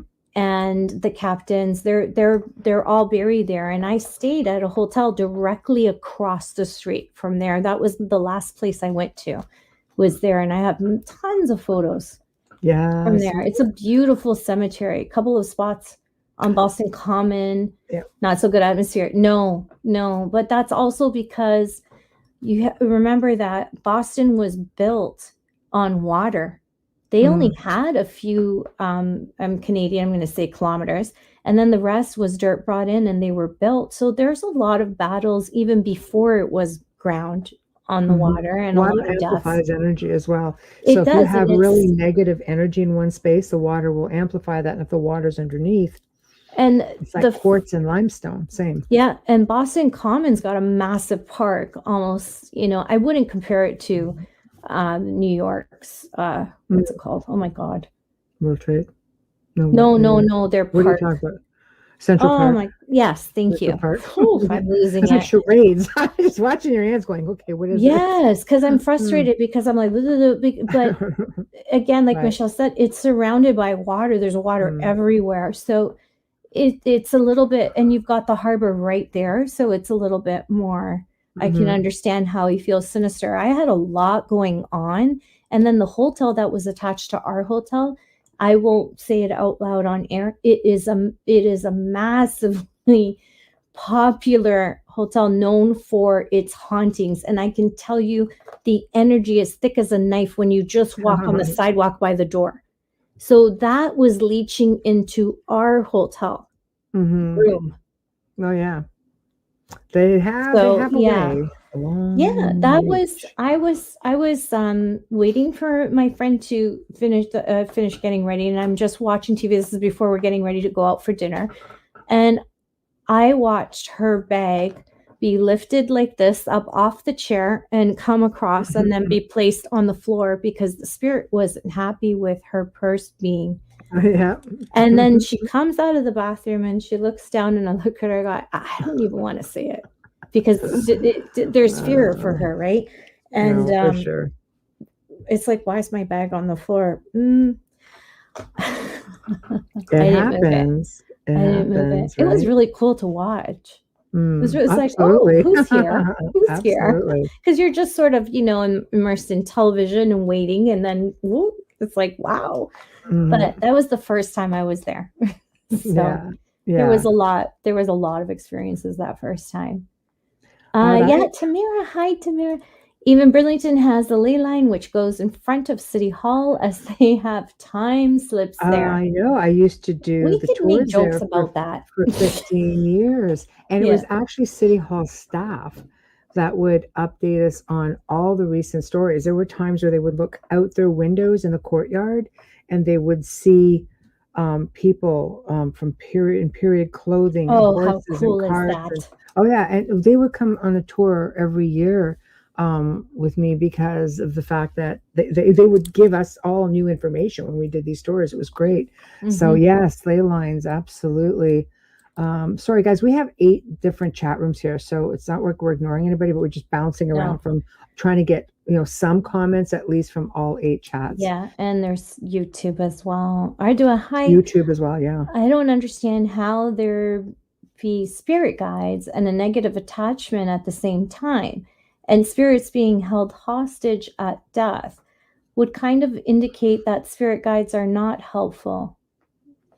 It's a good question. And spirit guides, it's not that they can't be helpful. You just have to, the spirit who is stuck has to take the direction. And if they're fearful, can the spirit guides, are they strong enough to remove them? They were human spirits once as well. I believe they can, but there's many reasons why we're finding these spirits with attachments. I think sometimes, I've seen sometimes where spirit guides are being held hostage as well, because a lot of them were human spirits as well. Spirit guides, yes. I think things happen for different reasons. It's not so much that they're not helpful. I mean, I've seen people's loved ones come into homes that have entities and just go full on, causing them a lot of angst and much like they take chances. I believe ascended spirits don't really have anything to worry about, and a lot of them do come back and they do help and Stronger they do than try ever. to reach out. The problem is the living are not listening. They don't listen. Good point. Yeah, there's spirit guides, and I'm just going to say for me, because I communicate with them so much, I don't feel like they're there 24/7 for one thing. I feel like if I call on them, they come. And for those of us who believe in angels and archangels, there's many ways to cope with that and to ask for assistance. Tamara says we have choice and they need to ask for help from spirit guides. But if they do not ask, they can't. Thanks, Tamara. I should have read that before I even said anything. True. Let's do a quick sponsor station ID, and I'm going to get to some of these questions that I got in an email. So this could be for you, Doug, because holy crud, there's quite a few questions. For who? I won't say his last name on here. Okay. I'm looking at an email, and the first name is Doug, and I will read out the email because I'm going to send him a link to the show. It's much easier for me to do it this way than to try to answer all It's these just emails. too many. Yeah. Yes.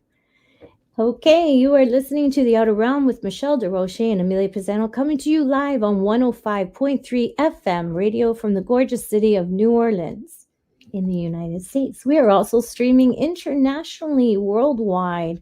So you can catch us anywhere. Tonight's guests are our amazing audience, and all those of you who have sent in emails and questions. We're doing a huge Q&A, and it's been a lot of fun just trying to launch Spooktober, spooky month, October. We'd like to give a shout out and a thank you to the amazing people at Folgers Coffee for fully sponsoring our show from day one. Thank you for your support and your continuing sponsorship. Thank you, thank you, thank you. A huge thank you for our outro and our intro to Dr. Snick, the sonic surgeon, Justin Snicker, award-winning composer and musician. You can find his music on Amazon and Bandcamp, and follow him on Facebook and Instagram. He is launching all his Halloween music right now, so make sure you find him and follow him on social media. Stream or listen to our archives on the platform you normally use. Please remember to subscribe and give us a like too. Help us grow so that we can cover more and more for you. And yes, Hamilton, get that commercial to us. One that we can actually use. Plug. Yes. Yes, one that we can actually use. One that we can use. No moose things in it. Okay, so here's an email we got from Doug, and I've saved it because there's a few questions in there. Okay. It goes, have you ever been, sorry, I've got to read this, and it's in an email, so it's not very large. Have you ever been jumped by a ghost or possessed by spirits? I can say no. Amelia? Well, you were there. Oh, yes. I was definitely walked into a few Amelia times. Can't say no. Amelia can't say no. Possessed? No, not that I know of. No. Jumped by a ghost? Yeah, you not have. yet. I have not. Or maybe I should say not yet. I feel very, very comfortable and safe with Michelle, and I think that's part of being, so not benign for us, but so safe. I protect everybody on the team always. Yeah, and it was the first time we were working together. time. It was the first time ever, and I got stuck on a staircase. I think I talked about this just recently as well. And Michelle came back for me. Michelle and Wayne were the only ones that knew I was missing. But anyways, because it was an active moment. It was a very active moment. There was a murder at that more house. than you think. I've had to pull things out of at least 2 other mediums, actually. Yeah, I have been on site with. So maybe it's just like they're caught in this moment. And I was just walking up the stairs following it, but it was I can talk about a little bit because she had it on television, right? It was there was a murder in that house, and I was following the victim and what was happening the day that it happened. So it was reliving in my vision and my way of being able to read. It was happening again. It was like on loop from beginning to end. So we were following this, and it came through me because I was literally following her footsteps a couple of steps before her, and it just went. But I just froze. Like I dropped. I feel like I lost a few minutes there.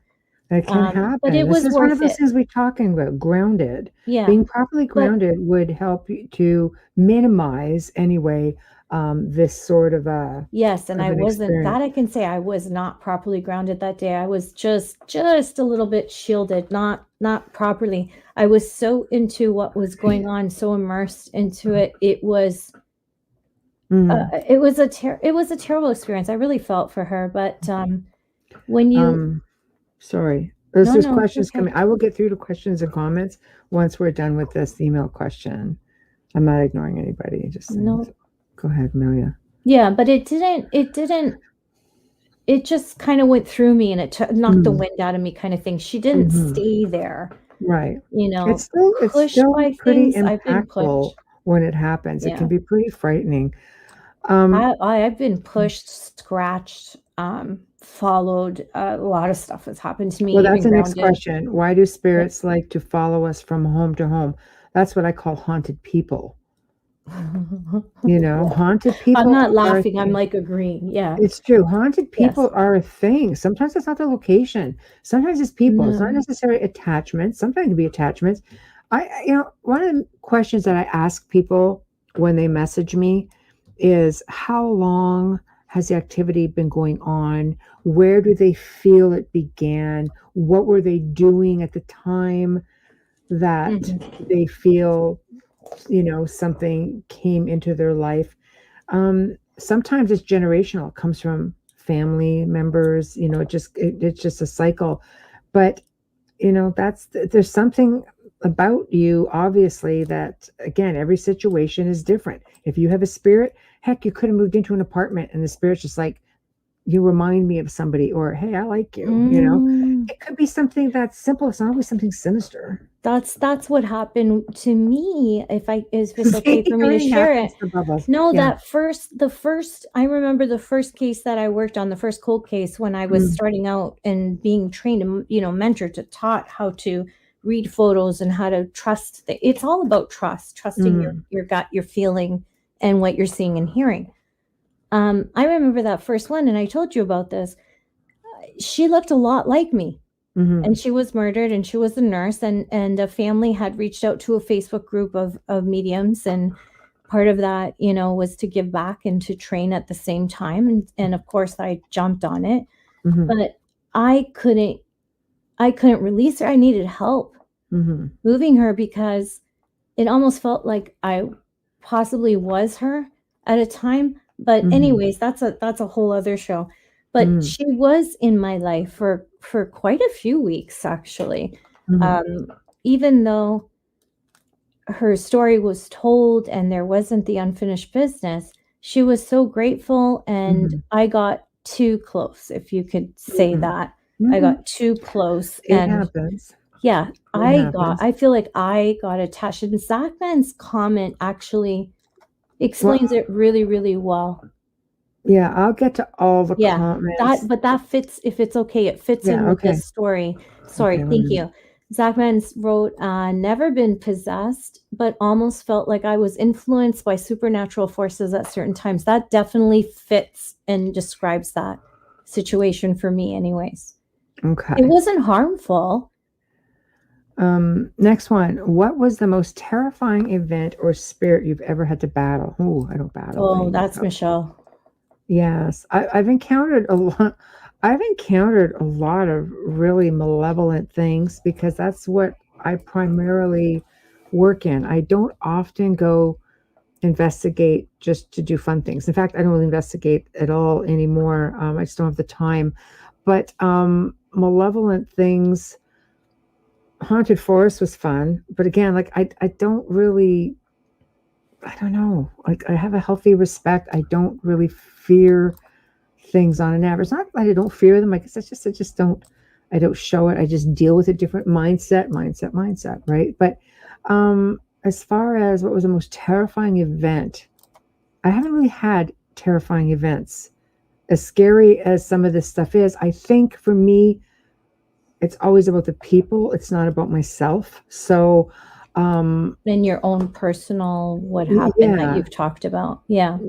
That's probably the scariest thing. Yeah. I worry about the people.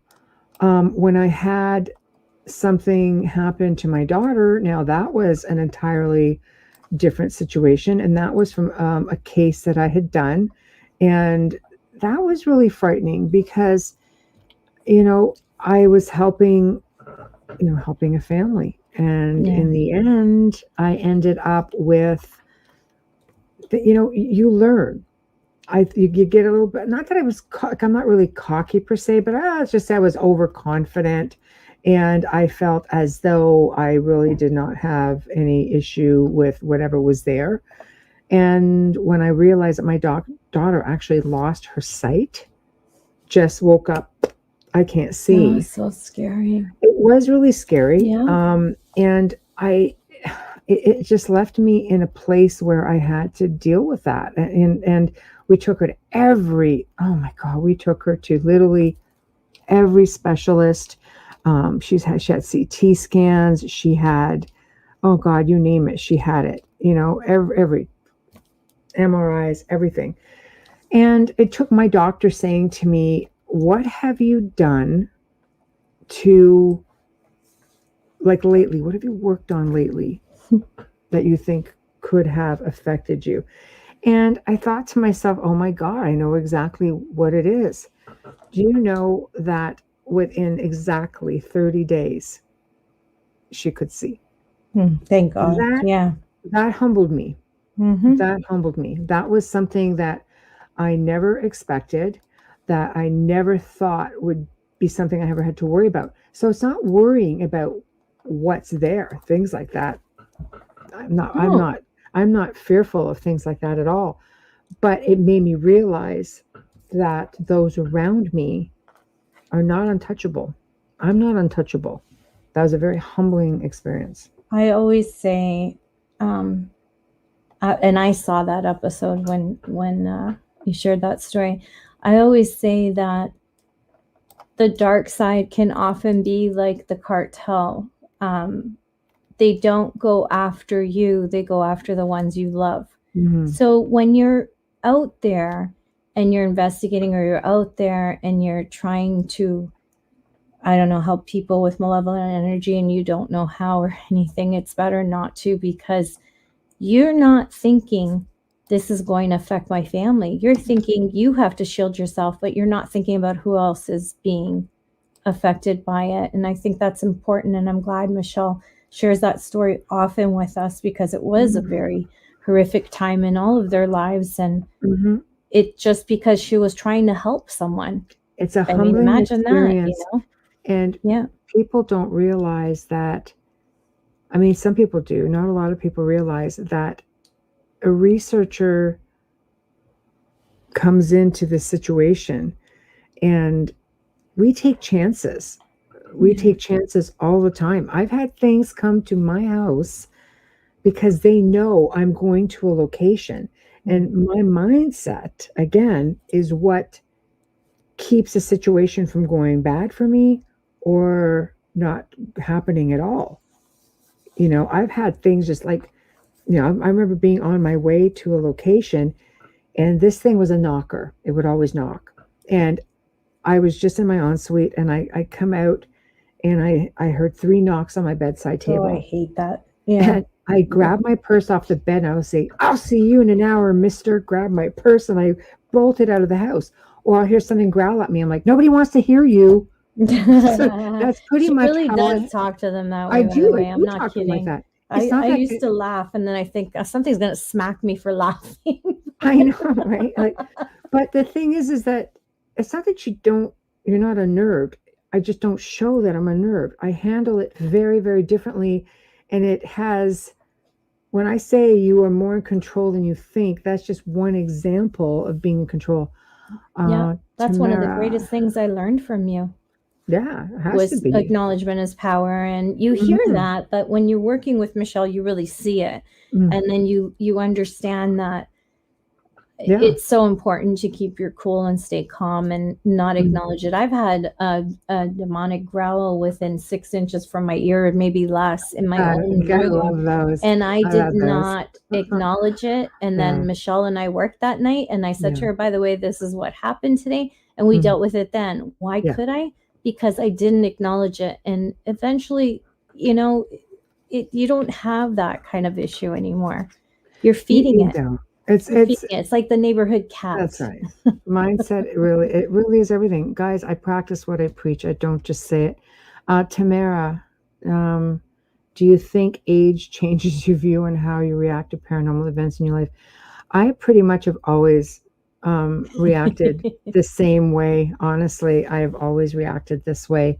I learned early on, because when I was going through things, it's not like there weren't a lot of paranormal teams around. It's that simple. I had to really educate myself on how to do clearings or cleansings. And I learned myself that it really was everything that was going on up here, which is what helped me. And it's something that I have gone on and taught everybody that I have helped. This is something that I have taught them, you know. What are you on about? Because he wrote, but the knocker came to visit me. Yeah. I'll stop whining. I know. I'm kidding. No, that's scary. That was a scary night. Yeah. It was. It could be for sure. Well, that's a good example of how they can interfere. I mean, they blocked all the messages and the phone calls. So that's a big one. It's true. Yeah, it's true. And unfortunately, like all his messages all came in the next day. Bing, bing, bing, bing, bing, bing, bing, bing. quiet. My phone is on for people 24/7 when I help somebody. And I have a lot of people that will say to you, oh my God, I texted her 3 a.m. She replied, because I know what it's like. People get unnerved and they just need to know there's somebody there with them, even if I'm not really there with them. I've had people say to me, oh, I used your name. Like, whatever makes you feel better. I don't know how much it's going to actually help you, but maybe it helps your mindset, you know. And again, that's what look, Wayne. Wayne, nope, age has nothing to do with it. Run away. Same as Relax. I know.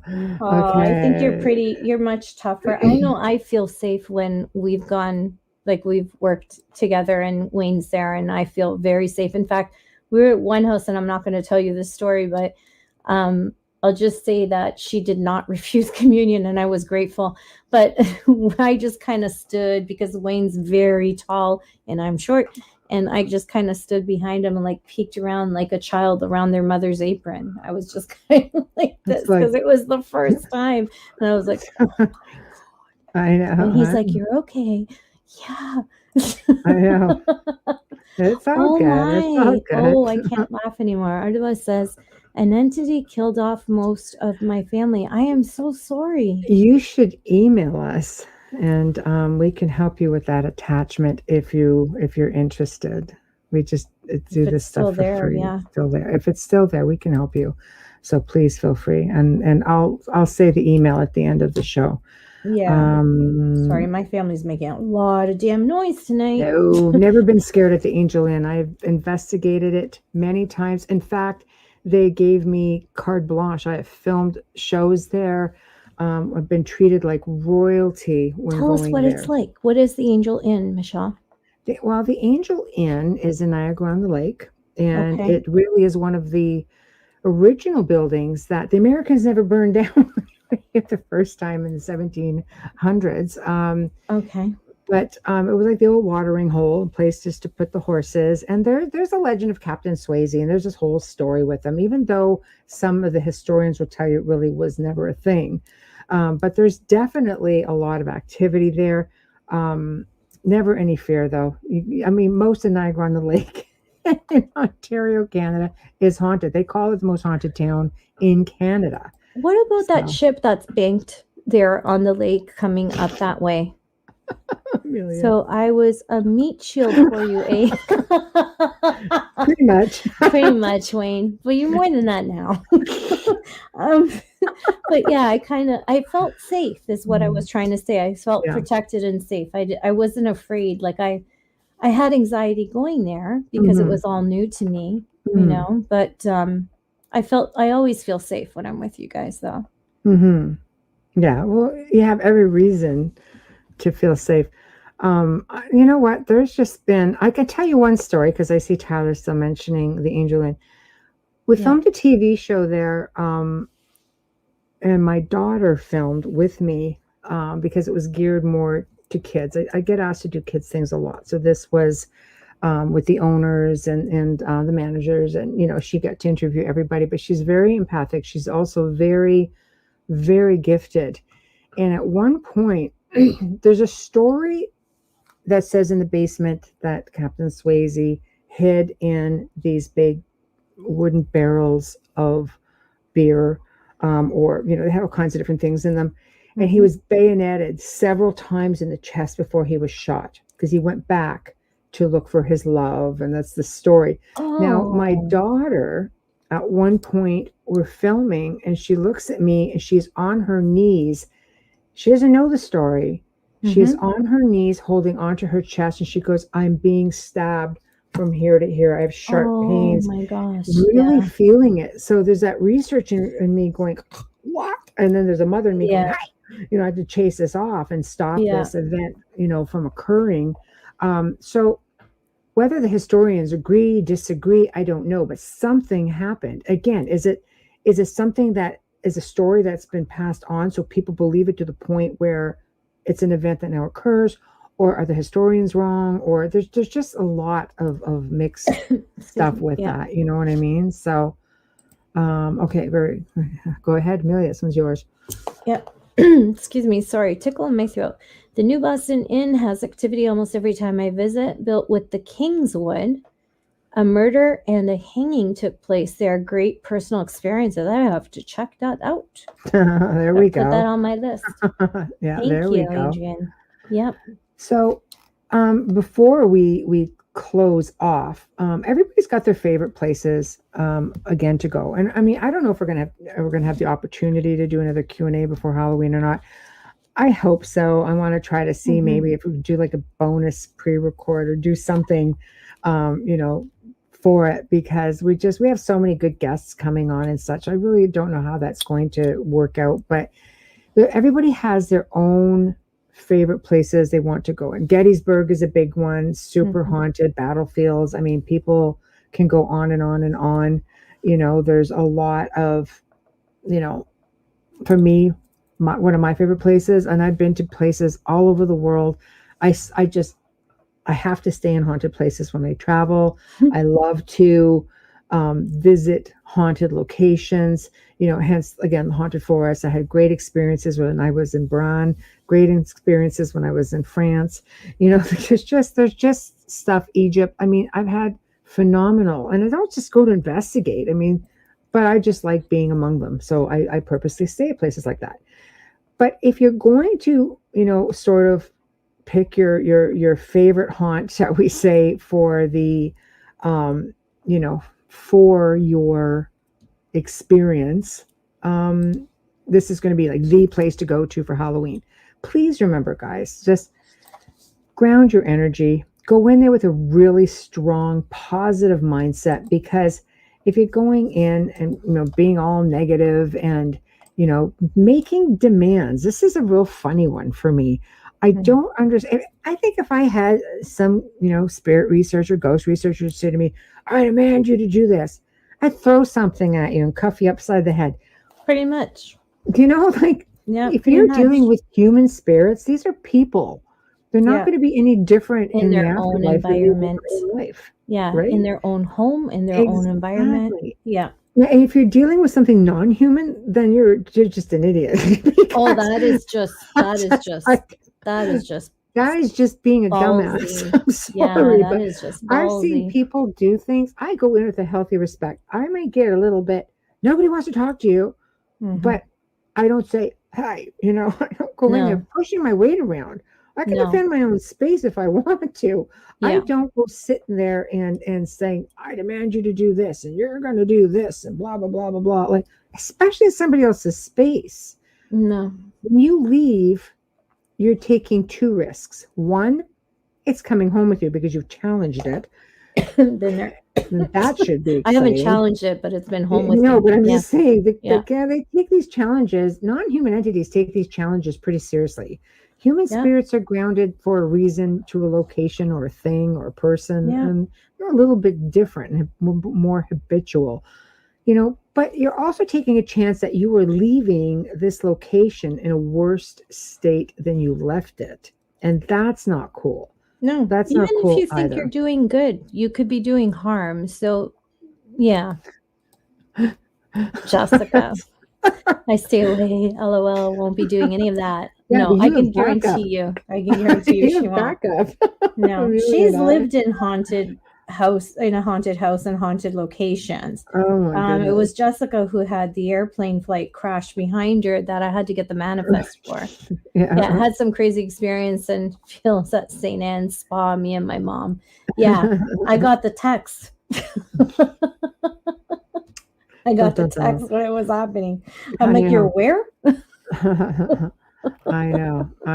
Yeah. So anyway, sometimes it happens quite innocently. Sometimes you're just like a spirit magnet. It's that simple. Sometimes spirits are just attracted to someone's light. Well, she was in a haunted spa. Yeah. That's why. And even going anywhere, you're just that light that they look to. They think you can help them. Yeah. There was a question as where Angel's in. I guess she didn't hear it. It's Niagara. Yeah, Niagara on the Lake. And that's where Jessica was. Yeah, there we go. It's a very haunted area. Canada, Jessica, and that's where you are. Yeah, and you stayed there for the weekend. without knowing. And for those of you who love the film The Dead Zone, it was actually filmed in Niagara-on-the-Lake in Canada.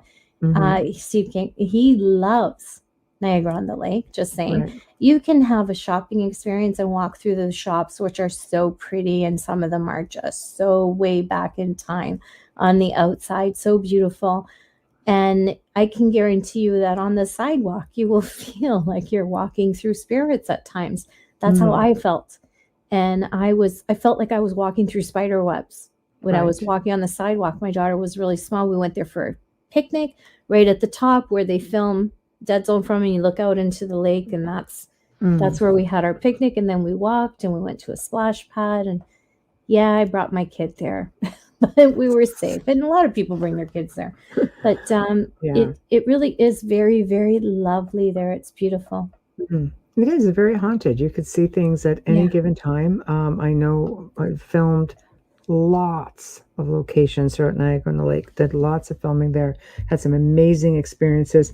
I have to tell you, one of the most impressive experiences I had was filming a little project, which was a lot of fun. I did it with a friend at the time, and we were at a ranch, and this ranch was unbelievably haunted. I mean, not in Niagara-on-the-Lake. This is just in Niagara area, and the horses there. One specifically, really smart horse. And anyone tells me that animals aren't smart, this horse would see things. And I remember having a conversation with the horse. This is how smart the horse was. I'd look at him and I said, do you see something out there? Because I knew the arena, which they would run these horses, was haunted. And this freaking horse puts its one leg down, goes down like this, and goes twice. I'm like, did you just seriously nod at me with this question? I started asking random questions to this horse, and then it would go like this for no, and it would go like this again for yes. So we did one part of the filming that we did was I guess we used the portal. It's like the ghost box sort of an idea. Yeah. The horse, things were coming through. The horse was behind in the stall, and it's freaking out. Like, poor thing. Poor thing. Terrible. Oh, yeah. I eventually went in and cleared that. Come on, they feel storms coming. Imagine. Almost upon completion of film, literally within a few days. When it's called The Exorcism of Emily Rose, but Annalise Michelle was going through the worst of her possession. The horses went nuts in the stable and left the farm that night, and that was when they lost her. They were trying to exorcise the demons, which were many, from her, and she ran to the barn, and they just freaked out and they went nuts. That is a true part of the story. I know that a lot of people say, well, that story is fabricated for Hollywood, but there is a lot of factual evidence in that story, because that story is not just about her possession. Emily Rose is based on the court case and what the priests and the people that were trying to help her went through for the way that ended up. So it's not so focused on the horror as it is the court drama and the real life facts that happen, and you have to remember that story came from the attorney that was defending the family, who shared it with a friend who was an author. So that's fact. Right. We have time for one more question. Here it is. Okay. Adrian asks, when spirits ask for help via EVP or Ouija, the rule is don't oblige. Probably a trickster. Do you agree? Boy, that's a tough call, because it's not always a trickster. When Ouija boards, I remember somebody really gifted saying to me one time, anything that comes through a board is usually something that needs help. And if it needs help, maybe it shouldn't be communicating with you. And I took that really seriously. But again, you have to use judgment, because spirits will sometimes try anything to get help. EVPs, again, I've had a lot of amazing human spirit interaction with EVPs. The problem is, anytime you use, whether, like I said, it's a phone app, a voice recorder, a Ouija board, a pendulum, a spirit board, there's all kinds of communication devices, ghost boxes, you are in a way making an invitation because you're asking to communicate. And if you do not know for sure what you are communicating with, you are potentially inviting something you would not normally want to invite into your home. And that's a chance that a lot of people take. Absolutely. Every time that you make that. Yeah. Good night, Lisa. That request. Happy birthday and enjoy the rest of your night. Lisa, thank you for joining us on your birthday. Yes. So, guys, this is it. Thank you. You guys. Thank you, Bella. So, darling. Love you. You're sleeping. You can text me if you can't sleep. Oh, Zach, thank you. Yes. Yes, Zach. It was Legion. It was Legion for that statement. Right. For yeah, that was. Now I want to watch the movie. Everybody wants to go to sleep. Thank you, Samantha. Everybody wants to go to sleep, and I want to watch Emily Rose. Okay, it's October. You do. See you tomorrow, Tamara. Yes, thank tomorrow. you. So we'll blurt Pendulum's that out the same, we Joanne. go through the whole spiel. Yeah. We've got the Syracuses, Phil and Julia Syracusa, coming on tomorrow evening, and they are hosts here on the network as well. They have a show on Monday nights called the Horsefly Chronicles. They lived in a really severely haunted house, and they're going to talk about that. So definitely chime in for that. It's going to be super interesting. Great family. But for now, of course, we are at the end of another fantastic segment. God, you guys just make this so much more fun. I love it when the chat rooms light up. It's always great. So we'll get into the who does that sound like? Okay, Joanne. Yeah. Anyway, yoga breathing. Right here. So thank you all for tuning in. Big thank you to Folgers Coffee, who sponsors the show. Big thank you to Justin Snicker, aka Dr. Snick, the Sonic Surgeon. Please remember, subscribe, like, follow. Wherever you are watching the show, please show us some support. We really appreciate it. We need it. And we, as you can see, we do bring you the absolute best that we can. Now, for anyone who needs to get a hold of us, please, not Messenger, please, not social media. I can't, we can't. It's just crazy.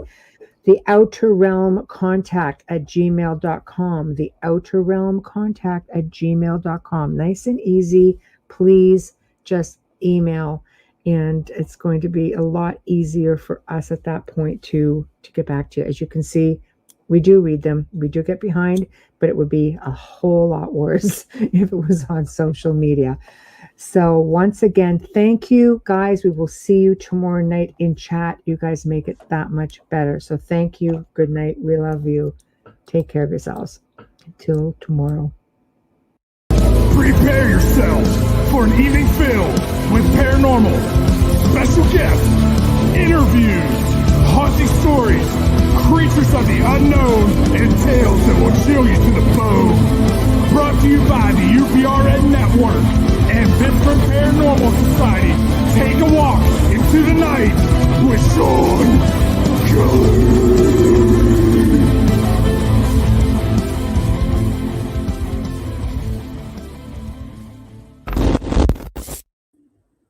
Hey, good evening, everybody. Welcome to my show Into the Night with Sean Kelly. How is everybody doing today?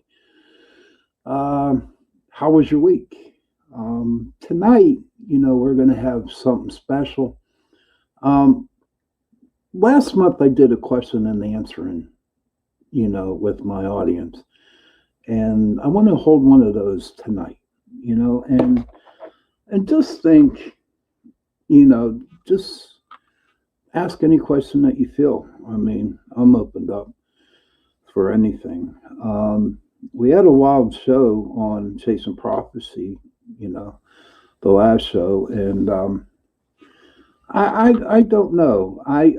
For me, you know, hey, hi Nicole, how are you? Thanks, hon. That's my friend Nicole. She has her show on Tuesday nights at 7 p.m. Eastern, Guiding Echoes. And she's a beautiful person, got a good personality. She's a good everything. She's an angel. She's really an angel. And I'm glad she's my friend. But yeah, it was a crazy one last show. We had, another UFO, people who were part of MUFON and that did investigate, and I like I said, I'm blushing now. See the red? But I don't know. It's like I've been in radio for 3.5 years now, and whoop, there you go. That's an alien. I'm getting probed by aliens because they're making my face go away and stuff like that. I don't know. But I know for me, being on the show, we've had many, many, many ufologists. We have many people who have been abducted by aliens. And I thought I knew some stuff, but I tell you what, I don't know a lot. I don't even think I'm treading water on the UFO deal and the alien bit, because God bless him, John Ventry. I like him. I love him to death. He's a great dude, very knowledgeable. And but I get confused. There's always more to learn. That is so true. That is so true, Nicole. And like I told everybody last week, I am going to retire from the paranormal field November 1st. And so what I plan on doing is writing a book and sharing my experiences, do some speaking engagements, whatever comes. I want to really concentrate more on radio, podcast, stuff like that, hold different seminars or whatever. It's time for, the new blood to come in and start doing it, and it's great. It's really, really good.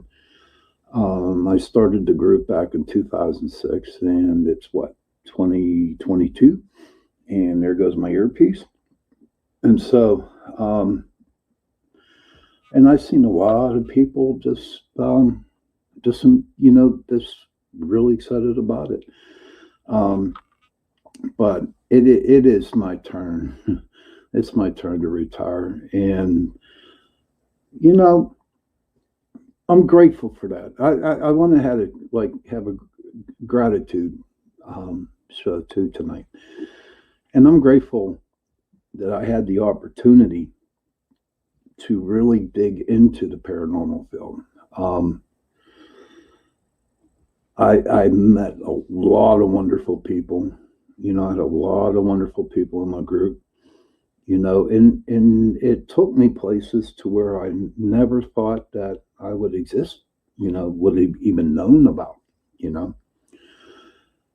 And what's really great about it, what I was, very grateful about, is being able to help other people out in the field, getting them started, letting them go and do their own thing, Oh, hey, Joe. You just a puppy. I am, Joe. Yes, I am, Joe. I'm just a puppy. I don't think I even have my eyes open yet when it comes down to, the UFOs. Honest to Pete, it's funny. He's funny. You're just a puppy. Yeah, keep going, brother. But I am, and it's time for me to move on to something different. You know what I mean? I know there's so much about the UFOs, there's so much about aliens, there's so much about cryptids that I want to learn more, And Michelle, she just keeps telling me knowledge is awesome, you know. And Nicole just said it too, you know, knowledge is great. So I have a couple speaking engagements to do this month, you know, and I'm going to end up doing my last investigation on the 29th of October down at DeMarco's in Uniontown. What they do, with DeMarco's, it's a restaurant, but the town of Uniontown, they hold ghost walks. And this is like our 13th year doing it, my group. And so I think it's a great way it's a great investigation to do, you know, right before I go out. And it's just, I'm all excited. Now, last week I might have looked a little sad, you know what I mean?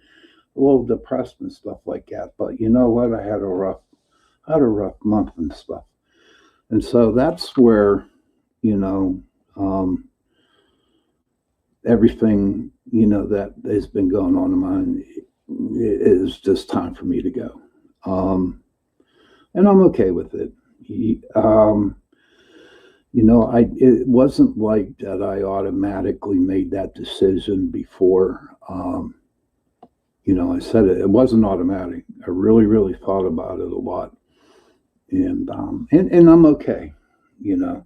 And I'm sure I'll be talking about it some more on future shows, you know, in the month of October. There's a lot of things I would like, you know, a typical show. You know, I want to talk about Halloween, you know, the traditions of Halloween, stuff like that. And I'm really excited about doing it, you know. Nicole, do you have any questions that you'd like to ask? Joe, do you have any questions you'd like to ask? But, you know, and I will try to answer them. Michelle, if you're listening, do you want to try, you know, Tommy? You know, so I'm okay. So how was everybody's week? Mine was great. And it was great, but it wasn't great, if you understand what I mean. Come to find out that on October 2nd, that Mercury went out of retrograde, and I was like a happy camper because things started to look up for me. I don't know if anybody experiences electrical problems or anything like that during Mercury, but I had a lot of stuff break down on me during the retrograde. It was a rough one. It was a rough one. And, you know, but I don't know. It was just like, you know, everything deep down inside me it just seemed like it just came out, you know, and it all came up from below the surface up to the surface, and it really made me open my eyes.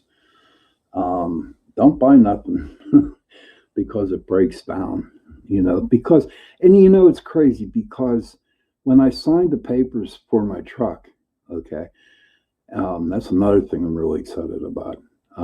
Getting my truck, but I did it during Mercury retrograde, and I'm thinking, you know, oh man, I bought this truck. It's not even built yet. It's not even on the assembly line yet. But I'm thinking, oh hell, and that's where my mind was taking me with this Mercury. But you know what? You know, hopefully when I get it, it'll be knock on wood. It'll be great. So that was my Mercury retrograde. About the situation that is going on with me through my health, it's not good. Okay. And here's a question I want to ask you. Okay, especially people who do investigate a lot. Do you think investigating the paranormal for a long time actually can give you some kind of mental situations where your brain ain't really quite working right? I'm trying to say it without coming out and saying it, you know.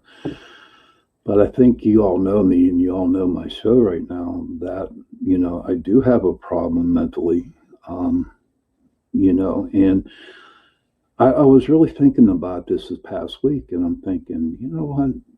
Is it possible that I you know, that I can be mentally bad because of paranormal investigating? And I just want to know if anybody out there would like to share if they do or don't. You know, I would like to hear everybody if they can. And so it just I think it is. I think it finally caught up to me. You know, because you're working with different energies, you're working with different things that are in, you know, in different universes, that it just takes a toll on you. If you really, really, really, truly are seeking to be a paranormal investigator, I would highly recommend that you have a very good support system, because there's going to be times that you're going to be so tired when you come back from an investigation, you know, and you just want to sleep, you know. And or my problem was, we used to go to buffets like at 2 a.m. They were the greatest, man. I would eat like a pig. That's a question I want to ask everybody out there too, but especially investigators. It don't have to be paranormal, but you know, UFOs, whatever. If you're doing something, do you guys get hungry afterwards? Because I do, and I eat like a pig at buffets. I don't do that much no more, because due to that's the C word, you know, a lot of restaurants don't open up 24/7 no more, and so I'm stuck getting a bologna sandwich at my house, which is okay. You know, it's some food. And that's another reason for me to be retiring from the paranormal field, is because I also have another job, and I am a meat cutter / butcher for one of the chains here in Pittsburgh. And when I go out and investigate, like on a Saturday night, and I have to be at work Sunday morning, it's tough. It's tough, especially at my age, you know, and I got to finagle my schedule in order for me, you know, to come in late or whatever. But either way, I don't get home till about 3-4 o'clock in the morning sometimes. And I have to be at work at 10, you know, so I get home, have a bologna sandwich, and then by the time I get to sleep, it's like 5:30, and before you know it, it's 9:30. And I have to wake up and go to work. And Sundays are tough at the supermarkets. They really are, because that's when everyone decides to go shopping. But thank God it's football season, and I'll tell you why. Because Steelers usually play. I'm a Pittsburgh Steeler fan, through and through, black and blue, black and gold. I bleed it. And when they come on at 1 o'clock, that means no one's going to be in the store. They're going to be watching the game. So, you know, I do my work as fast as I can, and then I try to relax. But it's not always like that, you know. So when I first started the paranormal investigating, my God, I'd go out every Saturday. I didn't care when I worked. I mean, life was just great. Going to a cemetery, going, you know, walking down a bike trail, just out with people who enjoyed the same thing. And the coolest thing was, you know, at that time, you know, they didn't have all these big equipments that they use now. You had a VHS recorder when you were out investigating, and then digital cameras just started to come. And I remember the first digital camera I got was a 4 megapixel, and I was excited about that. That was great. Oh, I got a 4. And all of a sudden they came out with an 8 meg, and then they came out with a 12 meg, and oh my God, it's just like buying the holy grail of cameras. You know, you got a 12 gigabyte, whatever. I forgot the word because I'm tired. But so I got my 12, and we would take 300-400 pictures every time we would go out. The camera kept on going. And then the next day, you just sit down at your computer and you just look at each photo that you took. And if you got something, and see if you don't.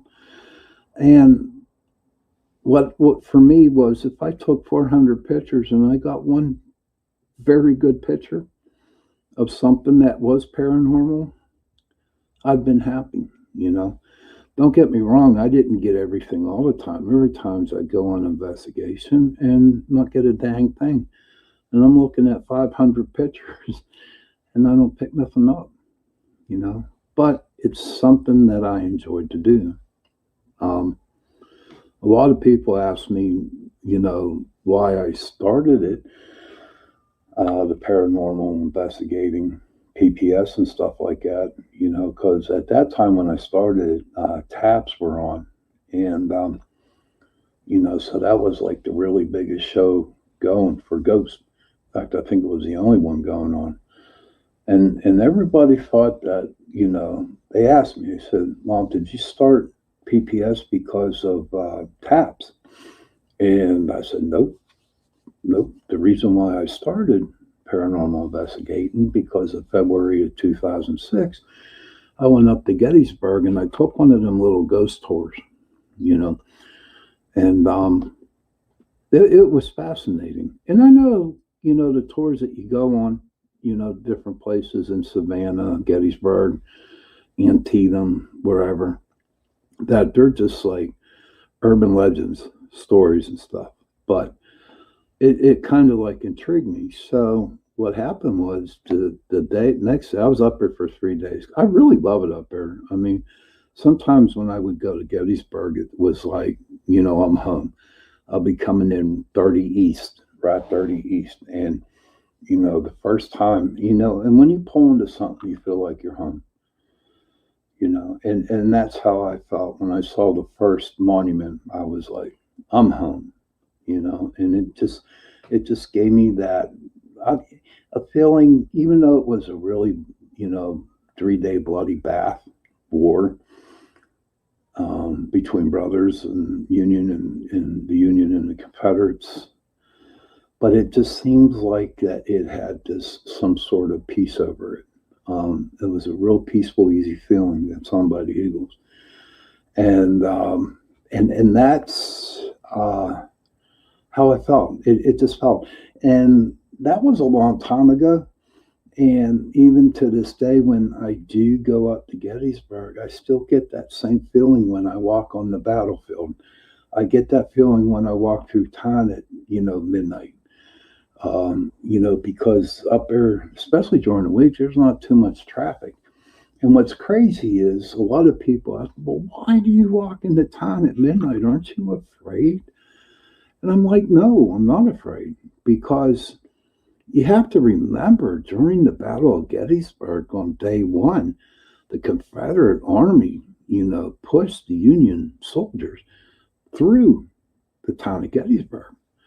So there was a lot of guys that got killed in Gettysburg, in the town of Gettysburg. And there are some certain places there that are extremely haunted, you know.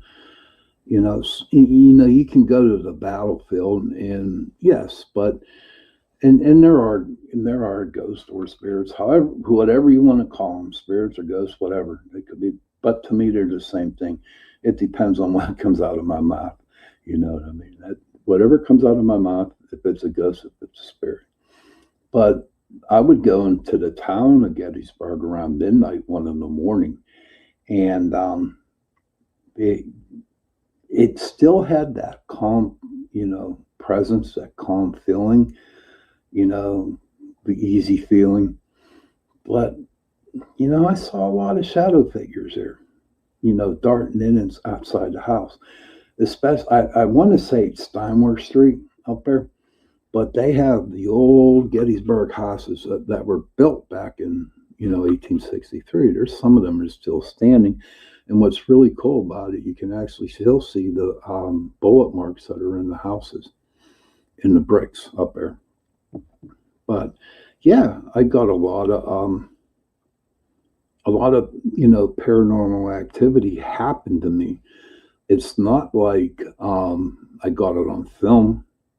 And that's also I wanted to tell you too. Not everything's going to show up on video or digital pictures or whatever, EVPs, whatever. 99.5% of the time any paranormal activity happens is when you experience it. Okay. When you experience a paranormal situation, then you know ghosts and spirits and whoever exist.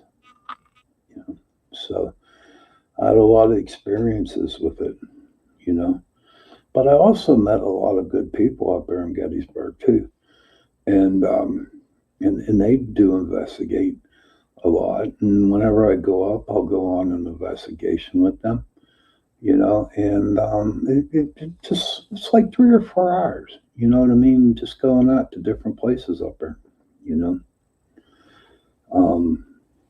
But that's the biggie for, if you want to be a paranormal investigator, you have to remember one thing. You're in a highly stressed is that you're not going to get something all the time. And you need to prepare for that. You know what I mean? And it might be disappointing. You might not, nothing happened to you. But that's something that you have to take in consideration, because all jobs, all hobbies have different things. It's like when I prospect gold. I know if I go up north in Pennsylvania, I'll go to a creek, and the gold is like wee tiny. It's like bits. They call it fly poop, and I know I'm going to get fly poop when I go up there. Now, if I go out west, into Ohio, Indiana, Michigan, Idaho, stuff like that, which I plan on doing, because I got my truck and I'm retiring from paranormal. But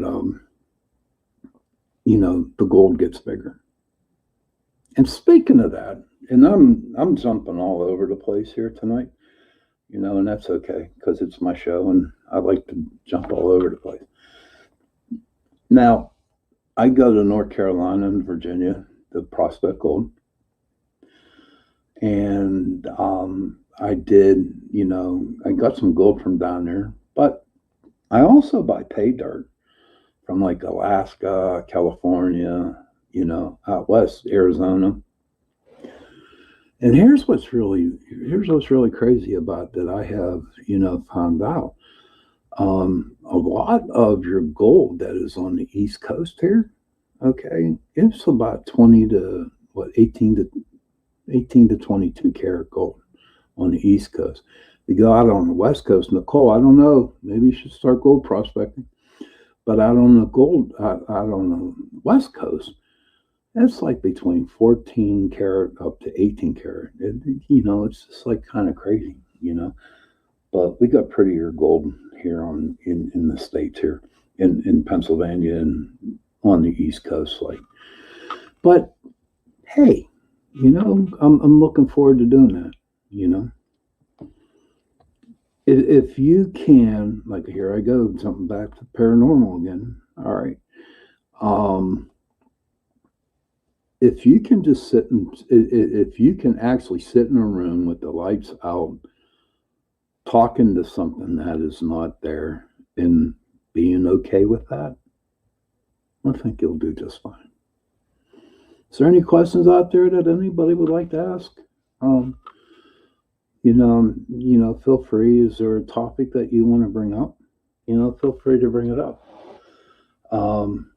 So that's what I plan on doing. Now, like the Appalachian Mountains, that is intriguing to me. Okay. And I've been reading a lot about the Appalachian. I don't know, is it Appalachian or is it Appalachian? I don't know. So I don't know what it is, but I read all the myths, all about, the lore of the Appalachian. It's just, they're beautiful mountains, I'm telling you. But the lore, I still want to learn something about that. Will I go out into the mountains? Hell no. I'm from the city. I'll take long drives and go to a certain place on the trail. But and just just check out different areas of the trail, and see if I can find a dog man, okay, or see if I can find a Bigfoot. I want to go. I want to do these things, and you know what? I can do them, and I will do them, and I'm looking forward to doing them. So I'm all excited about that. So someone came up to me today, and here we go again. Not today, but like about 3 or 4 days ago, and they were talking about my show. And they asked me, do I believe in fairies? Do I believe in elves? Mystical things, and I told them I do. I don't know if anybody out there, believes in them. Feel free to say something, put it in the chat room. So we can talk about it. But yeah, I do believe in fairies. Hell yeah, I do. I've had a couple of experiences with it. One was with my son. I'm sorry. And and I've told this story over and over and over again, and I'm going to share it one more time because it means so much to me. Because it was something that I did with my son. So I divorced my wife, and I was living in an apartment over in Pleasant Hills area. And here, when we moved in, they had these gardens, no fruit, no vegetables in it, but they were growing plants in it. And so it was in April or May. What happened was I took my son out, and we sat on the benches. And all of a sudden, we saw these little lights, little pixie lights just go ding, ding, ding, ding, ding, ding, all over the place. And my son, he was like 6 years old at the time, and he said, Daddy, look, lightning bugs. I'm like, yeah, they ain't lightning bugs. It's kind of early for lightning bugs. But they were zinging. So the next morning, we wake up, and he wanted to go out to the garden again, and we're sitting there, and there's a perfectly mushroom circle. And people call those fairy rings, and that was like my eye-opening of, fairies, okay? Now, at the time that I was experiencing this is when I really started getting into meditation. This is when I really got into learning the Native American spirituality and all kinds of different things about the mystical aspects of what was going on in the world. And it was really, really intriguing. And it's like, you know what? I want to, read up about this a little bit more, and that's what I did. I mean, it wasn't like, I was like searching for fairies everywhere, I didn't build no fairy gardens, and, maybe I should, but maybe that's something I can do next year. I don't know. But do I believe in them? Yes, I do. The place that I used to go out to was a park. We call it South Park here in Pittsburgh, and it's in South Park, PA. Now there's a lot of woods, okay, and it's a really nice park to go to, and that's where I did all my meditating from. I would go out to South Park, and I always sat in this one spot under this tree. So it was about 79, 82 degrees. It was a beautiful day. No rain, nothing like that. And I'm sitting under the tree. It was a big old, what was it? It was it wasn't an oak, but it was another type of tree. And if it comes to me, I will actually tell you what the tree was.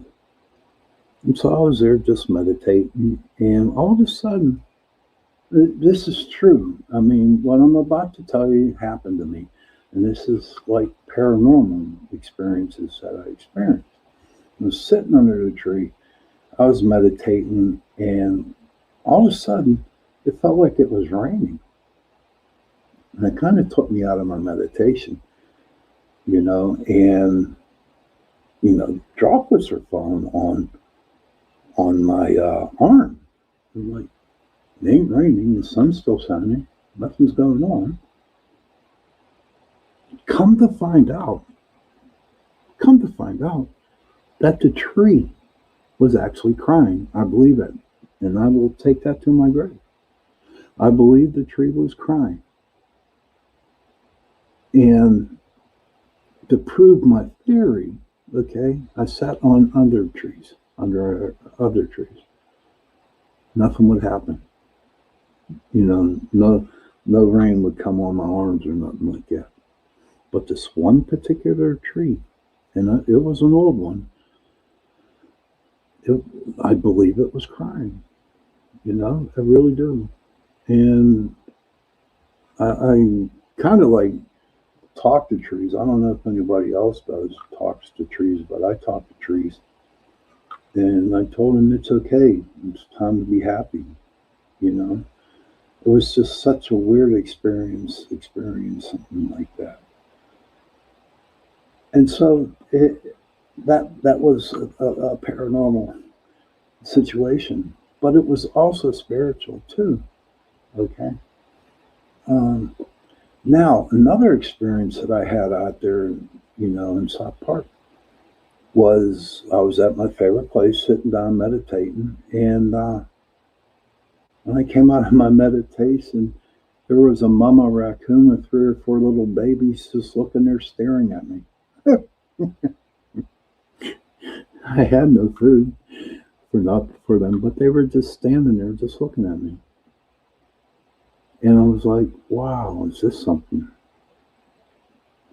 So I did try looking up with the animal totem, what the meaning by the animals shown into my life.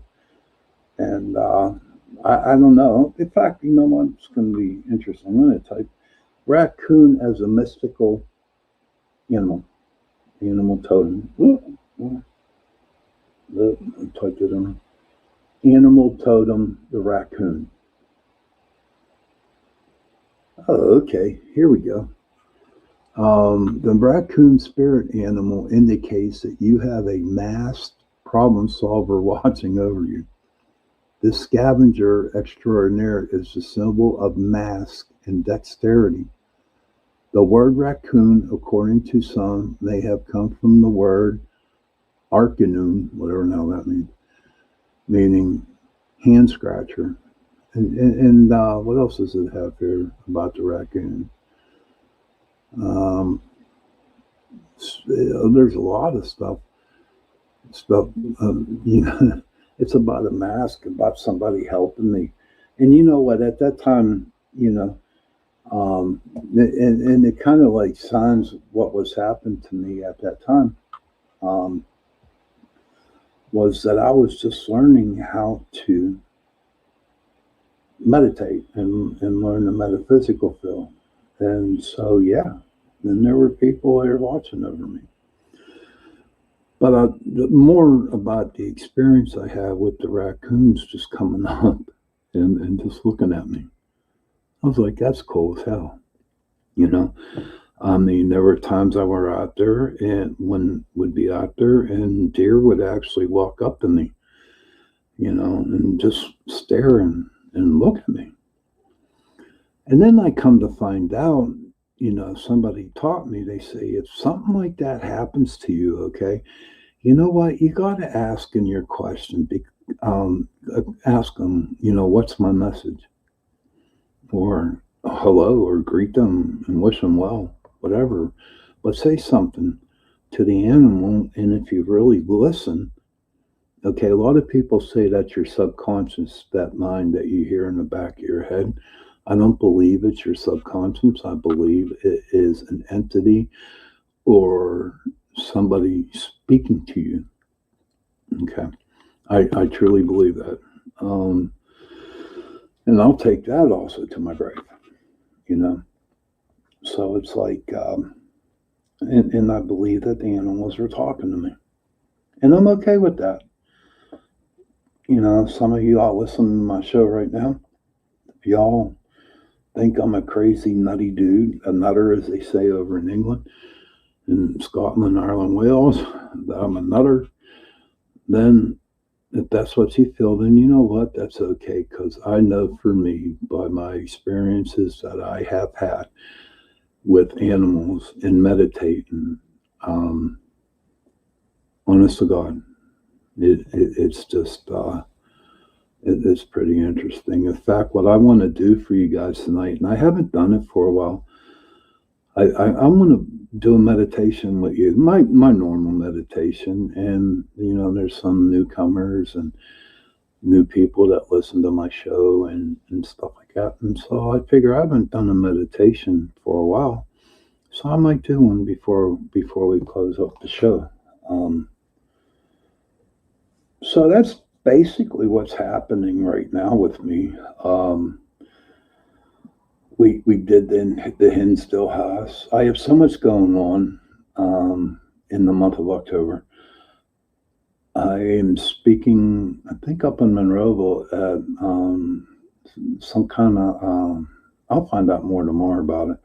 I'm speaking up there on October 8th and 9th. I'll be out in Penn Hills the following Sunday. There's going to be a round table with Oakmont Paranormal Society and a couple other paranormal groups. The heads are going to sit around and we're going to talk about it. It's a 2-hour deal. And then I know on the 22nd of October, I'm going to be down in Charleroi at Tim's Secret Treasures. In Ronda's, he does a great job. And I've been going down there for a lot of years too. She holds her party. And in the afternoon, I don't know, I think it starts at 4, I'm not sure. 4 in the afternoon. But, okay, at the end of about 11 o'clock, you know, we take people on an investigation through her, you know, through her store. And she has an antique store down there. And if you want to find a ghost, if you want to experience anything paranormal, okay, go to an antique store. There you'll definitely find them. Absolutely. I love antique stores. I mean, they're pretty interesting, especially if you want to do some paranormal investigating. I'm sure the people who own the stuff, you know, that own the store, that probably experienced some stuff too, you know. So I hope everybody is enjoying my show tonight. Like I said, I'm all over the world with tonight. To be perfectly honest with you, I wasn't prepared today. You know, I wasn't prepared at all with anything. And so I figure, the hell. I have this philosophy that I believe that whatever you're supposed to say, you're going to say it, you know? So whatever I told you tonight, okay, whatever I shared with you about my life, and my situations, or whatever was going on with me, you know, I had to say that. But it's getting about, 10 more minutes, and I want to send everybody in on this meditation. Joe, if you're listening, you know, you can go to the other room. I don't want you to fall asleep, but make sure you're back in about 5-6 minutes. But what I would like everybody to do, and it's going to be my simple one. It's real simple. And what I'd like you to do is to close your eyes and completely clear your mind. So go ahead, start doing that.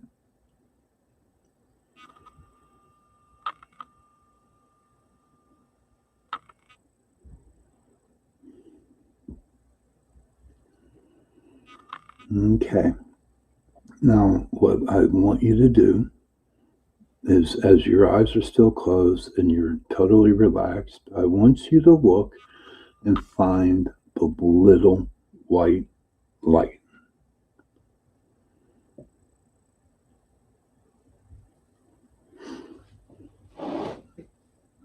I hope to everyone's seen the little pinpoint lights. It's a little pinpoint light, you know. And what I want you to do is I want you to start walking toward that light.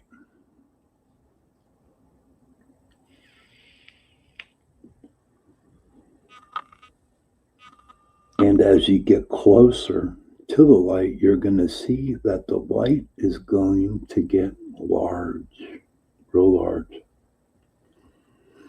There's nothing to be afraid of on this meditation. It's a very good meditation. It's a happy meditation, okay? It's a really happy meditation. So I don't want you to be scared. You're going to be okay. So continue walking to that light. Keep walking. And all of a sudden, you step into a meadow. Okay? And in that meadow, you see a tree line. And you see that big rock that sits right in the meadow. What I would like you to do is go over to that rock. And I would like you to sit on that rock.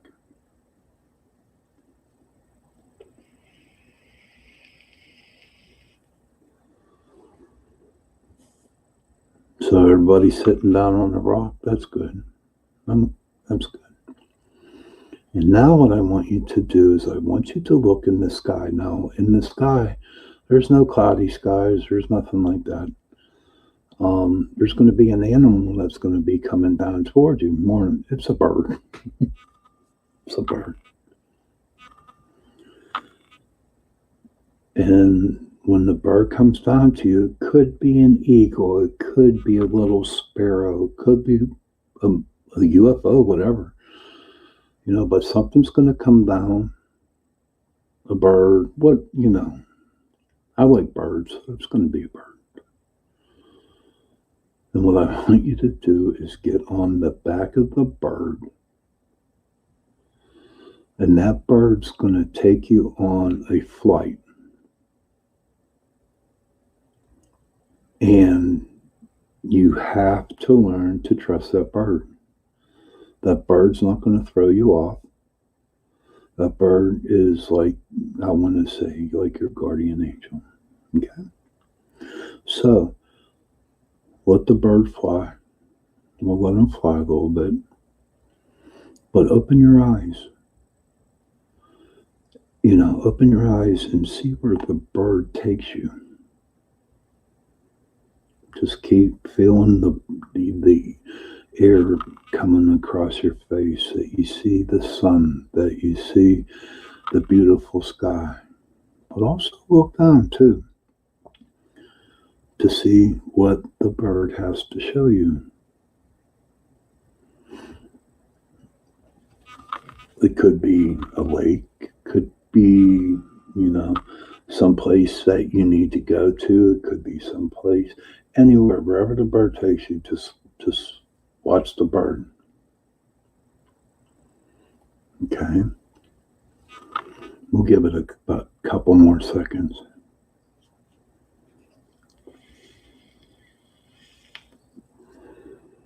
Now, I want you to do is the bird's going to come down and put you next to that rock. And you're going to get off the bird and you're going to thank that bird for giving you a message where he took you to. So give a 30 couple seconds for that.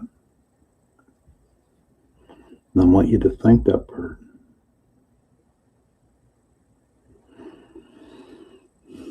And now as the bird flies away, okay, I want you to look at the tree line. Look at the tree line. And I want you to see what animal comes out of that tree line. Could be a deer. Could be an elephant. Could be a tiger.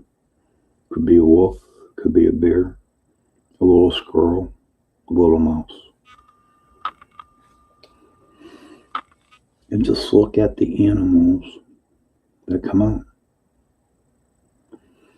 And make sure, you remember what came out to you.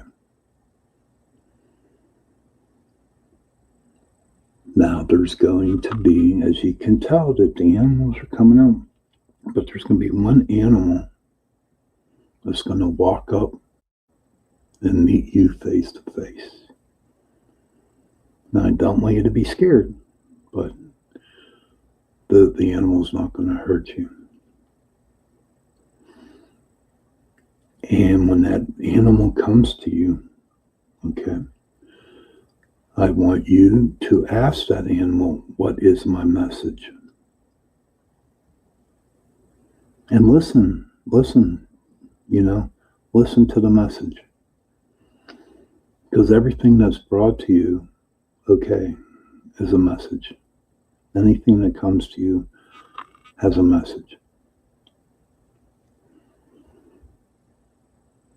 Okay, so now I'm going to count 3 on back, and on 1, you want to wake up. Are you ready? 3, 2, 1. You're back. And welcome back.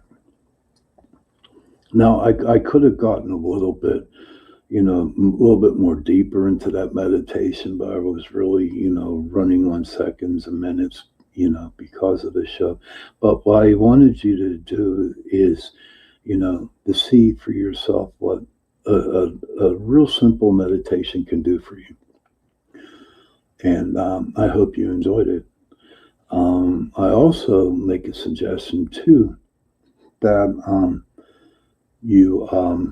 the animals that you saw, that you write them down on a piece of paper, and I want you to Google,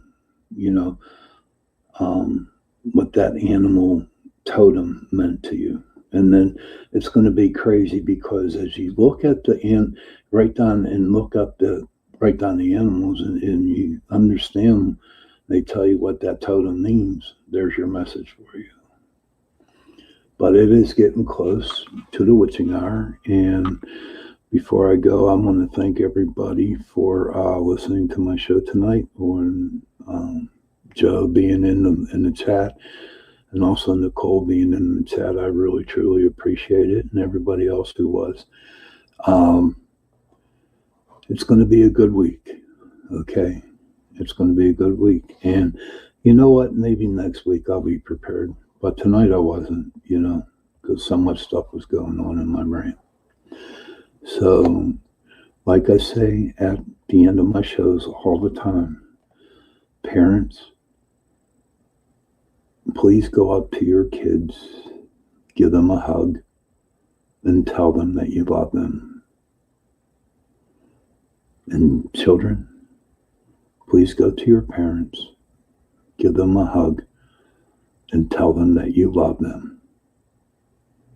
Because that 3-word sentence, I love you, goes a very long way. And on that note, good night and happy hunting. Bye.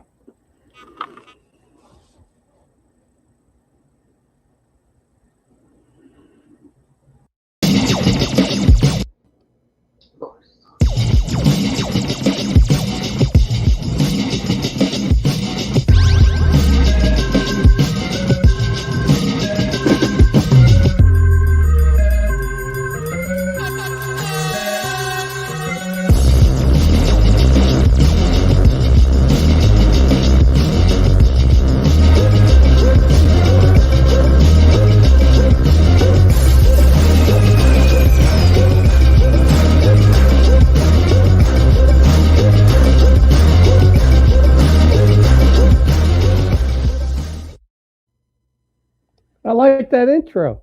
I did too. I like that intro. That was good. Well, you must have dug to find that picture of me and the alien in the night. Good job. Good job. She lost her voice. Jen, there you go. Good evening and welcome to Chasing Prophecy on the UPR Radio Network, FM 105.3 in New Orleans, where we discuss anything and everything beyond the scope of normal.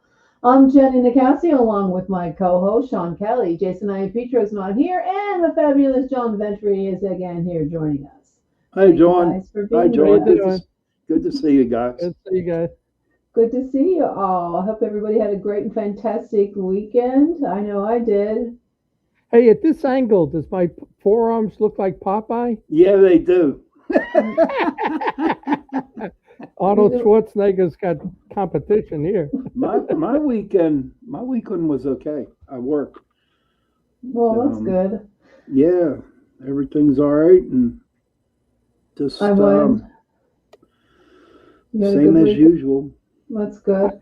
I told you guys that a lightning strike near my house, right, blew my projector. Oh no! Home theater, yeah. So they finally repair it, send it to Sony.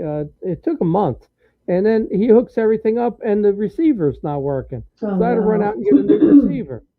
I tell you, I got no luck with electronics. How long ago was that, John? It was about 5 weeks ago that it. Okay, and I believe that Mercury was in retrograde too at the time. Yeah, they said we just got out of it. Is that right? October 2nd. Wow. Well, I had a fabulous weekend. I spent the weekend with my grandson and his family, and that's why I got my new hat. So I got 2 new hats. So I'm excited. Yeah, it was a fun weekend. But getting back to some weird stuff, I don't know about you guys, but there's a lot of weird stuff going out there in the atmosphere, and I don't know if it has something to do with Mercury retrograde or just that we're entering a new fall. With a lot of weird stuff that maybe there's some portals or dimensions that are opened up. But we're going to talk a lot about some interesting UFO stuff with some former MUFON investigators. So, John, why don't you go ahead and introduce our guests for us tonight? Yeah, our guests are Fred and Kathy Lane, who I met, probably 10, if not 11 years ago. They joined MUFON and they became field investigators for me out of Erie. That's where they live, up in Erie, PA. And Fred went on to become a state section director for the area. And they were part of the abduction research team for, I think, 3 or 4 years. And then they left that maybe 2 years ago. So real interesting people. And, I just ran up there and I went to a baseball game about a month ago. So they met me at the stadium up there, the Erie Seawolves, and they made it actually to the championship for AA. So it was cool. So I got friends all over the country, all over the world. I went to Scotland and I had a 4-hour lunch with the editor of Phenomenon magazine because I write articles for them. So yeah, it's cool. This field has. I was thinking about that the other day because my son's trying to move to St. Louis to be near his sister, and I'll probably follow. And I say, I really got a lot of friends in Pennsylvania, whether it's politically or paranormally. So you're going to move to St. Louis? I think eventually I will, but not now. Not now. And both your children live there. Yeah, we'll miss you. Well, 4 grandkids will be there. When you think about selling your house, it's cheaper to just go fly and see them. Between what you pay the real estate, the moving van, you might as well stay where you are and just fly. So where are they near in St. Louis? St. Charles, which is right the county right next to St. Louis. It would be like living in Monroeville. That's how close you'd be. They're 20 miles. They're 20 miles from St. Louis. Thank you. So, but it's a real Bible Belt area. Even more so than here. The Midwest is different than anywhere else, I mean, those, 7, 8 states, they're very honest, religious people and, in a lot of ways kind of naive, but, that's okay. Naive. Okay. I think they are, they're not exposed to a lot. Not like me. I grew up in the Bronx and Brooklyn and Queens. It's like, New York is really turning into Gotham City. It is. I was an adult at like 9 years old. I think I could have ran a business at 12. So, all right, let's bring friend Kathy on. Okay.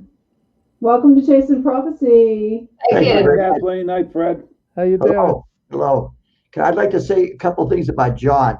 Okay. Yes, please. When he first came up to Erie, and we went to a ball game, and because he was trying to decide whether or not he wanted to do a concert here. I know it's. We were walking back up from the stadium, and I said, John, we're going to give at least $1,000 to charity out of this conference. He never batted an eye. And it was okay, and we raised almost $12,000 for charities here with these conferences. And the other thing I want to say is, John, thinking about you in kilts, it's disturbing at best. I thought when you said up in Erie in a ball game, I thought you were going to say you had me throw out the first pitch and I threw it. I didn't throw a strike. I threw a one hopper to the catcher to his right. Yeah. Well, I wasn't going to mention that, John, but as long as you did, it was terrible. Now it's out there. Oh my goodness. Hey, in the news, I just saw a flash on the side of my computer. Did Loretta Lynn pass away? Yes, she did. Yeah, I just saw it. I see another little news flash here. Brad Pitt choked one of his kids. What? Wow. Well, didn't kill him, but I guess he got angry. It kind of shook him a little bit. Did you hear about Aaron Judge? He hit 62 tonight. Oh, he did. Did he really? Okay, Good. Good. So, hey, before we get into your background, let me tell you this, Fred. I was on the phone today with a former MUFON board member. Okay, and I think you probably recognized the person when I was on their board 10 years ago. And so we're talking, and out of his mouth comes, and it was kind of unexpected. He said, John, this whole UFO field is demonic. You were right when you started saying that back in 2015. I just telling you, I know, and we'll get into this a little bit because Fred and I are on polar opposites of the religious and God question. But this is another person that has switched sides, and you talk about a MUFON board member, and not anymore. He's not on the board anymore. But you're not supposed to be smoking that stuff, John. Well, you know what? You know what happened, Fred? I think he got exposed to some things, real bad luck and different things, and it really opened his eyes to how so many people. We've talked about and done episodes on the number of people in the UFO field that passed away prematurely, right? And there's a number of people that just run into the worst luck, different things happen, beyond their control. And, and something like that, I think, is what happened to this person. And he said, John, it's just, to me, there's a huge demonic influence in it. But the second thing I want to bring up to you is, do you follow at all the congressional hearings on UFOs and that Lou Elizondo and, talking, how they've created this new group that's going to be in charge of, investigating UAPs? Yeah. Well, let me say this about that, John. The CIA, they don't let stuff like that out unless they have a reason for it. Oh, I agree. And I'm wondering whether or not what the Sumerians said about the Anunnaki, because they said they would be back.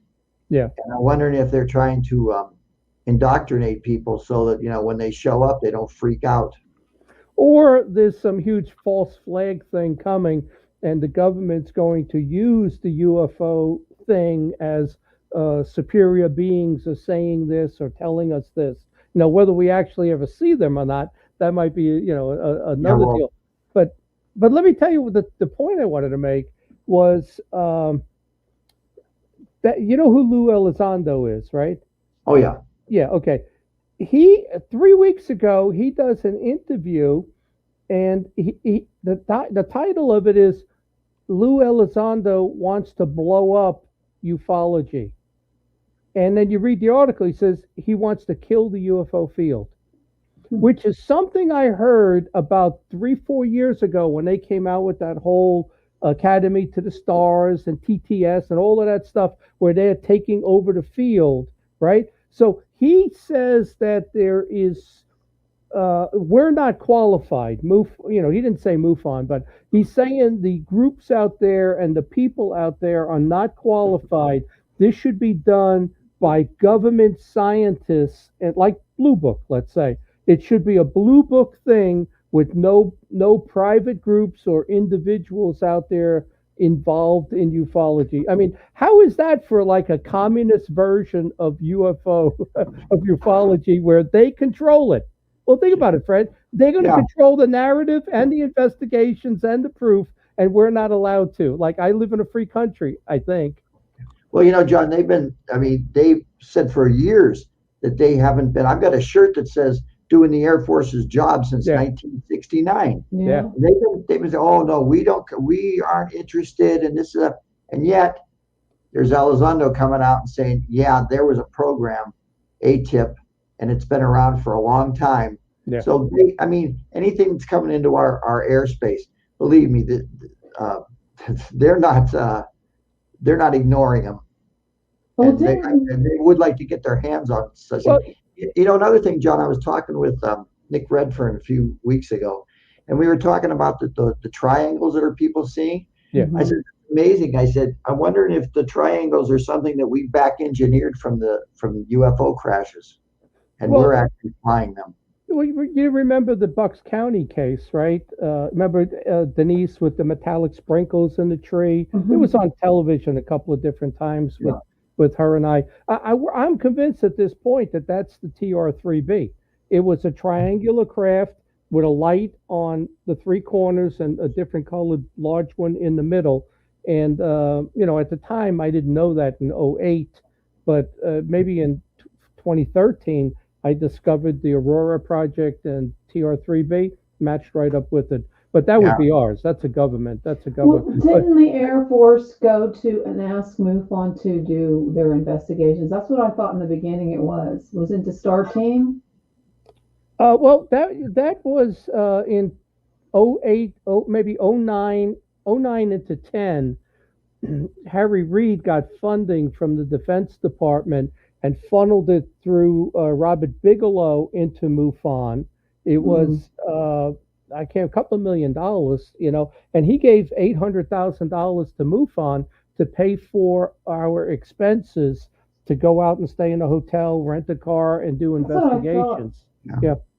Well, I think Elizondo was wrong about blowing up the MUFON and that, because the more eyes you have on the sky, the better off you are. Well, I agree, but they're thinking of government control. Well, they don't want protesters. They don't want a dissenting opinion on anybody else looking into this. And I was talking to that board member, and he said to me he was watching those congressional hearings on the UAPs a couple of weeks ago, and he said a Navy person said, the people and organizations that investigate this and make up stories, they should be prosecuted.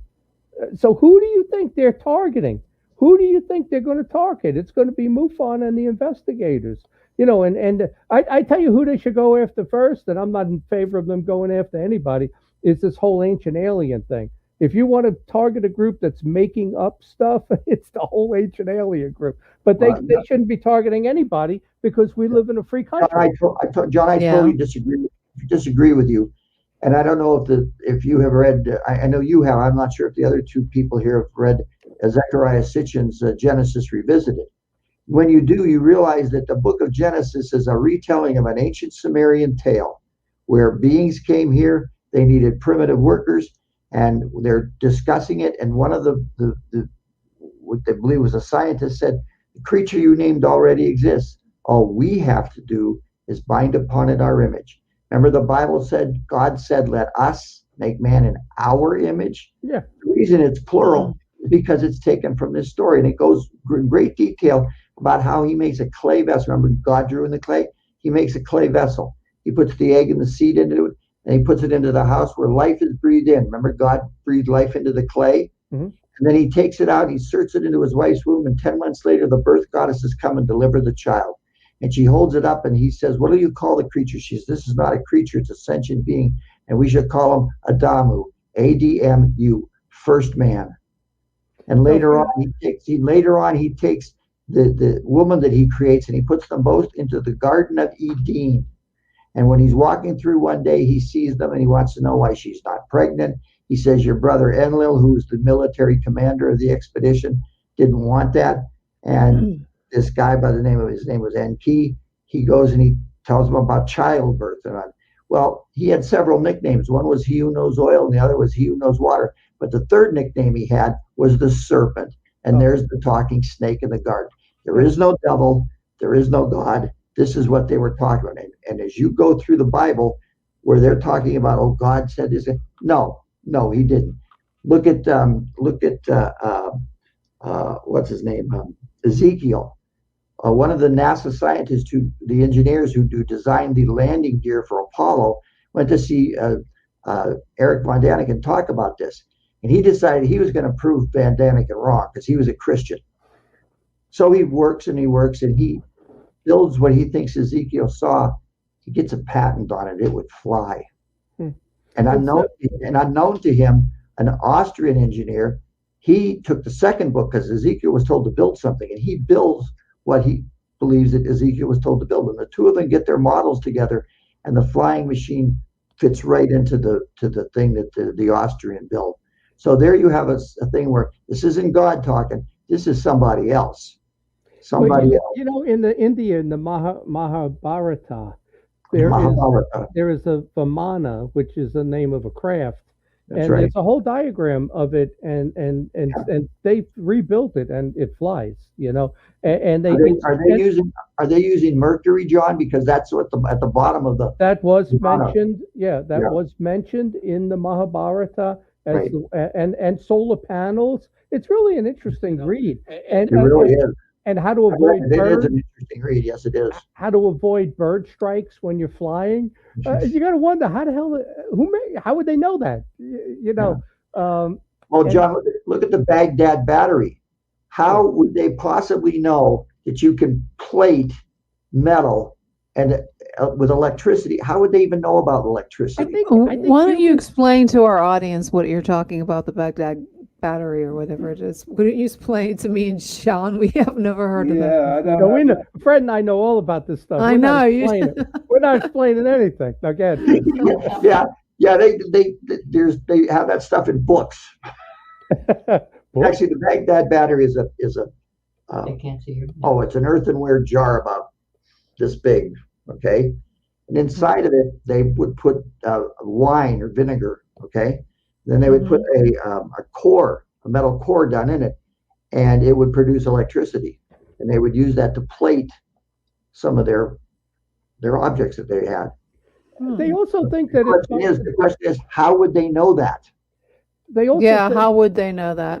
They also think that when you look at the pyramids, you know, once you go down one aisle, you know, and then turn and stuff, how'd they get the light in there, like to paint and draw everything? So they think the battery, and they actually invented a bulb also, you know, that was probably, they had to light it somehow, and there's no like soot marks, you know, from holding torches, and I don't even know if there'd be enough oxygen in there. And they, you know, they tested mirrors, and it really didn't work to refract it 3-4 times to get down. So, but here's the thing, you know, for every how did they do this, there's another answer. But you know, I think we were actually smarter back then than we are now. I think we're de-evolving. I'm not even joking about. I really believe that humans were smarter previously.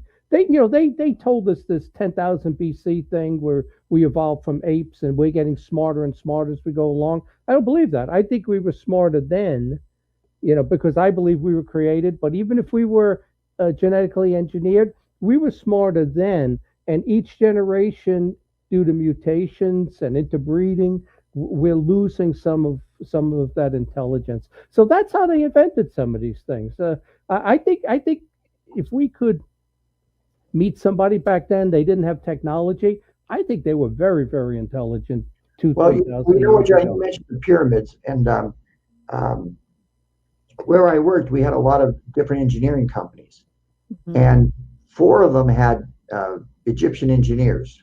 Okay, and so the job that I had, I was able to talk with them. So one time it was after Friday. Egyptian? You speak Egyptian? Yeah, they were Egyptian. No, you speak Egyptian. Do I speak Egyptian? No, I speak hieroglyphic. I'm okay. fluent in that. So you created sign language. Yeah. But anyway, we were talking, and I asked them, who built the pyramids? Yeah. And they said, we have no idea. It says it wasn't the Egyptians. He said, of course. He said, one of the guy made a good point. He says, the ramps, right? He says, if you had a ramp that went up 1 foot for every 10, a very gradual slope, in order to pull a 70-ton block up 200 feet in the air, he said that ramp would be almost a mile long and composed of more material that's actually in the pyramids. Not only that, but because the very tip of the pyramid is directly, and I mean exactly directly above the base. The only way to do that is to have all sides of the pyramids visible at all times. And you can't do that if you have big ramps. I agree. We didn't build that, and there's even mathematical. And they weren't smarter, John. They weren't. Do you know about Göbekli Tepe? Do you people know about Göbekli Tepe? I do. No, please explain to our audience. It's 12,000 years old, and it was purposely buried. And I advise you to go and look at these things. These are huge pillars, and on these pillars are animals carved in relief on these pillars. And this is 12,000. We were hunter-gatherers 12,000 years ago. And who would have? And these things are 20 feet tall. They're spread out over a square mile. Who had the technology to bury them at a height of 20 feet 12,000 years ago? I might be getting that mixed up with Baalbek in Lebanon. What's Göbekli Tepe? Oh, the temple of Baal. Where's it located? Tepe is about 100 miles away from Mount Ararat. Okay, so that's in the Middle East too. Right, but Baalbek is in Lebanon. And yeah, Lebanon. But Baalbek has that this carved block that's 1,200 tons. 1,200 tons. They even said we can't move that with cranes. And it also has on it, if you look at the platform, there's one in place already, and it's about 30 feet high placed, and on smaller blocks. How'd they get it up there? I mean, you're talking about some 1,200 tons. How did they? So I don't believe we built any of that, and that was a temple to some god or whatever. Well, the only way they could be built, John, is if somebody was using something that was anti-gravity. Well, I agree. I don't think they piled up sand. So I don't think the ancient people had anti-gravity. I'm just saying. No, of course they didn't. There was somebody from outer space came down. The Sumerian race they were, I believe, aliens. I mean, offsprings of some extraterrestrial out there. Well, let me throw the alternative view in, and all those things that are said from Sumeria. Well, first of all, I spoke with Michael Heiser, who's a theologian. You might recognize the name. And I asked him about Sitchin, and he says other people that interpret Sumerian cuneiform writing does not see what Sitchin saw.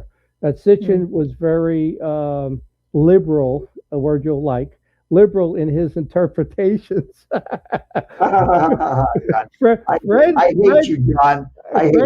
Fred's a far left Dem. I'm a far right far. So we're going to go at it tonight. No. Yeah. And that's the thing that's funny. John and I are good friends, and we kid around on it. John, I wonder why the rest of the world can't be like that. Well, yeah, true, I agree. I don't hold it against you. I agree. Oh, no.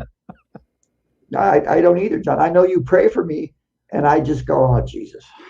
Well, I say I won. You said, oh, Jesus, I won. Well, like I said, John, if the Old Testament isn't true, and it's not, because you see, they picked what books that they wanted in there to agree with their theology and with their philosophy.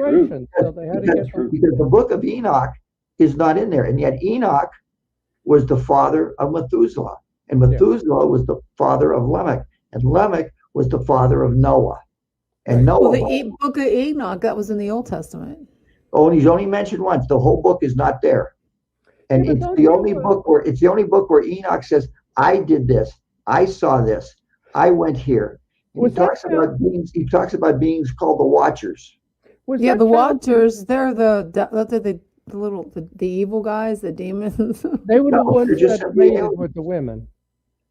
You know what? You know where in the Bible where it says that the angels were cast out of heaven, right? Try landing party. That's what they were. You see, they weren't evil. They weren't devils. They were a landing party. This is. So they're from a different and Lucifer was the general. Yeah, I'm telling you. That was the general. You want to hear my theory? Yeah, go ahead. Yes, we want to hear your theory, Sean. Yeah, you don't like it, but I'm going to say. Yeah. If you look at the Bible, right? I did a show on this on my other show, Into the Night. Lucifer's only mentioned one time in that Bible. One time. And that was from a prophet. Now, I believe that Lucifer was sent out of heaven to keep an eye on Satan that was in hell. Do you know where my belief. Do you know where the word heaven comes from? No. Where? Well, the Nephilim, okay? Basically, that translates to those who came down from the sky. But when it's translated into the Arabic, they don't have a word for that. So they used heaven, and that's where it actually comes from. So they weren't coming down from heaven. They were coming down from a ship. Yeah. Let me say this. And you got to remember, these people that are seeing them, they don't even have the wheel yet. And here people are coming down in these ships. And that's why when you see these carvings and these relief of the Anunnaki, they have wings. Well, they didn't really have wings. Fred, Ezekiel said, just like our pilots, they don't really have wings, but they have little wings on their shirts, and they can fly in aircraft. And that's the only way they could say that these people had the ability to fly. And by the way, Enki, he loved to travel. He loved to sail and travel, and he's Pan-American. He flew.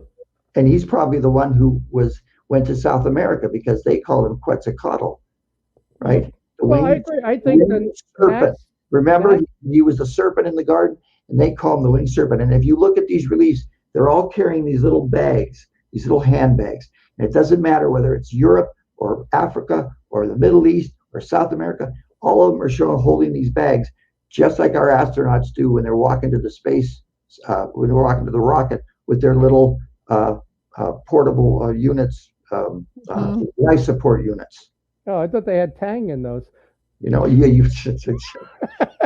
so they invented Tang in you know what, John, I talked to Edgar Mitchell, the sixth man to walk on the moon. They hated Tang. I used to drink Tang as a kid. You remember that back in the 60s? Look at you now, John. You're younger than me, and I got all my hair, and you don't. Yeah, but I'm in great shape. Yeah. Well, hey, I had a stroke. Give me a break. I know. Hey, but think about this. You talk about that story, Adamu, Adam. You had your first couple of generations there that you named. So now they tell the story, and it changes a little bit because they separated in 10 different directions, and this one calls him Adam, this one calls him Adamu, this says this, but the storyline is fairly similar. So the Sumerians told that story first, then it got to Israel and they put it in the Old Testament, but it's still the same story, even if the wording is a little bit different. It's the same story. Well, remember Genesis, oh my God, I can't think he came from where he led the Jews out of Moses? Babylon, Moses. Not Moses.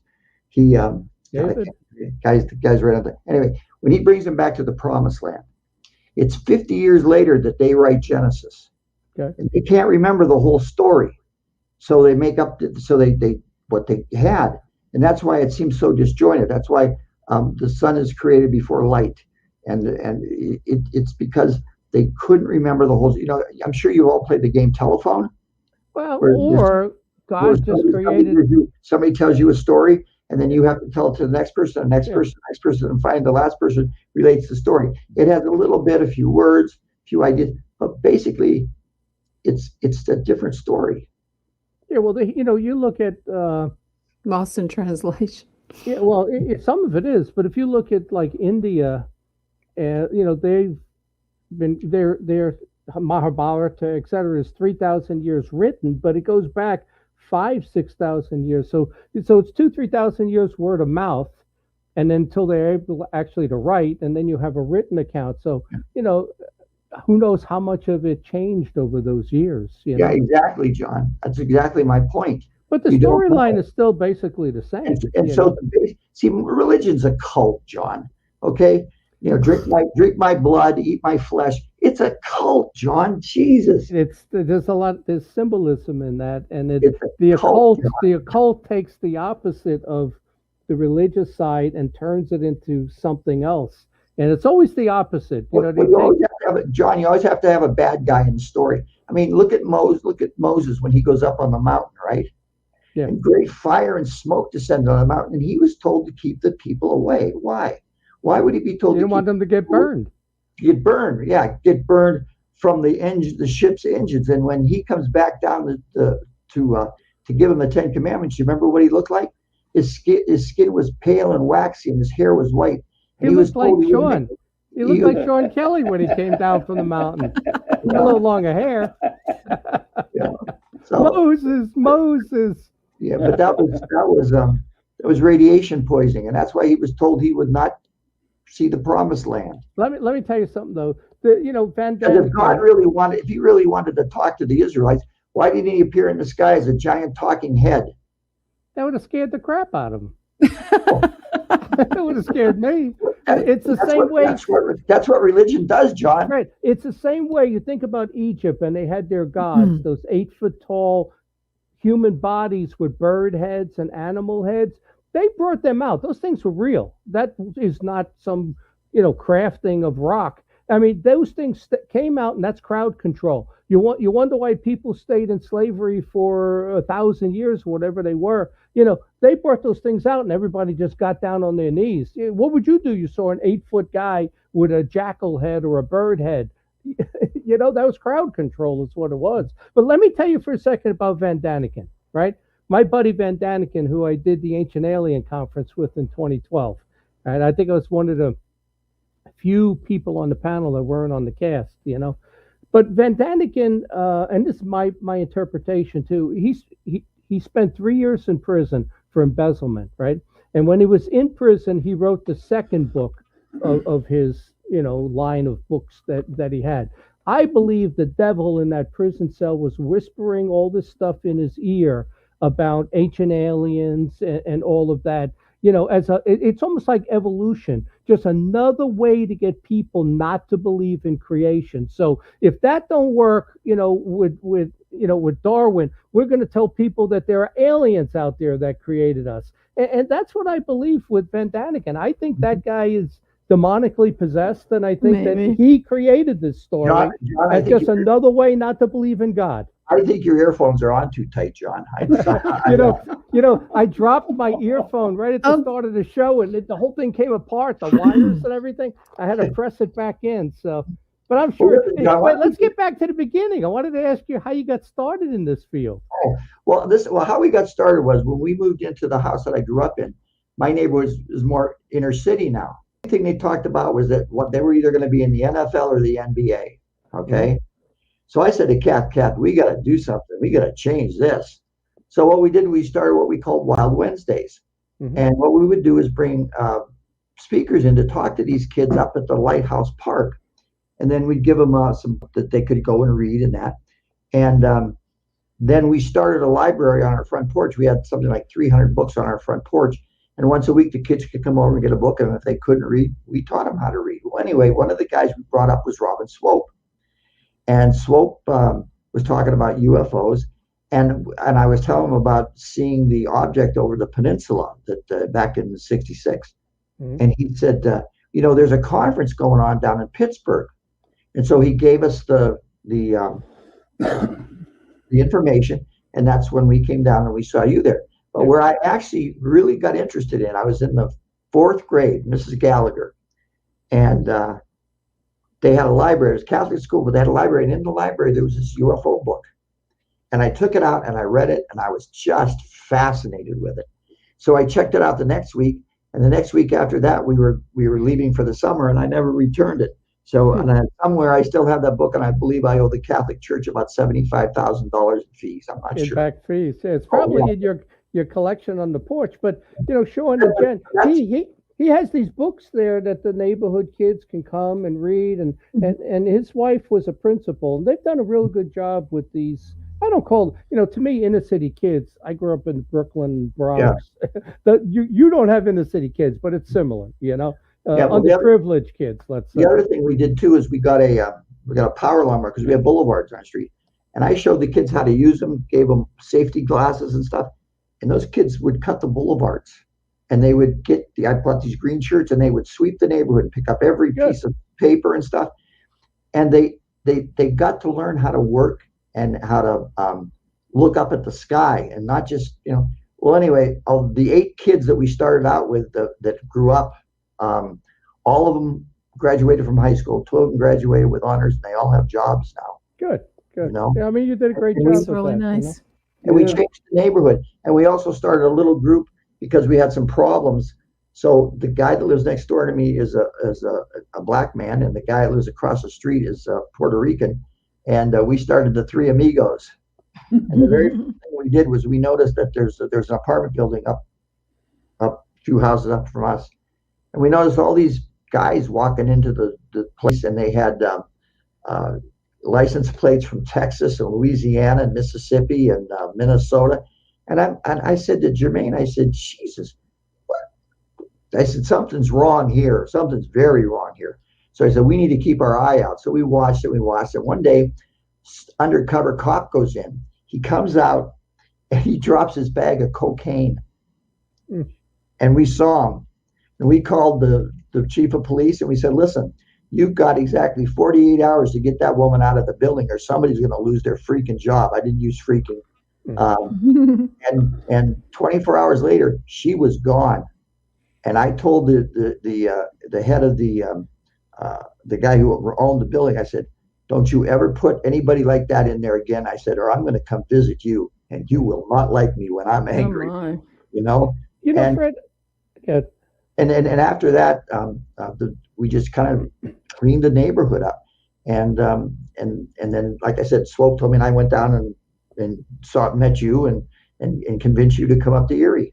Yeah, I didn't read my first UFO book till I was 41. Really? Oh, wow. Yeah, I had no interest in that one. To learn how to read, John. Yeah, it took me that long because I was trying to read Sumerian tablets. That's why. But I had no interest in UFOs. I went to horror cons, Comic Cons. I collected Famous Monsters of Filmland, if you remember. Was it a great magazine, wasn't it, John? Yeah. I got I have issue 24 to 140. I still got them, but I had no interest in UFOs until I was 41 when I joined MUFON. So tell us about the Presque Isle case and the conference we did. Presque Isle, not Presque Island. It's not Presque. It's a Presque. RESQUE, Isle, ISLE, Presque Isle. Oh, it's not called island. It's just island. Not an island, no. It's not like Manhattan. Well, Manhattan's not an island. I guess it is an island. Yeah, yes, Manhattan's an island because it's not connected to the Bronx or anything. You tell them what happened. Okay. All right, tell us about Presque. Okay, 1966. 4 people. Let me read them out. Read the names here. Douglas Tibbetts, Betty Kelm. Betty was 16 at the time. Anita Hafley and Gerald LaBelle. And they were out on the peninsula for the day, and it got to be, 6 o'clock or so. And they decided it was time to go. So they went out, got in their car, and the car gets stuck in the sand, and they can't get it out. So LaBelle gets out, and he starts to walk to the ranger station to try to get some help. And it's a long walk, and he's gone for a long time. Well, anyway, they see this object come down, and they see it's kind of hovering and it's showing lights that are sweeping the ground, and it lands about 200-300 yards away from them, and they're kind of spooked, and the other guy, he gets out of the car. Tibbetts gets out of the car and he starts to walk down on the beach, and he says, Jesus, there's something there. And so they see the park rangers, or the Tibbetts walks. He finally gets to the station, and he tells them. They says, well, on our rounds, if they're still there, he says, we'll stop. So when they stop, they tell him what's going on, and he and the troopers and the other guy go out onto the beach, and they're walking around and they're looking, and they see these impressions in the sand, these big triangular impressions. And if you know anything about sand, you know you got to be pretty heavy to leave indentations in sand. Wasn't there a gooey substance in those footprints? Yeah, there was something on the ground. They picked it up and they never identified it. They never identified it. The Air Force took it. Yeah, the Air Force took it, because the Air Force hears about it and they show up. You know, and then as they're out on the beach, the girls all of a sudden they see this creature. And it stands up. It's about 6'6", 6'7", big thing, and it starts walking towards the car. And it's walking towards the car, and it starts to scratch the car, the roof of the car. The one woman is absolutely hysterical. The other woman is scared to death, and they hear them screaming, and they rush back, and they tell them about this creature and what he did, and they see the scratches on the roof of the car. Anyway, they won't let him move the car. Then they want the car to stay there. And then there's the FBI came in. And the next day, the next day, the Air Force showed up and took samples of whatever the fluid was of some kind. They took it with them. They took the pictures, and they reported it to Project Blue Book. Project Blue Book. And according to that, to the case is 10798 or something. Yeah. It's still classified as unresolved. Yeah. They never said that it was a hoax. They didn't say what it was. Yeah. But it was one of the first times that you had the Bigfoot creature, which what we're calling Bigfoot, we know what it was, along with a UFO sighting. And of course, in as years go by, those, John, you know yourself, those incidents of seeing the craft and then seeing one of these creatures got more and more frequent. Yeah, you know, here's something interesting, Fred, is that was probably the first Bigfoot UFO case in Pennsylvania in '66. There was another one in '73. But Project Blue Book and the Air Force showed up, and it's documented and all of that. Now, let me ask you this. Kecksburg is considered the biggest PA case. Prescow is number 2. Carbondale is number 3, right?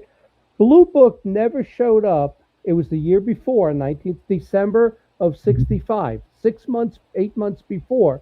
They never showed up for Kecksburg. Why do you think that was? It's not in Blue Book. They never showed up. Yeah. I don't know why. Because they were involved in it. Yeah, absolutely. That's what I think. They were talking about the writing that was on that thing in Kecksburg, and I just was wondering whether or not it was Russian.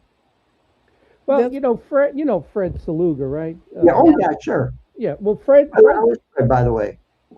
He's actually doing a lot better. You know, a couple of years ago, I thought he wasn't even going to make it. You know, when he broke his I don't know, he broke his hip and his arm. I mean, his breathing was so bad, but he's doing fine now. But, you know, he took a real good look at Kecksburg. He's convinced it's that Soviet Cosmos 96. You know, I looked at it with that engineer, and it matched up to spy satellites that we were launching out of Johnston Island. And Stan Gordon, you know, he doesn't really say it's alien, but he does, you know, pretty much imply that it was an alien craft. But,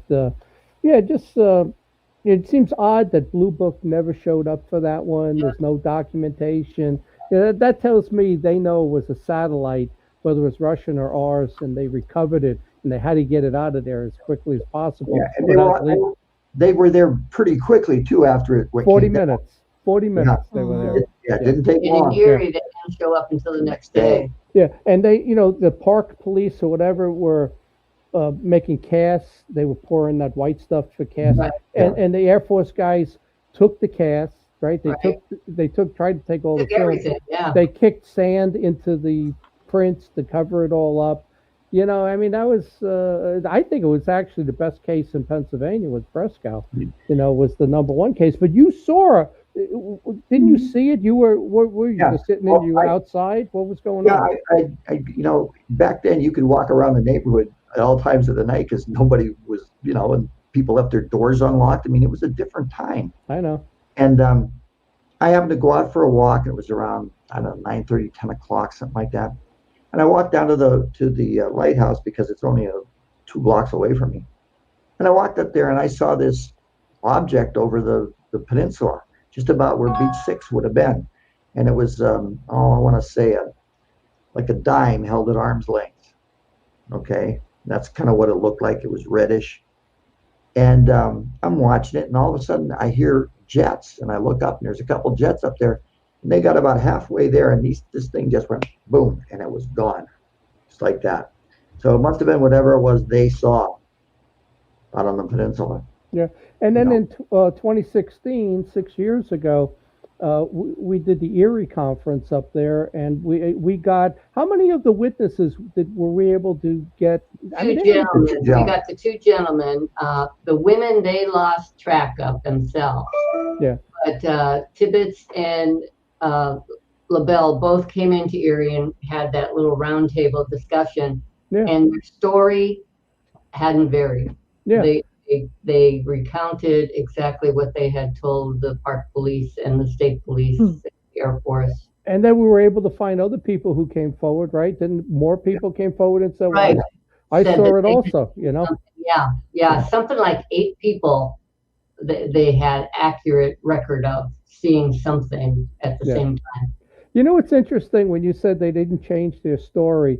In 2015, I went to Stan Gordon's Kecksburg 50th anniversary thing at the fire department, and they had about a dozen of them. They all got up and they told what they told.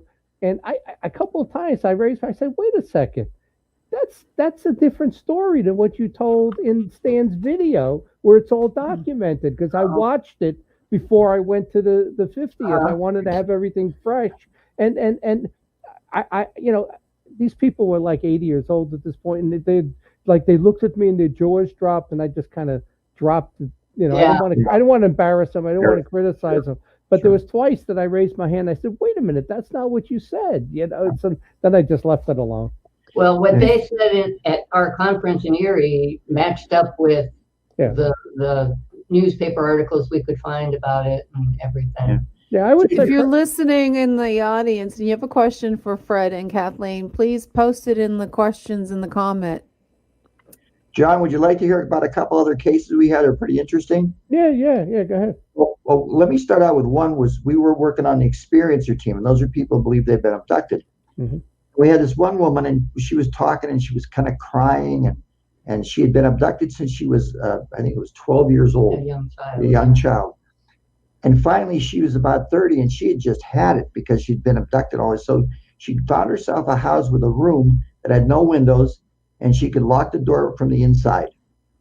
And then she moved in, put some big heavy locks on the door, and everything was fine for about 2 weeks. And then one morning, she woke up on her kitchen floor wearing clothes that weren't hers, and the room was still locked from the inside. Wow.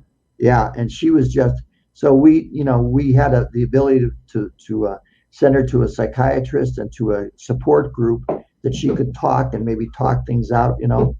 And that's one of the more interesting things I thought. Kath, how about you? From the experiencer, there were several. But to go along, I have to temper that, though. Some of the people we were talking to, we got to be able to tell the difference of the ones that truly believed they were being abducted, and some that were just so far out there. The story just kept going on and on and on to add more to it. Yeah.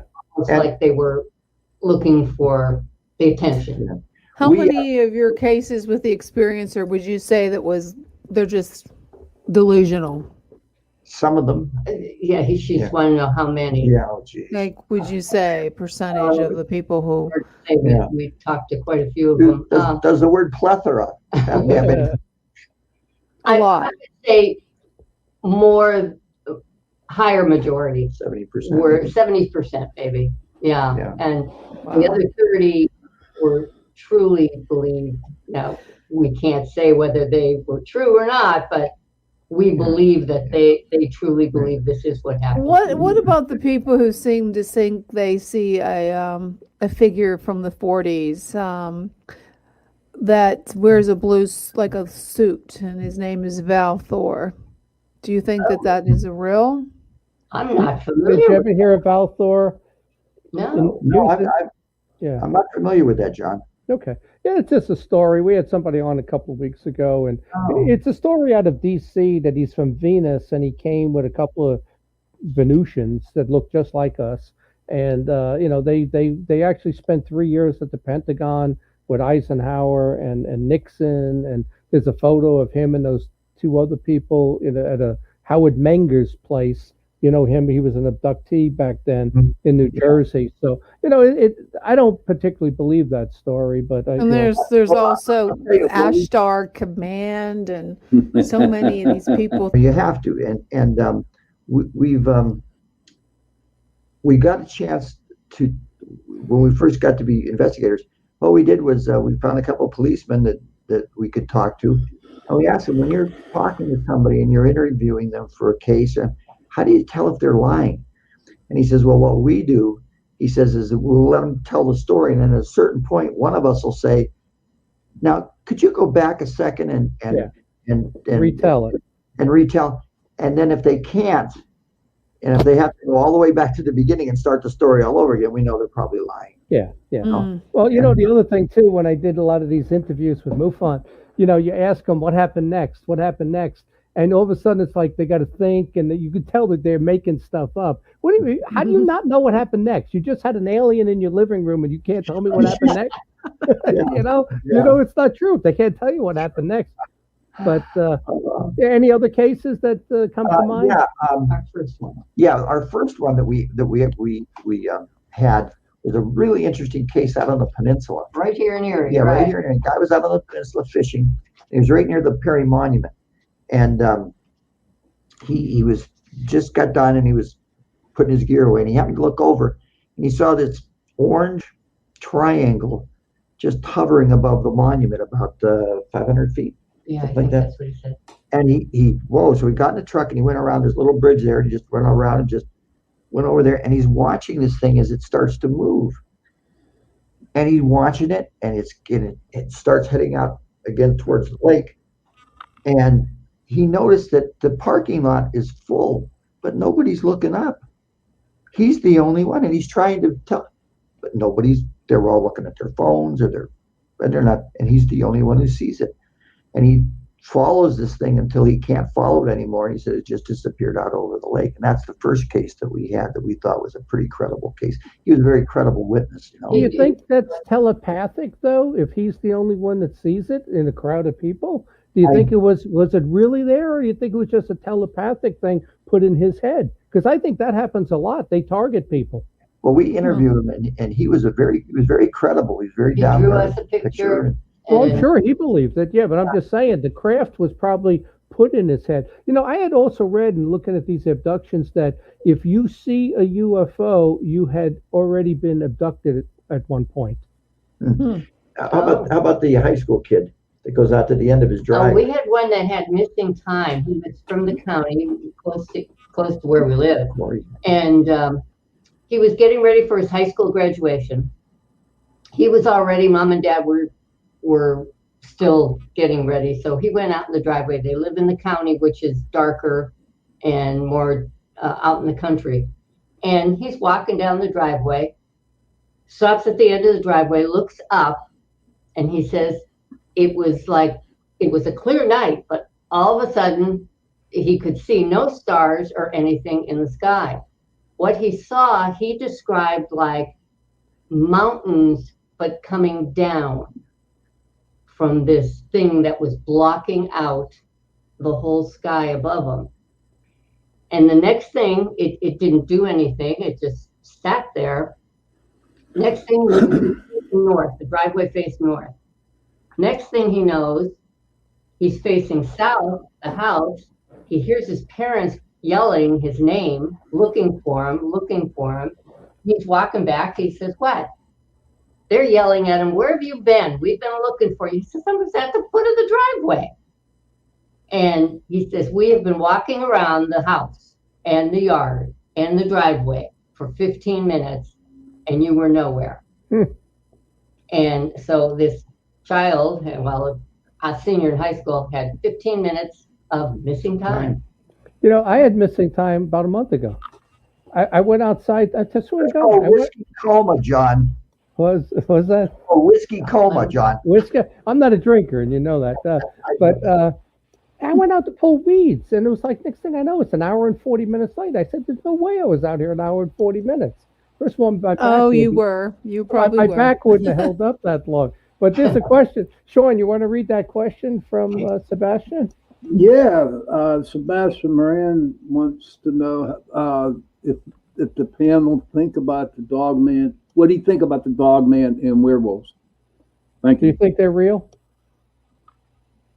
We haven't done enough investigation on them to really have an accurate. We haven't had anybody that's seen one in our, in the cases that we've covered. Right. So that's.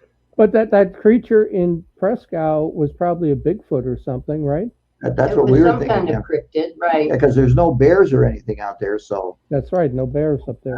We don't disbelieve that there are cryptids out there, so that would fall into Dogman and werewolves and that. See, we try to concentrate on just the UFO part of it and that, because otherwise, you can go down a rabbit hole real quick. I heard MUFON at the last symposium.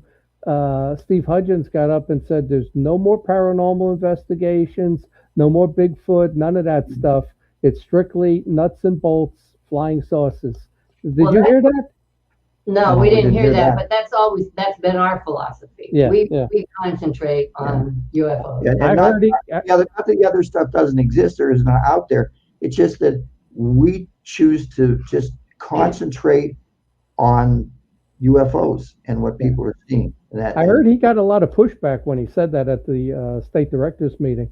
And a lot of directors said, we'll investigate whatever's reported. Because there is a spot on the form that says entities, right? Yeah, right. So what are you going to do, ignore it?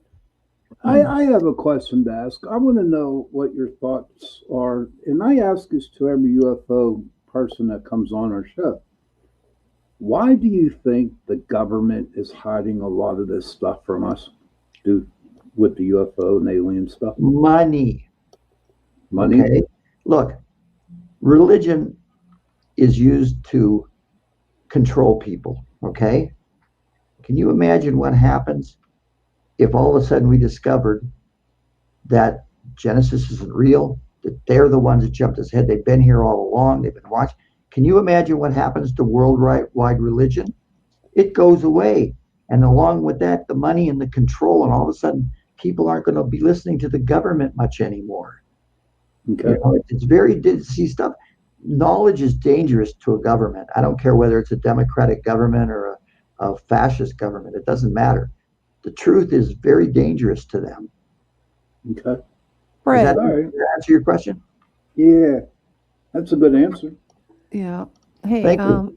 you know how you're saying that what would happen if they thought that Genesis wasn't true? Why does it have to be untrue? Why does it have to mean, like, what makes you think that there can't be a connection between Genesis, the creation, and other universes out there that have other beings? Why can't it be this? Why can't there be that God created? Not only did he create the heavens and the earth and man, but why couldn't he have created other beings out there? I mean, well, think about it just think about it for a second, okay? We're less than a speck of dust in the universe, all right? And here's a being supposedly can just think things into existence. Then why would he get personally involved in the minutia, which is why would he keep screwing with us? Okay, that doesn't make any sense. Who's screwing with us? God?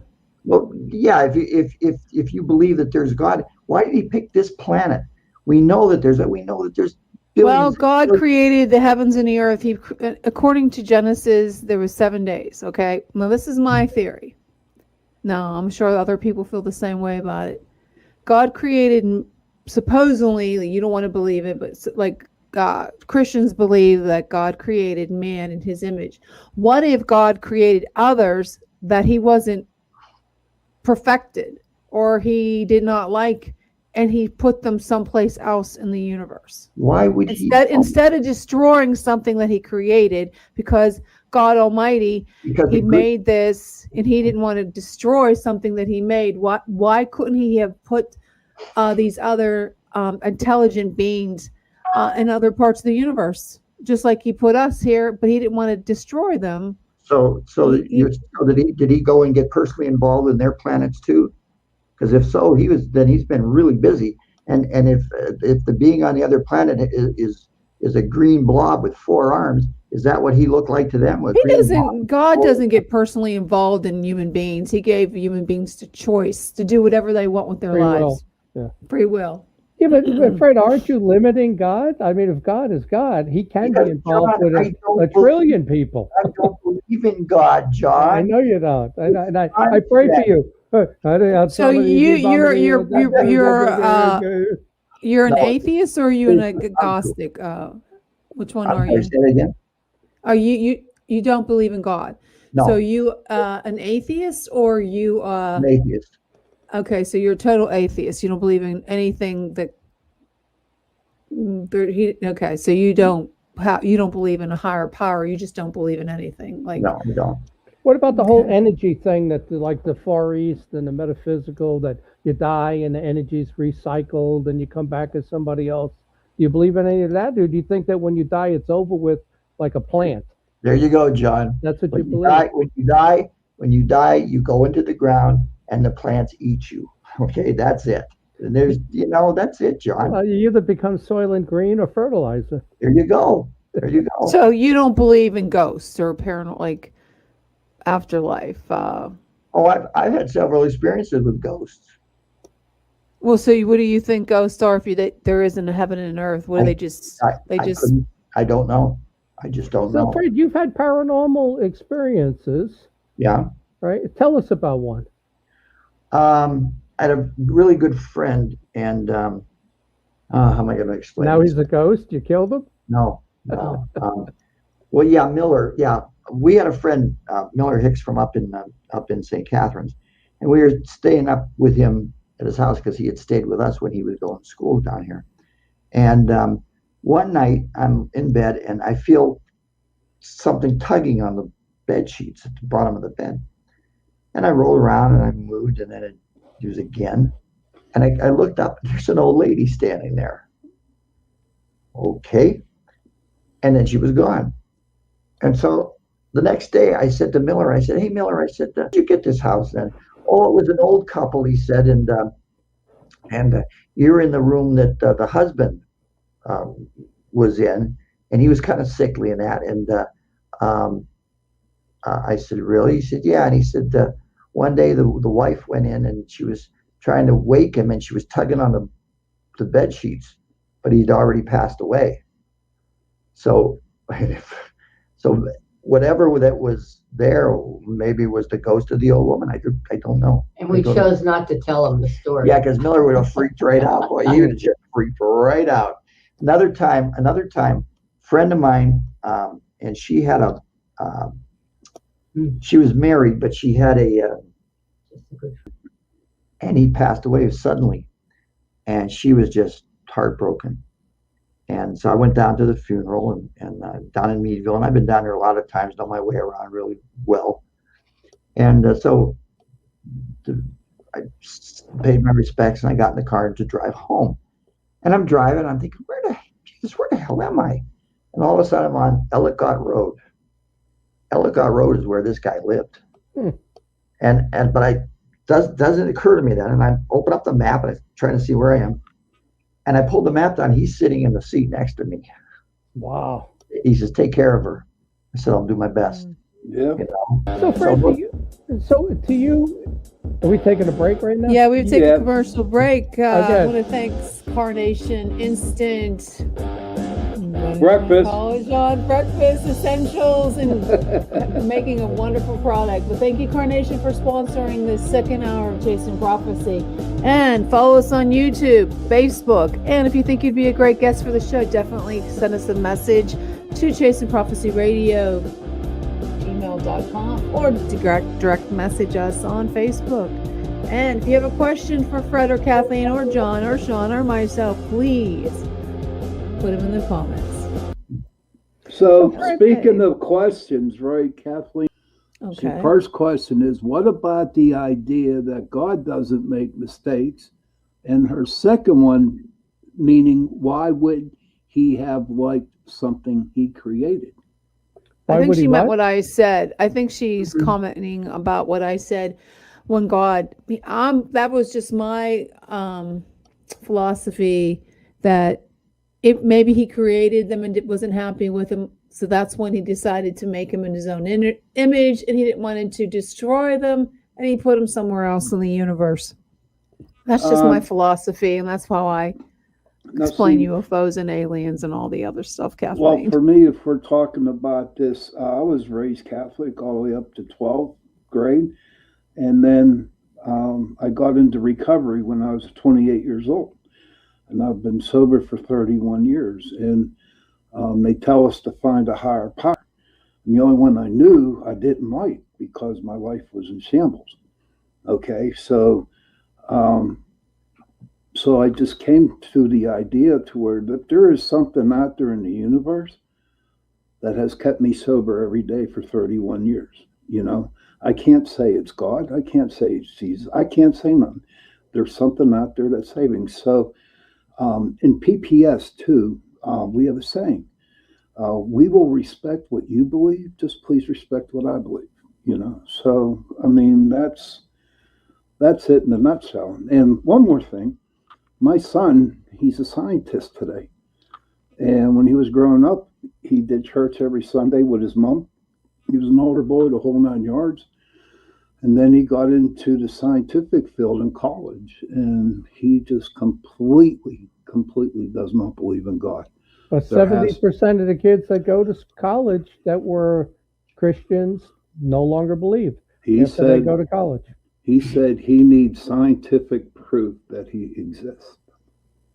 So, but, you know, I love him still, and if that's what he wants to believe and deal with, fine, that's cool. You know, I'm all right with it.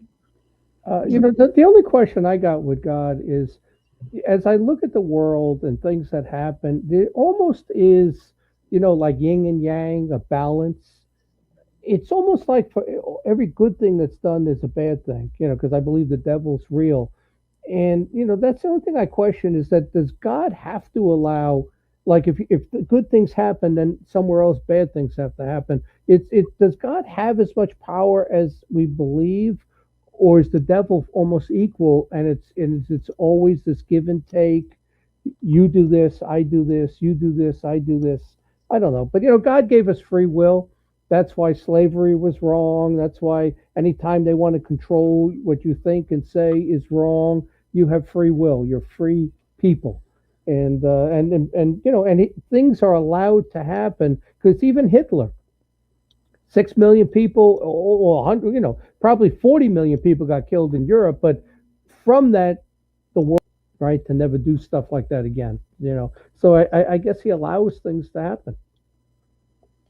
That's, you know, that's my view. I believe. Well, it gives you free will, gives you choice. Well, see, he gives you choice, but they control circumstances that you're in. Like something happens, they made that happen, and then it's how you react to it is what they watch. So basically, John, the government is pretending, or not pretending, want to be actually God. Think that they are God or something like that. Well, I think, you know, they want power. You know, it's like in New York City, they said your kids don't belong to the parents; they belong to the state. Well, I don't think so. You know, I don't think so. But I want to get back to Fred. Fred, you had 2 ghostly encounters, right? Yeah. So do you believe in other dimensions? I mean, they had to come from somewhere. Where do you think these things came from? I just read something about a year ago where researchers and scientists and physicists and I believe there's actually 5 separate dimensions. Okay. Whether that's true or not, I don't know. I just don't know. There just isn't enough evidence to prove it, and whether or not we can slip in and out of a dimension, John, I just don't know. Yeah. I just don't know. I don't think the research that they've done so far just inconclusive to me. I believe more in the interdimensional than I believe in extraterrestrial. Let me. I'm gonna lead you a little bit, Fred. Here. So you said you believe that there's many planets that are inhabited, and there's who knows. I don't want to say, you didn't say trillions of people, but there's all kinds. Yeah, but they have the technology to do it. We don't have the technology. If they do, but if they, like people say they want resources, they come here. Well, I don't go to Italy to get spaghetti. I just go to Giant Eagle.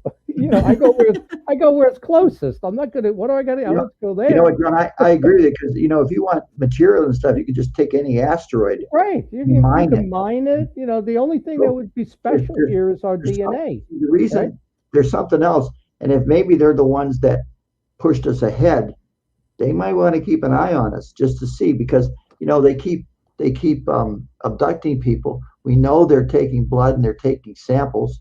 So it's very possible that they're looking to see whether or not we've advanced to the point where they can interbreed with us. John, look at the cow mutilations. There's been something like 30,000 of them in the 70s, and not one person has ever been arrested. Right. And when they find these cows, there's no blood. Yeah. There's the cuts and the things that are removed are precision. Yep. Precision, John. But there's black helicopters, so that tells you the military is involved with that. A lot of people think that it is our own people that are doing the abductions and the cow mutilations. They think it's someone they're using it for research. I forget which show I was watching, and they had a veterinarian who performed surgeries and they had a dead cow, and they asked her to do what they do, and she couldn't do it. She just could not do it. She said, I don't understand how they can make these cuts so precision, and there's no blood. She said there should be blood everywhere. Right. But she said there is none. Yeah, but still, John, they would still ooze blood, Yeah, there should be some left in the body, correct. Exactly. And there's none, John. Like I said, this is what makes life, this is what you and I do, John. This is what makes life fun, doesn't it? Yeah, because we disagree on a lot, but the phenomenon is still there. It's still there, exactly. It's still happening, even though we disagree on the origin of it. Yeah, exactly. But, I was thinking about this week. You look at the UFO field, right? You've got cattle mutilations, which I view as evil, right? You also have abductions, which are traumatic and mostly evil because they keep coming back and you can't stop them. It's a form of slavery. But then you got crop circles, and that's considered in the UFO field, but they're kind of fun. So where the hell do crop circles get in the middle of this mix? You got crop circles with all this evil stuff, and then you got these men in black that are like awkward. They stumble around like androids, Fred, that's a good question. Fred, gravity affects them differently than us, John. Say what? Fred, do the men in black exist? What was that again, Sean? Do men in black exist? Don't know. You don't know? Never seen one. I don't know. Okay. I'm so brand new to UFO, so I'm just sitting back and enjoying this. Yeah. So. But I was thinking about that with all these people, all these aliens, that they say there's 176 races and all of that, Fred. I said, why don't you just go to get an asteroid, go to the next planet, get all the stuff you want. The only thing here that would be different is our DNA. That's the only thing that would be different to come here as opposed to the closest planet or moon to you. You know what, John? One of the things, and I've talked to a couple of the guys from MUFON and Nick Redfern and that, and I asked him, I said, do you think when they abduct these people, that there's only one group of beings that are doing it, but they're telling these people, they're planning in their mind that they were abducted by the Greys, they were abducted by the Nordics, they were abducted by the reptilians. And they plant it in their mind because, let's face it, people start getting together and they start talking and you start interviewing them. And all of a sudden, this sees this one sees that, this one sees that. And it's so confusing. It'd be a perfect way to hide in plain sight. Speaking of hiding in plain sight, John, 2 years ago, we were down at the lake, and all of a sudden over the trees, we saw these 3 white lights come up over the trees. And they went up about, 1,000 feet maybe, and they stopped. And the middle light kept pulsing, flashing. And it turned to its side, and then it started moving with the middle light flashing. There was no red lights, no green lights, no moving against the wind, okay, silent. And later we found a guy down at the wastewater plant where I worked, and he would not go on the record, but he said, I saw it come out of the water. Yeah. Describing it was about 60 feet long, maybe 35, 40 feet wide, but he had seen it come out of the water. What a perfect place to hide, isn't it? Yeah. We've only explored 5% of the oceans and lakes, and right. Perfect place to hide. Well, remember in MUFON we had that one field investigator. He was an attorney. He's the one that actually helped us do the 501c3, so that PA MUFON's a nonprofit. But he wrote that book on the orange orbs, and he identified 5 spots in the country. He went through all of the cases in MUFON that had orange orbs, and one of them was out of Lake Erie, one was over by Miami, one was on the other side by Tampa, and then there was one by Catalina Island off of Los Angeles, and I think the other one was a little further north up the California coast. We saw one we witnessed an orb, I called it red, but it would fall in that category of color, right over Lake Erie, right down 6 blocks from us here. And we watched it, and it wasn't, but it was there. It was relatively small, and we're watching it, and then it faded out. And I said, oh, it's gone. And then in a split second, it reappeared way down lower in a split second from here to here. Yeah, I don't know why they categorize red or orange. I mean, I'm looking at Fred's hoodie there that he wears in his neighborhood, and it looks pink to me. Is that pink, it's Fred? red. It's red. See what I mean? Because you're gay, John, okay? Because you're gay. Kathleen, Fred, I have a question. Pink, red, why do you think there's a lot of UFO activity up in Erie? Why do you think that? The lake. The lake. I think the lake has something to do with it. Okay. And more people. We've had a really good summer with heat, quite a bit of rain, but people are outside and they're looking up, and there's no mountains or anything. It's a good location, but I think the lake has a lot to do with it. So there is an underwater, do you believe there's an underwater base that could be there?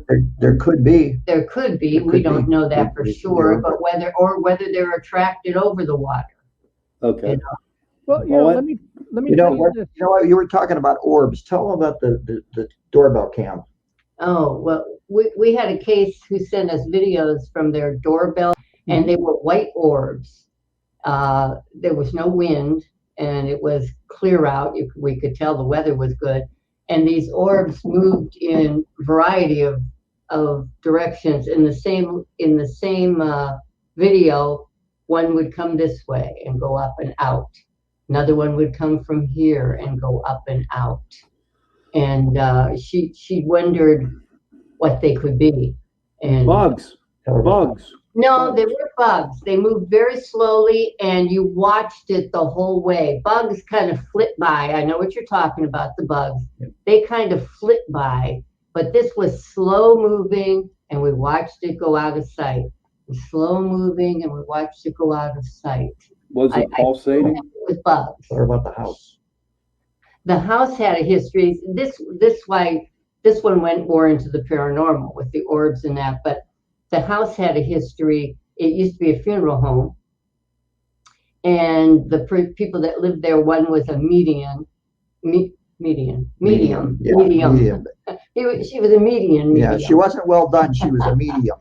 And And the woman was wondering whether that had any residual, and it could have been related to that. She said she wasn't afraid and it didn't bother her. She just found the video. She said it was 2 different nights and of the video, and she just wondered whether we knew what it was or could say what it might have been. So we have different categorization. But what he says towards the end of this article, after he wants to destroy UFO investigators and organizations and all of that, he said you're going to find out that what this really is, these unidentified objects, are our neighbors.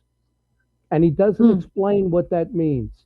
That they're implying they're not from space. So, the only other thing I can think is, there's a whole bunch of theories on where these come from. You either have that hollow earth of a civilization subterranean under the ground, or you got a group that lives under the ocean, like the Atlantis people that maybe they grew gills, maybe they were always amphibious, and maybe there's something under the ocean. Because when you think about it, Fred, you said only 5% of the ocean's been explored. Well, the only thing that we do is we have trade routes, right?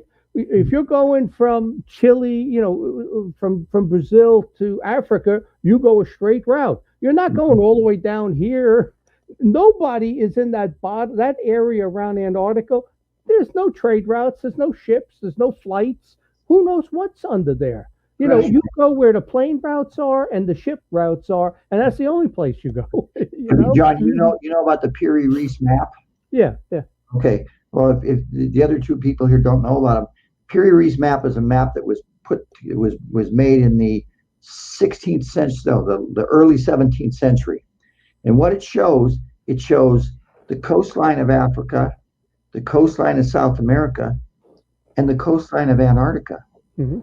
Thing is, it's an aerial view because it's shown from above, and there hasn't been ice on the Arctic 10,000 years ago. There was no ice there. Huh. So but they can make maps from ships from going around. It doesn't have to be aerial, flying. not an aerial view, John. Not an aerial view. They're looking down, and if you look at this map, it looks like a satellite photograph. Yeah. What's the name of the map? Piri-Reis. Pirireis, I believe it is. Pirireis. Piri-Reis. Yeah. He was a Turkish captain. Yeah.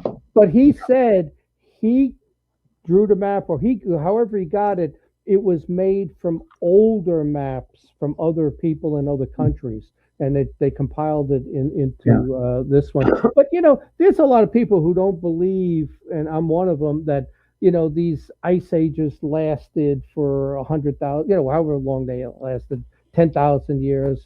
There's a lot of people who believe that these things are actually fairly rapid, that, when you have this climate change, which is natural, the temperatures rise, and then you have ice ages follow. But these things are fairly quick. They don't take like this, the scientists trying to tell you now that, the ice age was there for whatever, 20,000, 30,000 years. No, it was probably there for 500-600 years. And Well, see, John, I'm going to believe the guys that have those degrees in science, and I'm not, because they have an agenda. They absolutely have an agenda. One is to get their grant money, and 2 is always to prove that creation's not true. That's the science. When you look at historical science, not medical science that helps people today, historical science, their goal is always to prove the earth is older than the Bible says. It's not true. That is job 1 for them. It is older than the Bible says, John. Well, I don't think so. I think it's 6,000 years old. Cow. I think David Hope has a question. What are your thoughts on alternate universe, Fred and Kathleen? Alternative universe. Well, you said there's other dimensions, right? Yeah, I think there are, but again, I'm just going on what I've heard. I have no experience with it. And another thing is time travel. We've heard people say that they believe that UFOs are time travelers. Well, there's a problem with time travel. What's that? The problem is that you can't have any contact whatever you're going to visit, because you could change the timeline. Like for example, if you went back in time and killed your grandfather, you can't do that, because then you wouldn't exist to go back and kill your grandfather. Or it creates a split, and there's two futures then. And these are these alternate universes where you're alive with your grandfather, but then you're no longer alive, and that whole line was cut out, and it's a different future. Krug, James Krug. Yes. Yeah, he was on the show, and that's what he said. About the time travel. It's possible, but it creates two paths then. Interesting. Yeah, Michio Kaku, he says there's 11 dimensions, right? But then they try to tell you that, like, our universe, like, let's figure a balloon, there are other universes all around it. Like you go to a birthday party, you got all these balloons. Each one of them is a universe too. I mean, some of the things that the physicists come out with is just, I guess that's quantum physics, and they can make up anything they want and say it could be.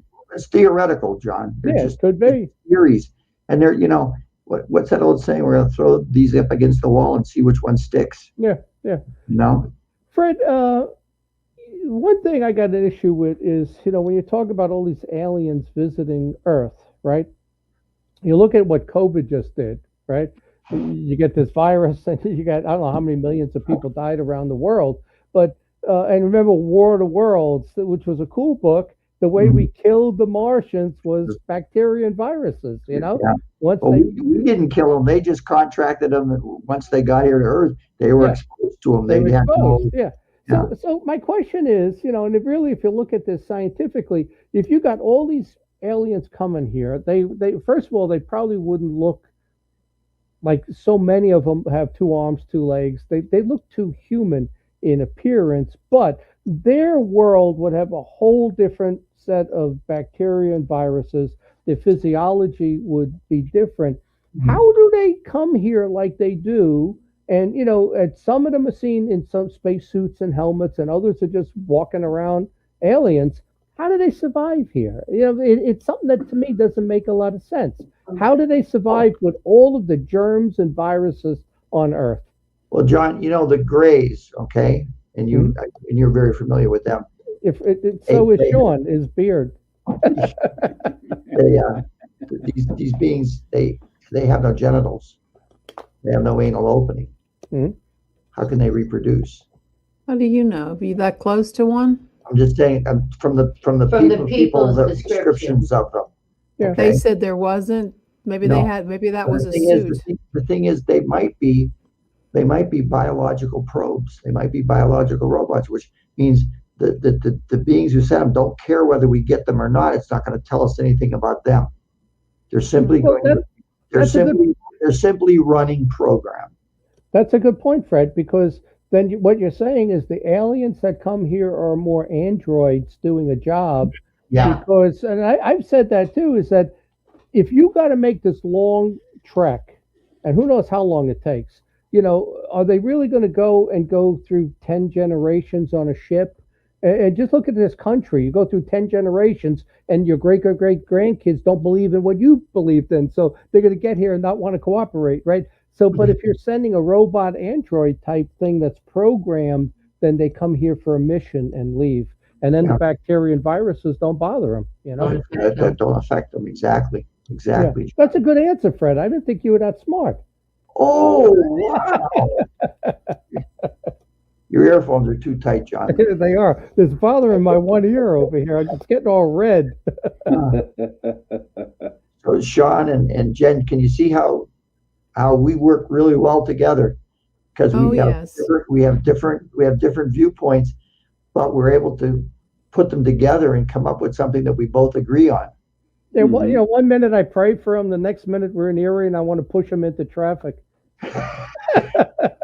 Oh my! Well, that explains a lot, John. It does. Yeah. So, where could somebody get a hold of you, Fred and Kathleen? How can they get a hold of you? Well, you can get a hold of us through John. Yeah. No, but if they want it, if you want to give them my email. Yeah, go ahead, Kath. By email is probably the best way.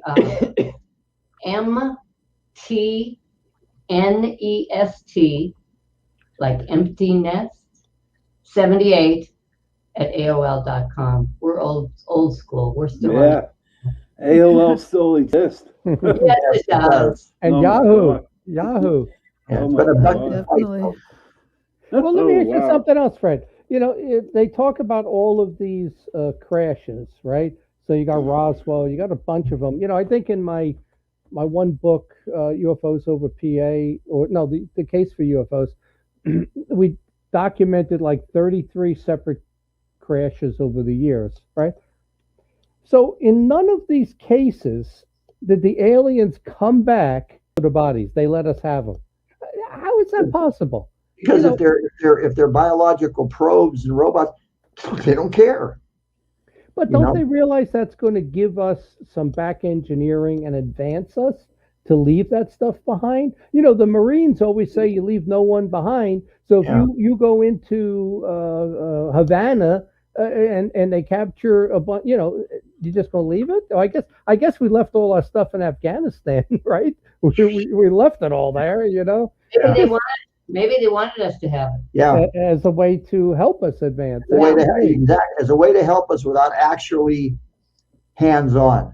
Yeah, but what about the bodies, though? To me, it's like I find it hard to believe that all of those cases where there were bodies, that they didn't immediately, have the mothership is in contact with these smaller craft. One goes down, they don't send there was that famous case on Lake Erie. Remember when it was frozen?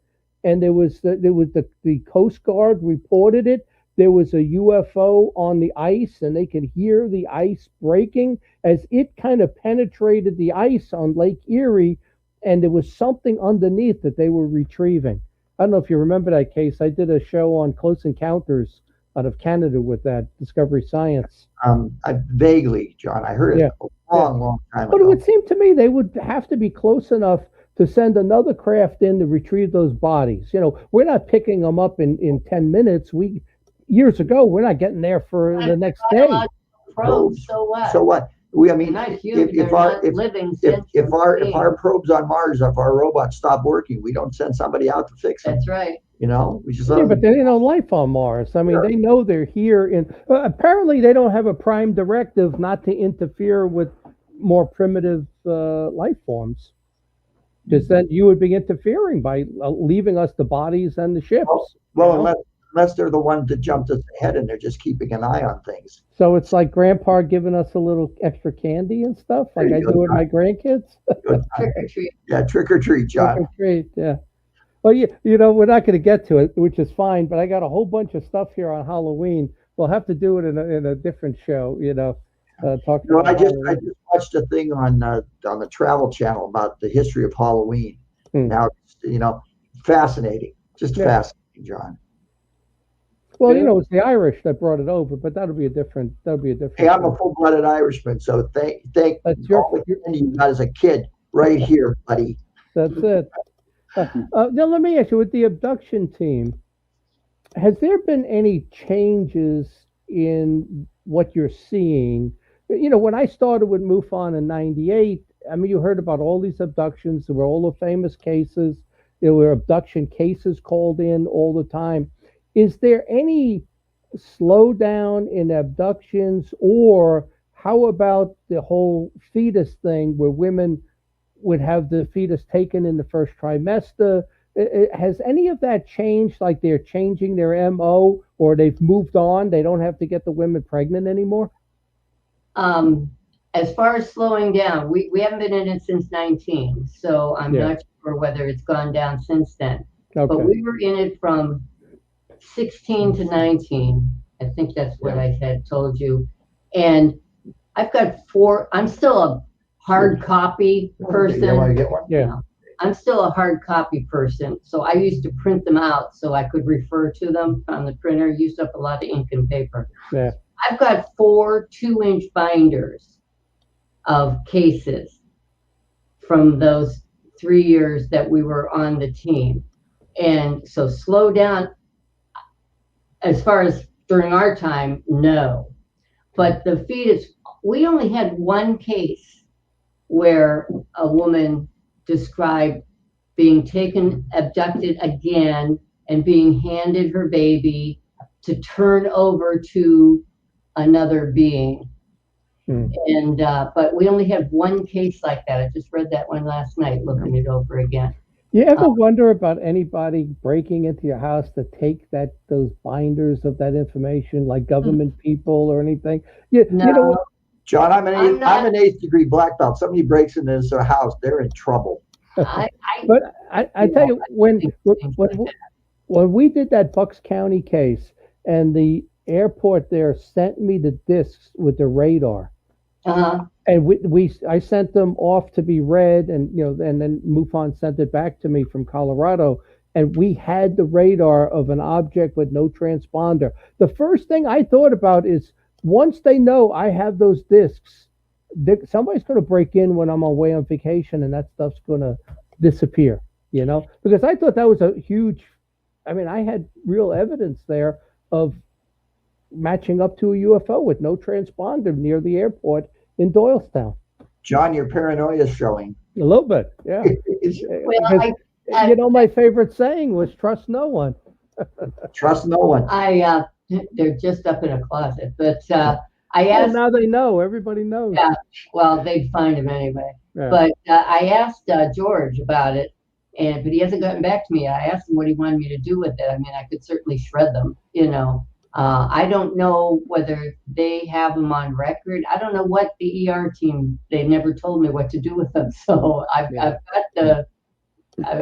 They make a lot of those public, right, where people can go on and see the short version of the case without the long version, right? Is that still public?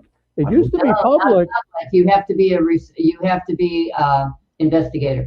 Okay, when I was there, and I always complained about that, is that you make these cases, there's the short version of 2 lines, and there's the long version.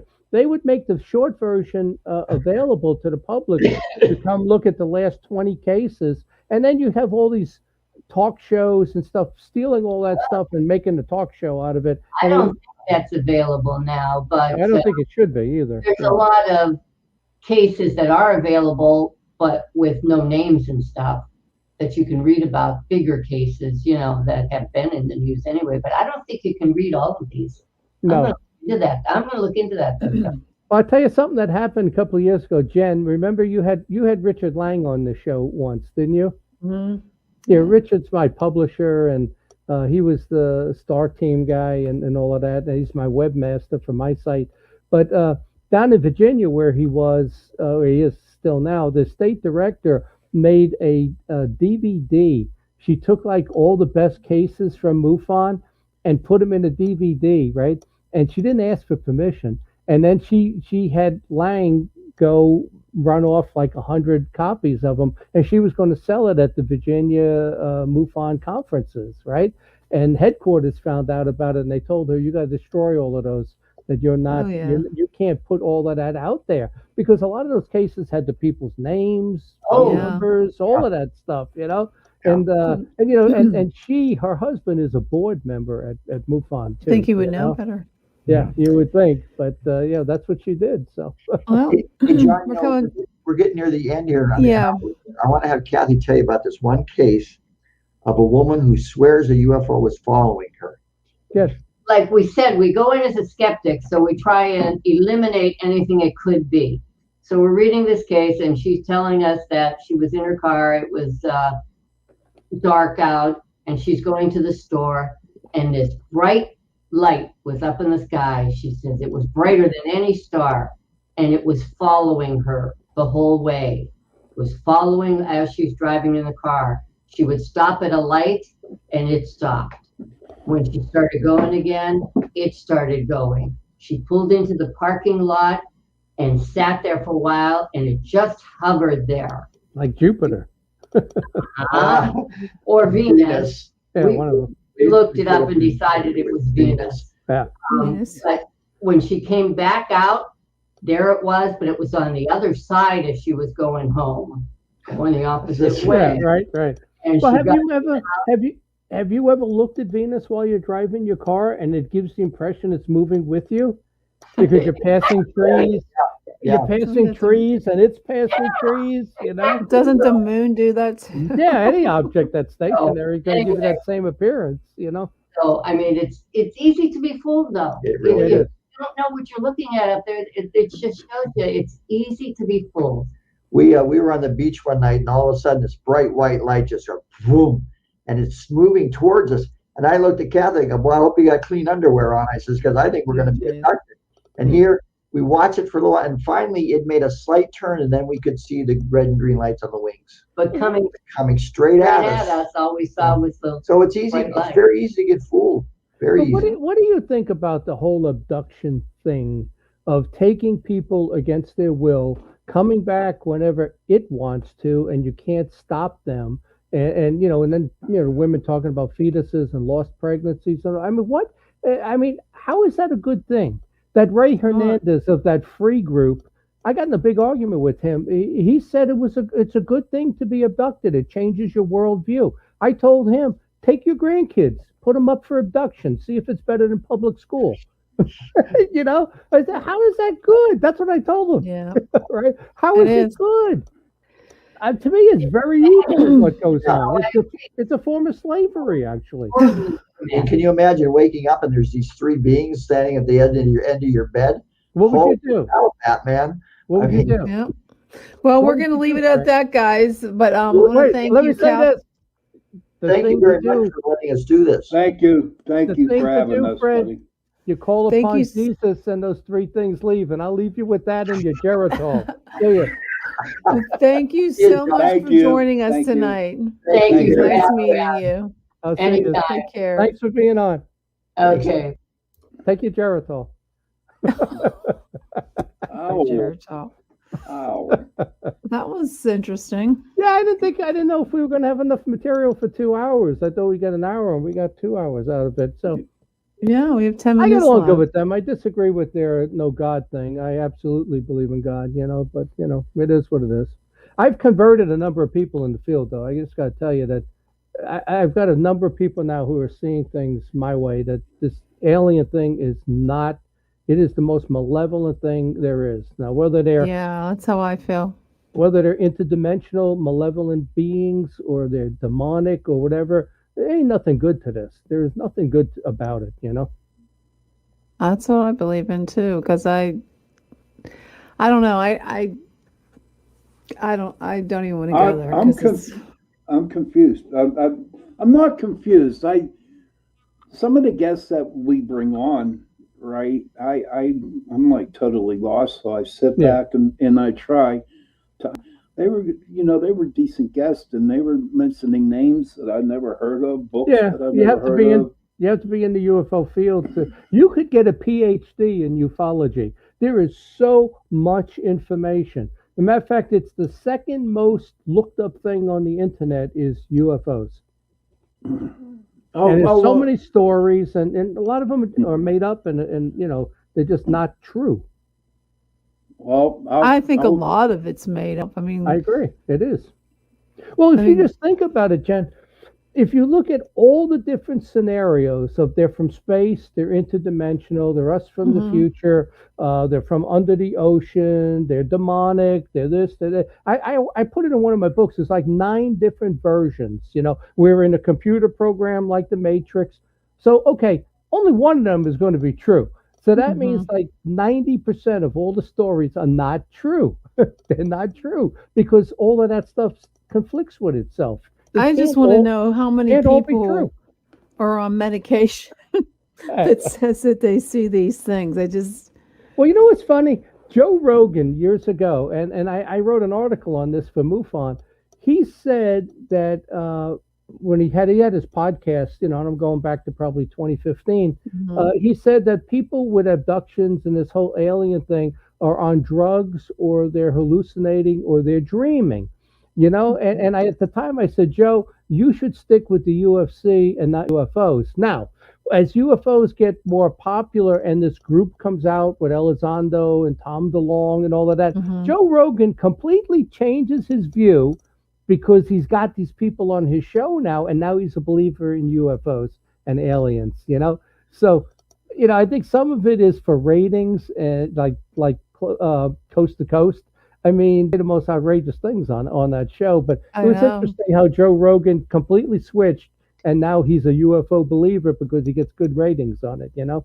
Oh, I believe in UFOs. I just don't know Well, if I they're believe there. in There's all no doubt. these people that see these entities that have these strange, obscure names that like Ashtar, and it's like a fairy tale stuff that you know, like a sci-fi movie. Yeah, the contactee movement in the 50s. There's a lot of it. Yeah, I mean, and anytime somebody talks about Venus, how can yeah, you it's be like Venus? It's sulfuric Venus, acid. Venus, if you will. You know, it's Yeah, like, I mean, come on, they can't be from Venus.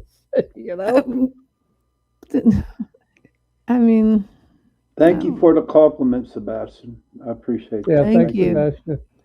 Thank It was a good discussion, but but the thing is, it is real. Is something is going on? The people see what oh they yes, see, definitely. and the UFO is real. But what's the origin of it? And that has never been explained. And I lean more and more to the interdimensional and shape shifting. That same thing that could be a Bigfoot one day or alien the next day could be the UFO in the sky. It's a shapeshifter, or it materializes energy, and it can only stay there for so long because it takes so much, power and energy to manifest that. Yeah, and I would like to do a show specifically on that. There's the encounters over the White House in what was it, the 40s? 52. 52? Yeah. I'd like to do a show on that because what were they? I mean, well, there's video out there. So many people saw it, but what were they? I mean, Yeah, there were nine of them moving over the White House Yeah. in July of 52. And of course, Blue Book, I don't want to ruin your show. Blue Book said it was the reflection of streetlights. It's not. You could look at the video of them moving across the sky. it wasn't that. At a certain angle, you're going to lose those lights. They're going to disappear if they're like heated versions. There wasn't. It was. I mean, maybe they thought there was, but to me, it looked like. And that's why, with this new group saying that the naval scientists should conduct the UFO investigations and tell us what it is. Well, isn't that what they did with Blue Book? And it was all BS is what it was. It was blue BS. I really liked that show on the, was it the History Channel? Oh, a couple of years ago, 3 years ago. Yeah, I wish they wouldn't have canceled it because I thought it was really I agree. good. I bought the DVDs off the History Channel. I love that show. It was, they changed the storylines, but it still made a good story out of it. They didn't follow the original cases, But I thought it was great. a good story. I just watched it a liked couple of months ago. I watched the 20 episodes. It was really good. Yeah, maybe And I'll watch we're it going to again. have Alan Hynek's son at Philadelphia in Bucks County in Oh, May. wow. So we're going to ask him all those questions about the show. Why'd they cancel it? Why Yeah, did they definitely. change the storylines? But, that's Hollywood. Even with Hangar One, we would give them the case file, and then all of a sudden they're showing some different stuff that wasn't in it, It's saying some things that weren't in the case file, but Yeah. they have to make it entertaining, Yeah, that's what they have to do. and that's what that Think- is what they do. Speaking of entertaining, I hope we have a good show next week, and I get a Who hold do we of some got? guests. We haven't had anybody yet. I haven't been able to do any of that lately. I've been really busy getting the house Being in order. grandma. You're being And grandma. being grandma. Well, It's do, fun being grandma. do something with the ghost line because I'm not on next week. Okay, Okay. definitely. I'm going through. Yeah, You're gonna so- have to let us know when you're on, John. So Yeah, that's don't do aliens next week. Is what I'm saying. no, we won't do it. We'll I save can't the be- aliens for you. Yeah, I'm We'll flying save all next the week. demonic things for That's you. it. Aliens and demons. I'm going to make a TV series, Aliens and Demons. There you go. That'll There be you go. fun. It would be. I got a lot of great ideas for that too. I know you do. You do. Well, we're gonna call it a night. But thank you so much for joining us tonight on Chasing Prophecy. And make sure if you think you'd be a great guest, drop us a line, direct message Sean or myself, or even John Mentry, and see if you'd like to be on the show. So until then, you guys have a great night. Good night, everyone.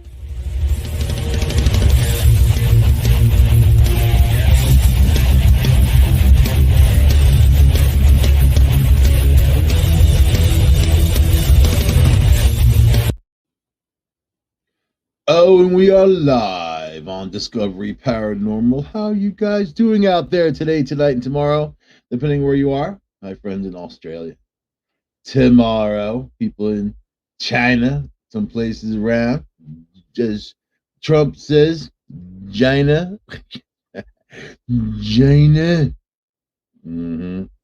So, I don't know. You know what I'm trying to do? I'm trying to think about Halloween. It's coming. It's coming hard. It's coming fast. It's coming just so head spinning coming. And what are you gonna do for Halloween? You gonna talk about ghosts? You gonna talk about wizards and warlocks? You know, a warlock is not as much as a witch. You know that. I don't know. I met these guys that said they were warlocks, and I'm like, it's lower than a witch. You know that. And in the hierarchy of wizardry, warlock, you're a witch. You're a witch. Salem, Massachusetts is one of my favorite places to go to hang out. That used to be. You know what? Years ago, decades. Now, Salem, I know what it is. It's like the Walmart of shoppery for anything witchery. It's not like it used to be. Of course, nothing ever is. You have to enjoy your memories, man, while you're living them. Enjoy the golden age that you're standing in, because for tomorrow, it's not going to change for the better. It's all going to be just more megalomania. It's kind of like looking up at the sky, and you can see the stars and all that. And not long from now, we're going to have just space objects lit up brighter than stars. And someone's going to put the idea of putting advertising up there. You can't go to the beach anymore without seeing some ads float by. And no matter what, it's just they want to put that advertisement in your lap, no matter where. I opened up a goddamn fortune cookie. There was an ad on the other side of the fortune. I was like, really? So tonight's show, we're talking about sliders, man. They're not like the little burgers, little chicken sandwiches. I'm talking about sliders, street light interference, SLI, NIRS, right? This is for people who walk near a light bulb and it goes out, or a street lamp. It tends to happen with everything, I think, because I hate to tell you, I'm one of those people. And the phenomenon is a weird one, because after a while, you just kind of get used to, hey, this thing's going to go out if I come near it. It's got the potential. The guy I used to do, paranormal investigations with, we were going out all the time doing stuff. He'd laugh his ass off because he'd see it. I walk into a room and the light bulb would blow, or at least one, and it wouldn't just go. I mean, it would go. It wouldn't just go tink. The thing would sucker would really, like, you'd hear it. And then, he figures there's always faulty light bulbs. There's always lights going out. So you kind of put it to the wayside. All right. I chalk it up to energy, me personally. And if I'm in that state of mind, I've noticed I have to be in a certain state of energy, really, for these things to happen. Like sometimes I'm feeling magnetic, and then as I'm driving down the road, cars will come at me from the opposite lane. Yeah, I ever experienced that. Bad drivers, maybe, probably, perhaps. Or maybe they just want to be close to me. I don't know. But I think that in this world, whatever energy you put out is what you're going to get back, right? And I think, for good, for bad. Look at the people who are depressed all the time. You're depressed all the time. You're not going to get out of your depression if you're depressed all the time, because that's the energy you're putting out. You got to change the flow. I know it's hard to do. It's very hard to do, especially your personal circumstances. But this is about the people out there that make the lights go out. And it's not just that. It's electronics. It's knowing that, with me, glass. I have to be really, when I own glass, it's short term, because at some point I'm going to touch glass, it's going to explode. Boom. And I don't mean like break or crack. I'm talking about explode into little tiny pieces. That's how it happens. And then even if I had to think about not being in that head and kind of push myself away from it just to drive down the road because I don't want anything funky to happen in the car, electronic or something, if I'm in that head. So how many people out there, put your hands up, how many people out there have that experience? And all right, so this guy wrote a book, and then he died, Hillary Evans. And in his book, Hillary writes that there can be widespread belief in a phenomenon which is nonetheless nothing more than an artifact derived from an erroneous interpretation of witness testimony, saying that it's bullcrap, right? But then it goes on to say, how do they do that? A young man in Dublin walks past a row of streetlights at night, and they all go out, one by one as he passes. An engineer in Woodville, Washington, is stopped by police, and his car searched to find out what he's doing to their streetlights. An Australian man in the entertainment industry parks his car in a parking lot, and the light above him goes out until the following evening when he parks in precisely the same place and the light comes back on again.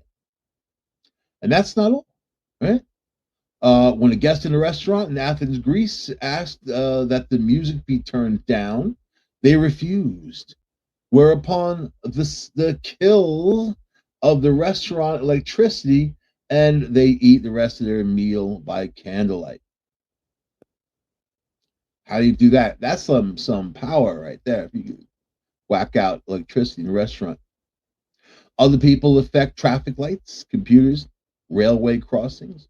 I've known people that say that they can change traffic lights. They can think about it, and then seconds later, the light changes. And I'm like, well, don't you think the light just changes automatically, No. This light takes a long time. And I wish I had that skill. There was a traffic light at Long Island. I'd be going home to South Amityville, making the mad dash through North Amityville. If you know the area, you know why I'm making the mad dash. On the outskirts, I took the back road, took the county line road, not the direct route. But there was this one traffic light on Sunrise Highway that I'd always roll through. I mean, you're not supposed to blow red lights or whatever. Whatever, It was a light that lasted for 10 freaking minutes. And then you have to drive back and forth, there was like a sensor under the ground. You gotta drive back and forth and try to make that. Had a light ass Trans Am, drive back and forth. And then finally you're like, forget it. I'm just gonna go tell them I'm colorblind. It's some weird thing. I'm out of here. Figure if a cop pulled me over, I'll just tell him what the deal is. But that would have been an occasion to like change the light, like that. And then the freaking thing changes. So a good talent, good ability, right? So streetlight interference, once considered to be folklore, something that happened to a friend of a friend or some freak that like me, today is recognized as a scientific enigma with implications for our knowledge of the universe, including ourselves. So the very dude who went out to prove it a bunch of bunk comes back and says, hey, this is real. But why is it happening? It's real. But why is it happening?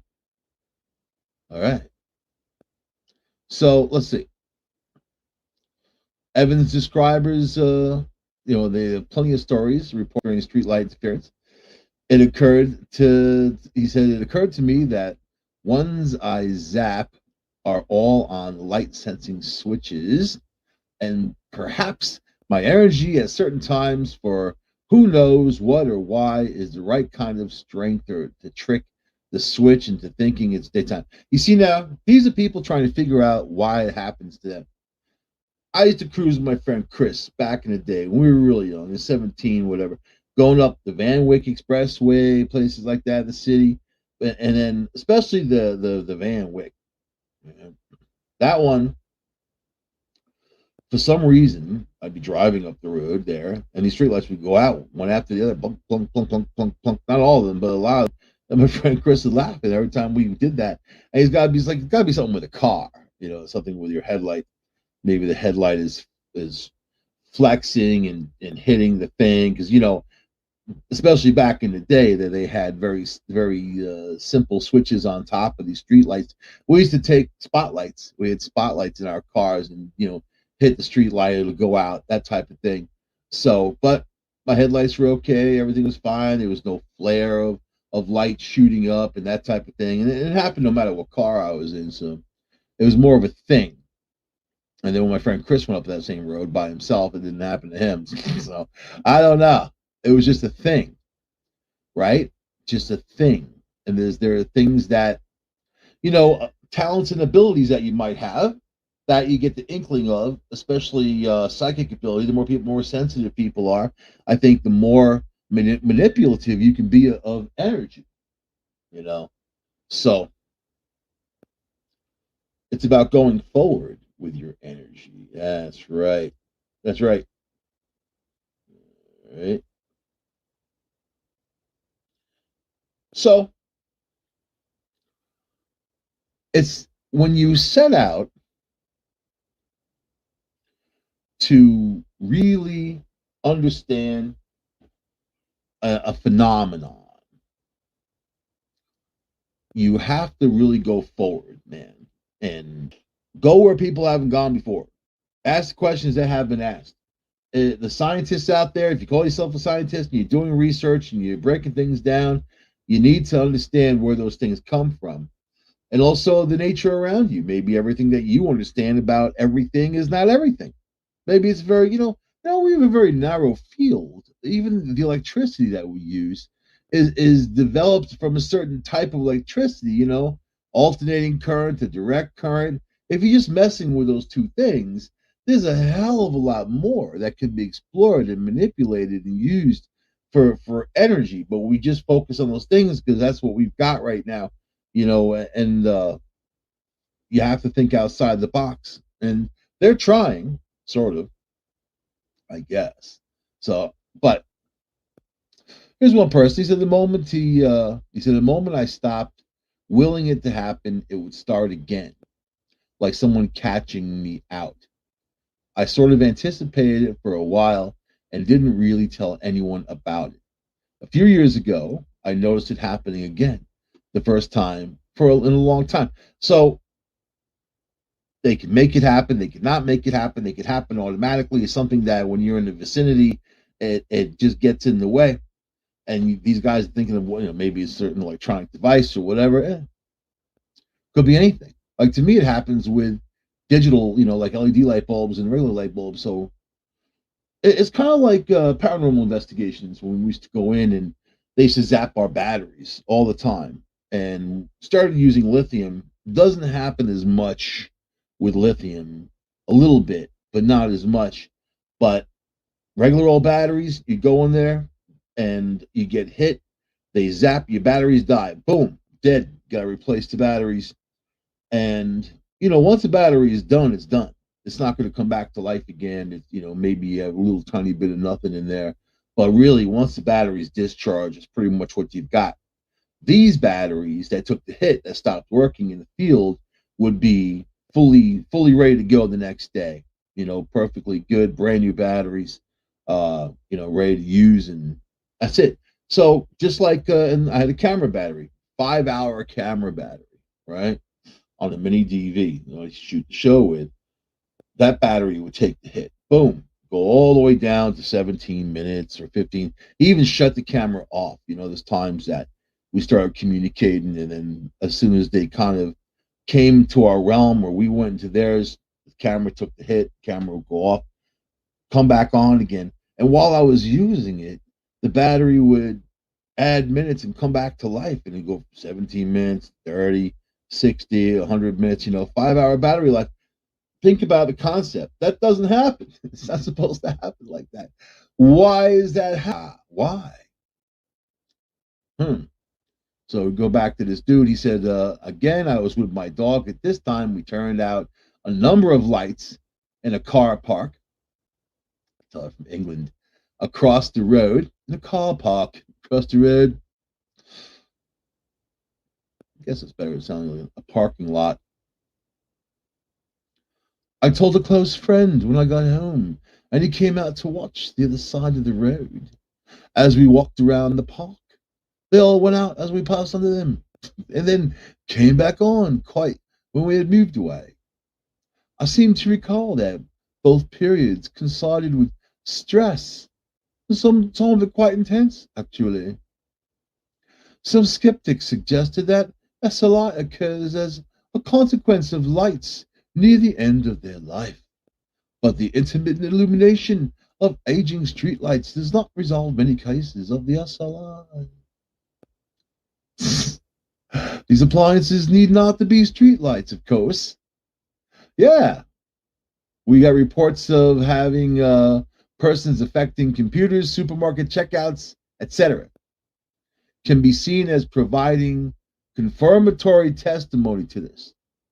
However, there's a good reason to think that streetlights are particularly sensitive compared to other types of equipment. This could be because they operate at close to the critical level, or because it's not normally considered necessary to provide them with substantial shielding, or we don't know what the hell's going on. Whatever. What if I told you I met a guy a while ago in Las Vegas, and he said he could control slot machines with his mind, like make them pay off. And he said he was kicked out of all these casinos because they thought he was cheating, that he has some device on him or whatever. Because, there's all kinds of devices that they make for cheating, I guess. It's a huge industry, cheating, right? And you're going to have gambling. You're going to cheat the gamblers are going to cheat the house. Like that. I had an uncle, great uncle, one of my grandmother's brothers, who kicked out of all these places too because he was a card counter. But he could, count through like these 6 deck shoots or whatever. I'm not a gambler, so I don't know the technical technicalities. I know how to gamble. I'm just not a gambler. But can you control those things? And so I said to him, what do you do? Because of course, if someone tells you that they can control slot machines and win, you ask them how. You don't just look at them and say, really? That's what a lot of people might say and walk away because thinking they're freaks. No, I want to know how. I want you to write it down on that cocktail napkin. Tell me I want steps A through Z on how I can control a slot machine with my mind. Mind control. So they said that they find the sweet spot, the pivot. And they kind of think about it. They look into it. They connect. They find the pivot. And it's there. And they don't overthink it. They don't use their brain to overthink it. How's that? I've done shows on visualization and, remote viewing and using remote viewing techniques for that, even gambling or whatever in life you're going to use remote viewing for. It's if you practice enough, I think that people can get pretty sharp at it and even have just, it depends on your level of sensitivity, but also if you exercise that level of sensitivity, you can, it'll get more powerful, right? This medium that we used to, consult before we do these investigations sometimes, she told us that we were going to become way more sensitive as we do these investigations. As you open up that door, you build the bridge, you're in the realm, then you start becoming more sensitive. And it happened. It happened again. And, and the more you do, the more sensitive until you get to the point where you automatically know these things. It's like when you know something and you know it for sure, and you automatically know it. That's a long way to go from not knowing, So, and I think that if you're in that world, you understand what I'm talking about, so automatically knowing. So anyway, okay, let's see. Those who treat SLI as true phenomenon believe that certain people possess a level of energy that interacts with the street electrical equipment, and this energy causes lights to go on and off. I think that the presence of that energy is what interacts. It's not necessarily the functioning of a light going on and off. It's a disruption of that energy. And, everything is frequency. Everything. The desk that I got in front of me and the microphone I'm talking into, all these things have a frequency. You know, just like light bulbs and just like anything, just like computers, anything like that. It's a frequency. So if you think of it and you're in that zone, it can happen, right? Maybe. If you believe in it. If you don't believe in it, it happens anyway.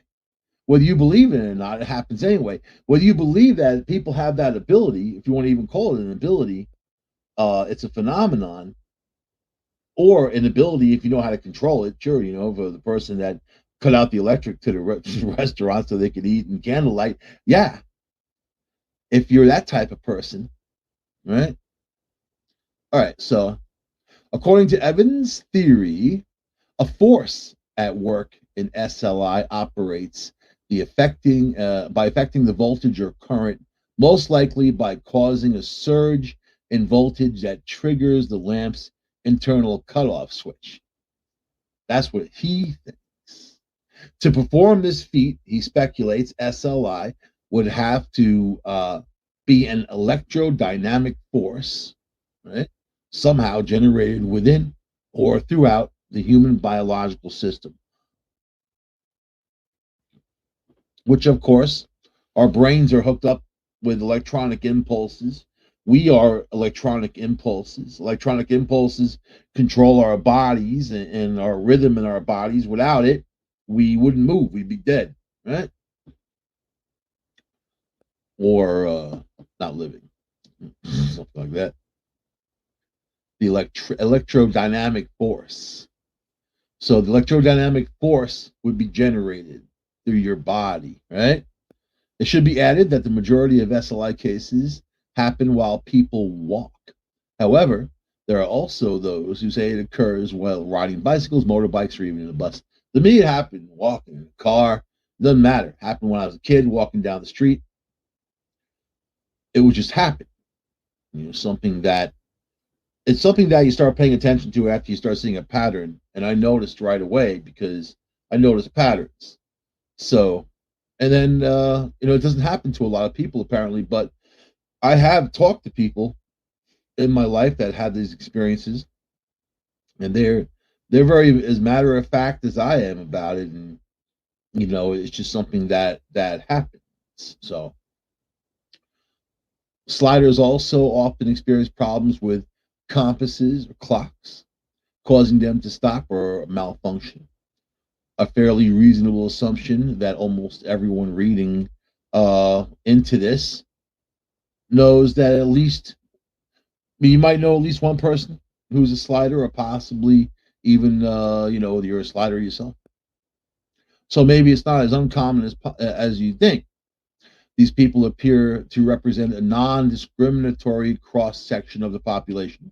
They are male, they are female, they're young, they're old, they're straight, they're gay, they're black, they're white, and they live in both urban and rural areas.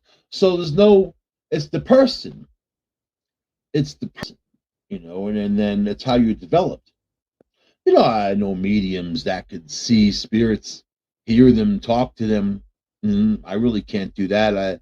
I've seen shadow figures. I have pictures of ghosts. I've talked to spirits through electronic devices, that type of thing. So some people have developed on different levels, But the sliders, they're doctors, scientists, school teachers, journalists, copyright mechanics, all these people that came forward to talk about it, because they're interested in the experience themselves since it's happening to them, right? So a slider is a person who just seems able to cause streetlights to go out by walking past. That's pretty amazing. The ability appears to be completely spontaneous, intermittent. The person in question having no apparent control over it. It's also has the effect of appearance of being random without any obvious sequence of cause. Although you have some people that can literally walk under a series of streetlights and they'll all go out, and they laugh about it. You go on YouTube, you'll find people that have that. It's just interesting that this guy Hillary Evans wrote this book and he died, so he didn't obviously continue his work on this side. And that's back in 1993. So, but I don't think a lot of people are talking about sliders, and I want to talk about it because I thought it was an interesting subject to cover it and just talk about, people and their electronic experiences. Because to me, it's not just street lights. To me, it's basically anything and anything. One slider from Sydney, Australia reports, I've been noticing for years that street lights often went out whenever I was around, but I always had just assumed that it was something that happened to everyone. It wasn't until I started to mention it to other people that drew blank looks from them. So he stared at him like he's crazy. Are you crazy? Many people in Dr. Evans' study also become very circumspect about who they told more often than not. The response from other people of ridicule. People always ridicule what they don't understand. So you have that. There's a lot of naysayers out there, and I don't listen to them because they're negative people. Until you can prove it. If you're going to prove it to me, then I'm all ears. Because I can't reject something. I can't reject actual factual proof. If it's actual factual proof, I'm just talking about a phenomenon that people experience. And what is it? Why is it? How does it happen? It's not something to say, oh, they're crazy. Just dismiss it all entirely. You can't if you're going to experience and investigate. You can't. Right? So, aside from Australia, although new tongue today, although the circumstances surrounding the reports of SLI and Dr. Evans' 1993 report varied widely from one to the other. And think about 1993. It wasn't really a time that people were accepting anything paranormal necessarily. It wasn't until really the early 2000s that more of the paranormal network shows and whatever started coming out, which really broke more ice for people to understand something more, even if the shows are bunk, and opens up their mind to say, hey, this could be, right? Something like that.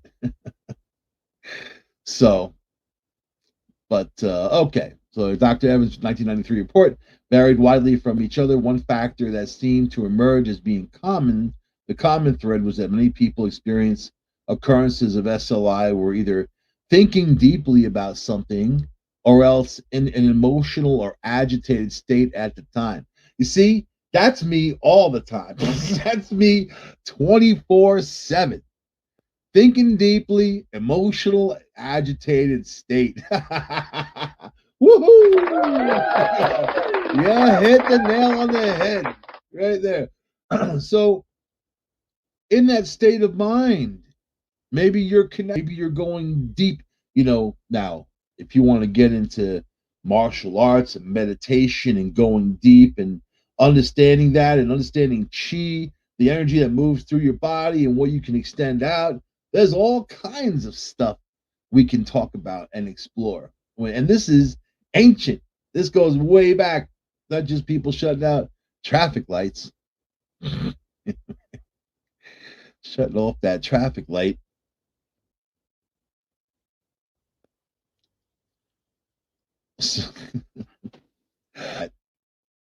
I refer to him as Lord of the Marsh.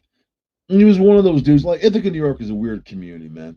And there used to be these people on the commons. There's a commons, which is like Ithaca Road, made into a paved outside type of mall. It killed all the businesses, so the only people that hang out there are heroin addicts and crackheads and meth heads. That's pretty much it. The wretched refuse. So back in the day, when it still had some life to it, there was these people who hung out on Saturday night and they did the vampire games where they read parts and whatever. That's cool. People, they're having fun. They're outside. They're doing their thing. I didn't put too much stock into anything like that. But it's it was fun for them. It was good energy and that type of thing. But when you start delving into, and there was a group within that group that called themselves like the Wolf Pack, and they were into negative stuff and like, I don't know, Satanism or whatever. This is what I understood. And these people could never stand to be around me personally.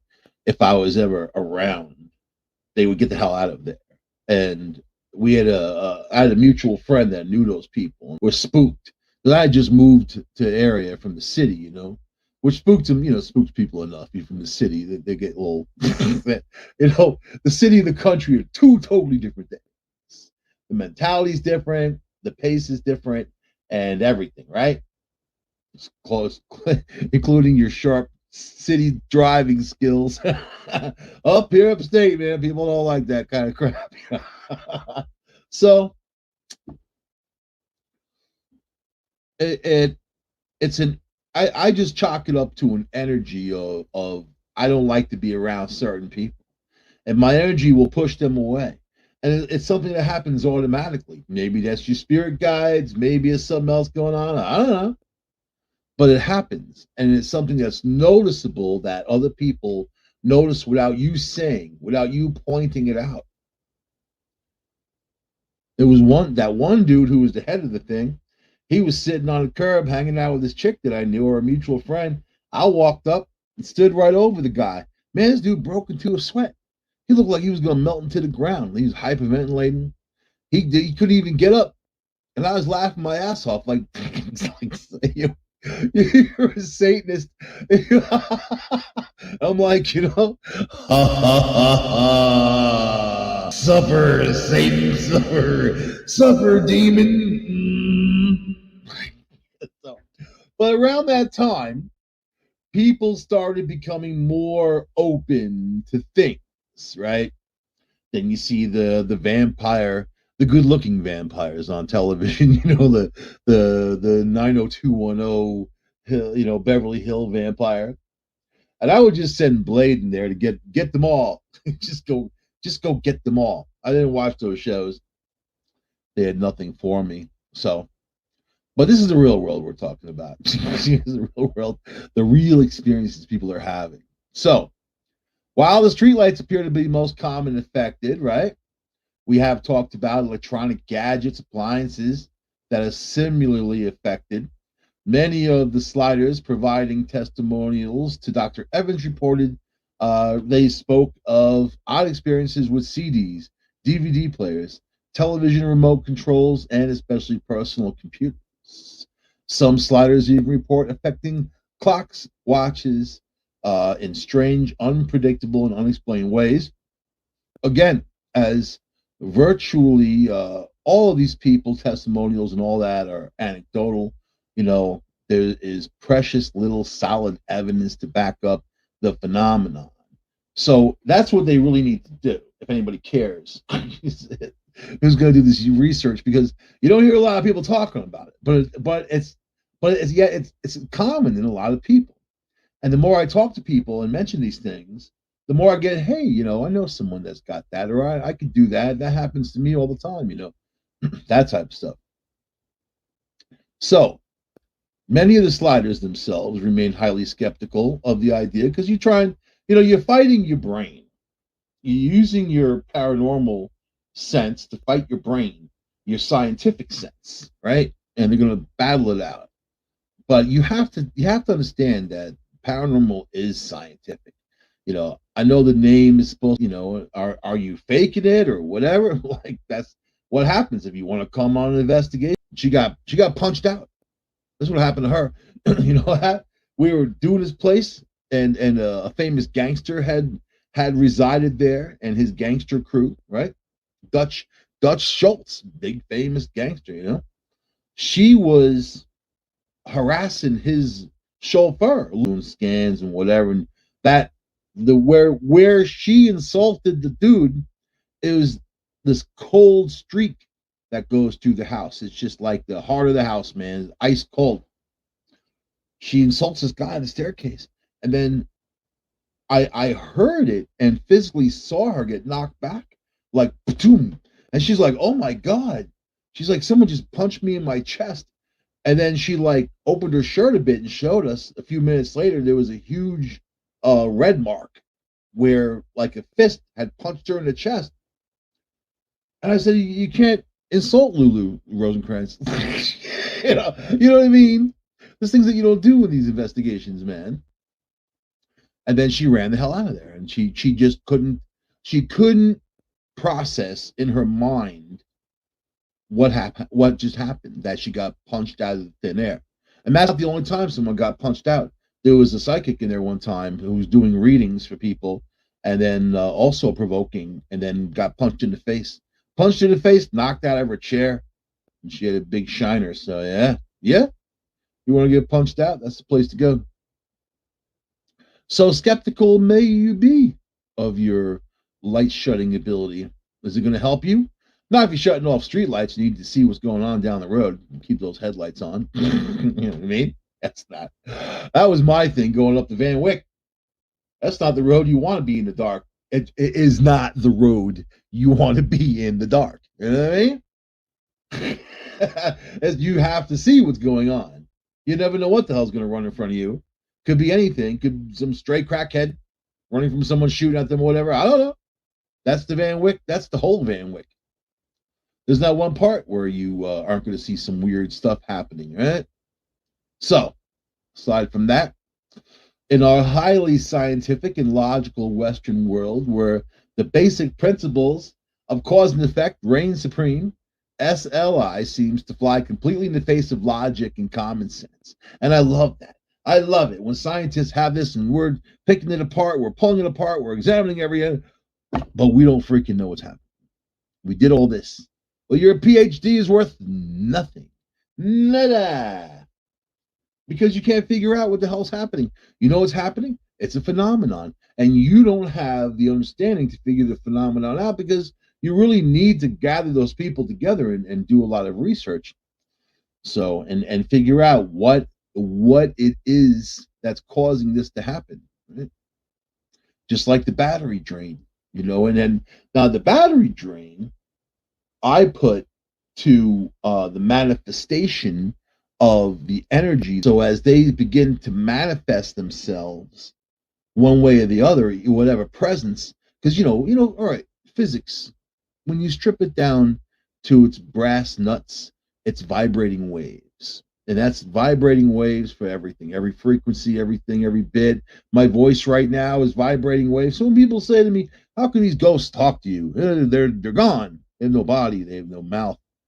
And you tell them that it's vibrating waves, and whatever they can use to manipulate to bring about that source, they may not know what they're doing. They may know what they're doing. I'm not saying that they're Beetlejuice, but I'm going to say that they're going to use whatever is environmentally available to them to do that, right? Just like cold spots.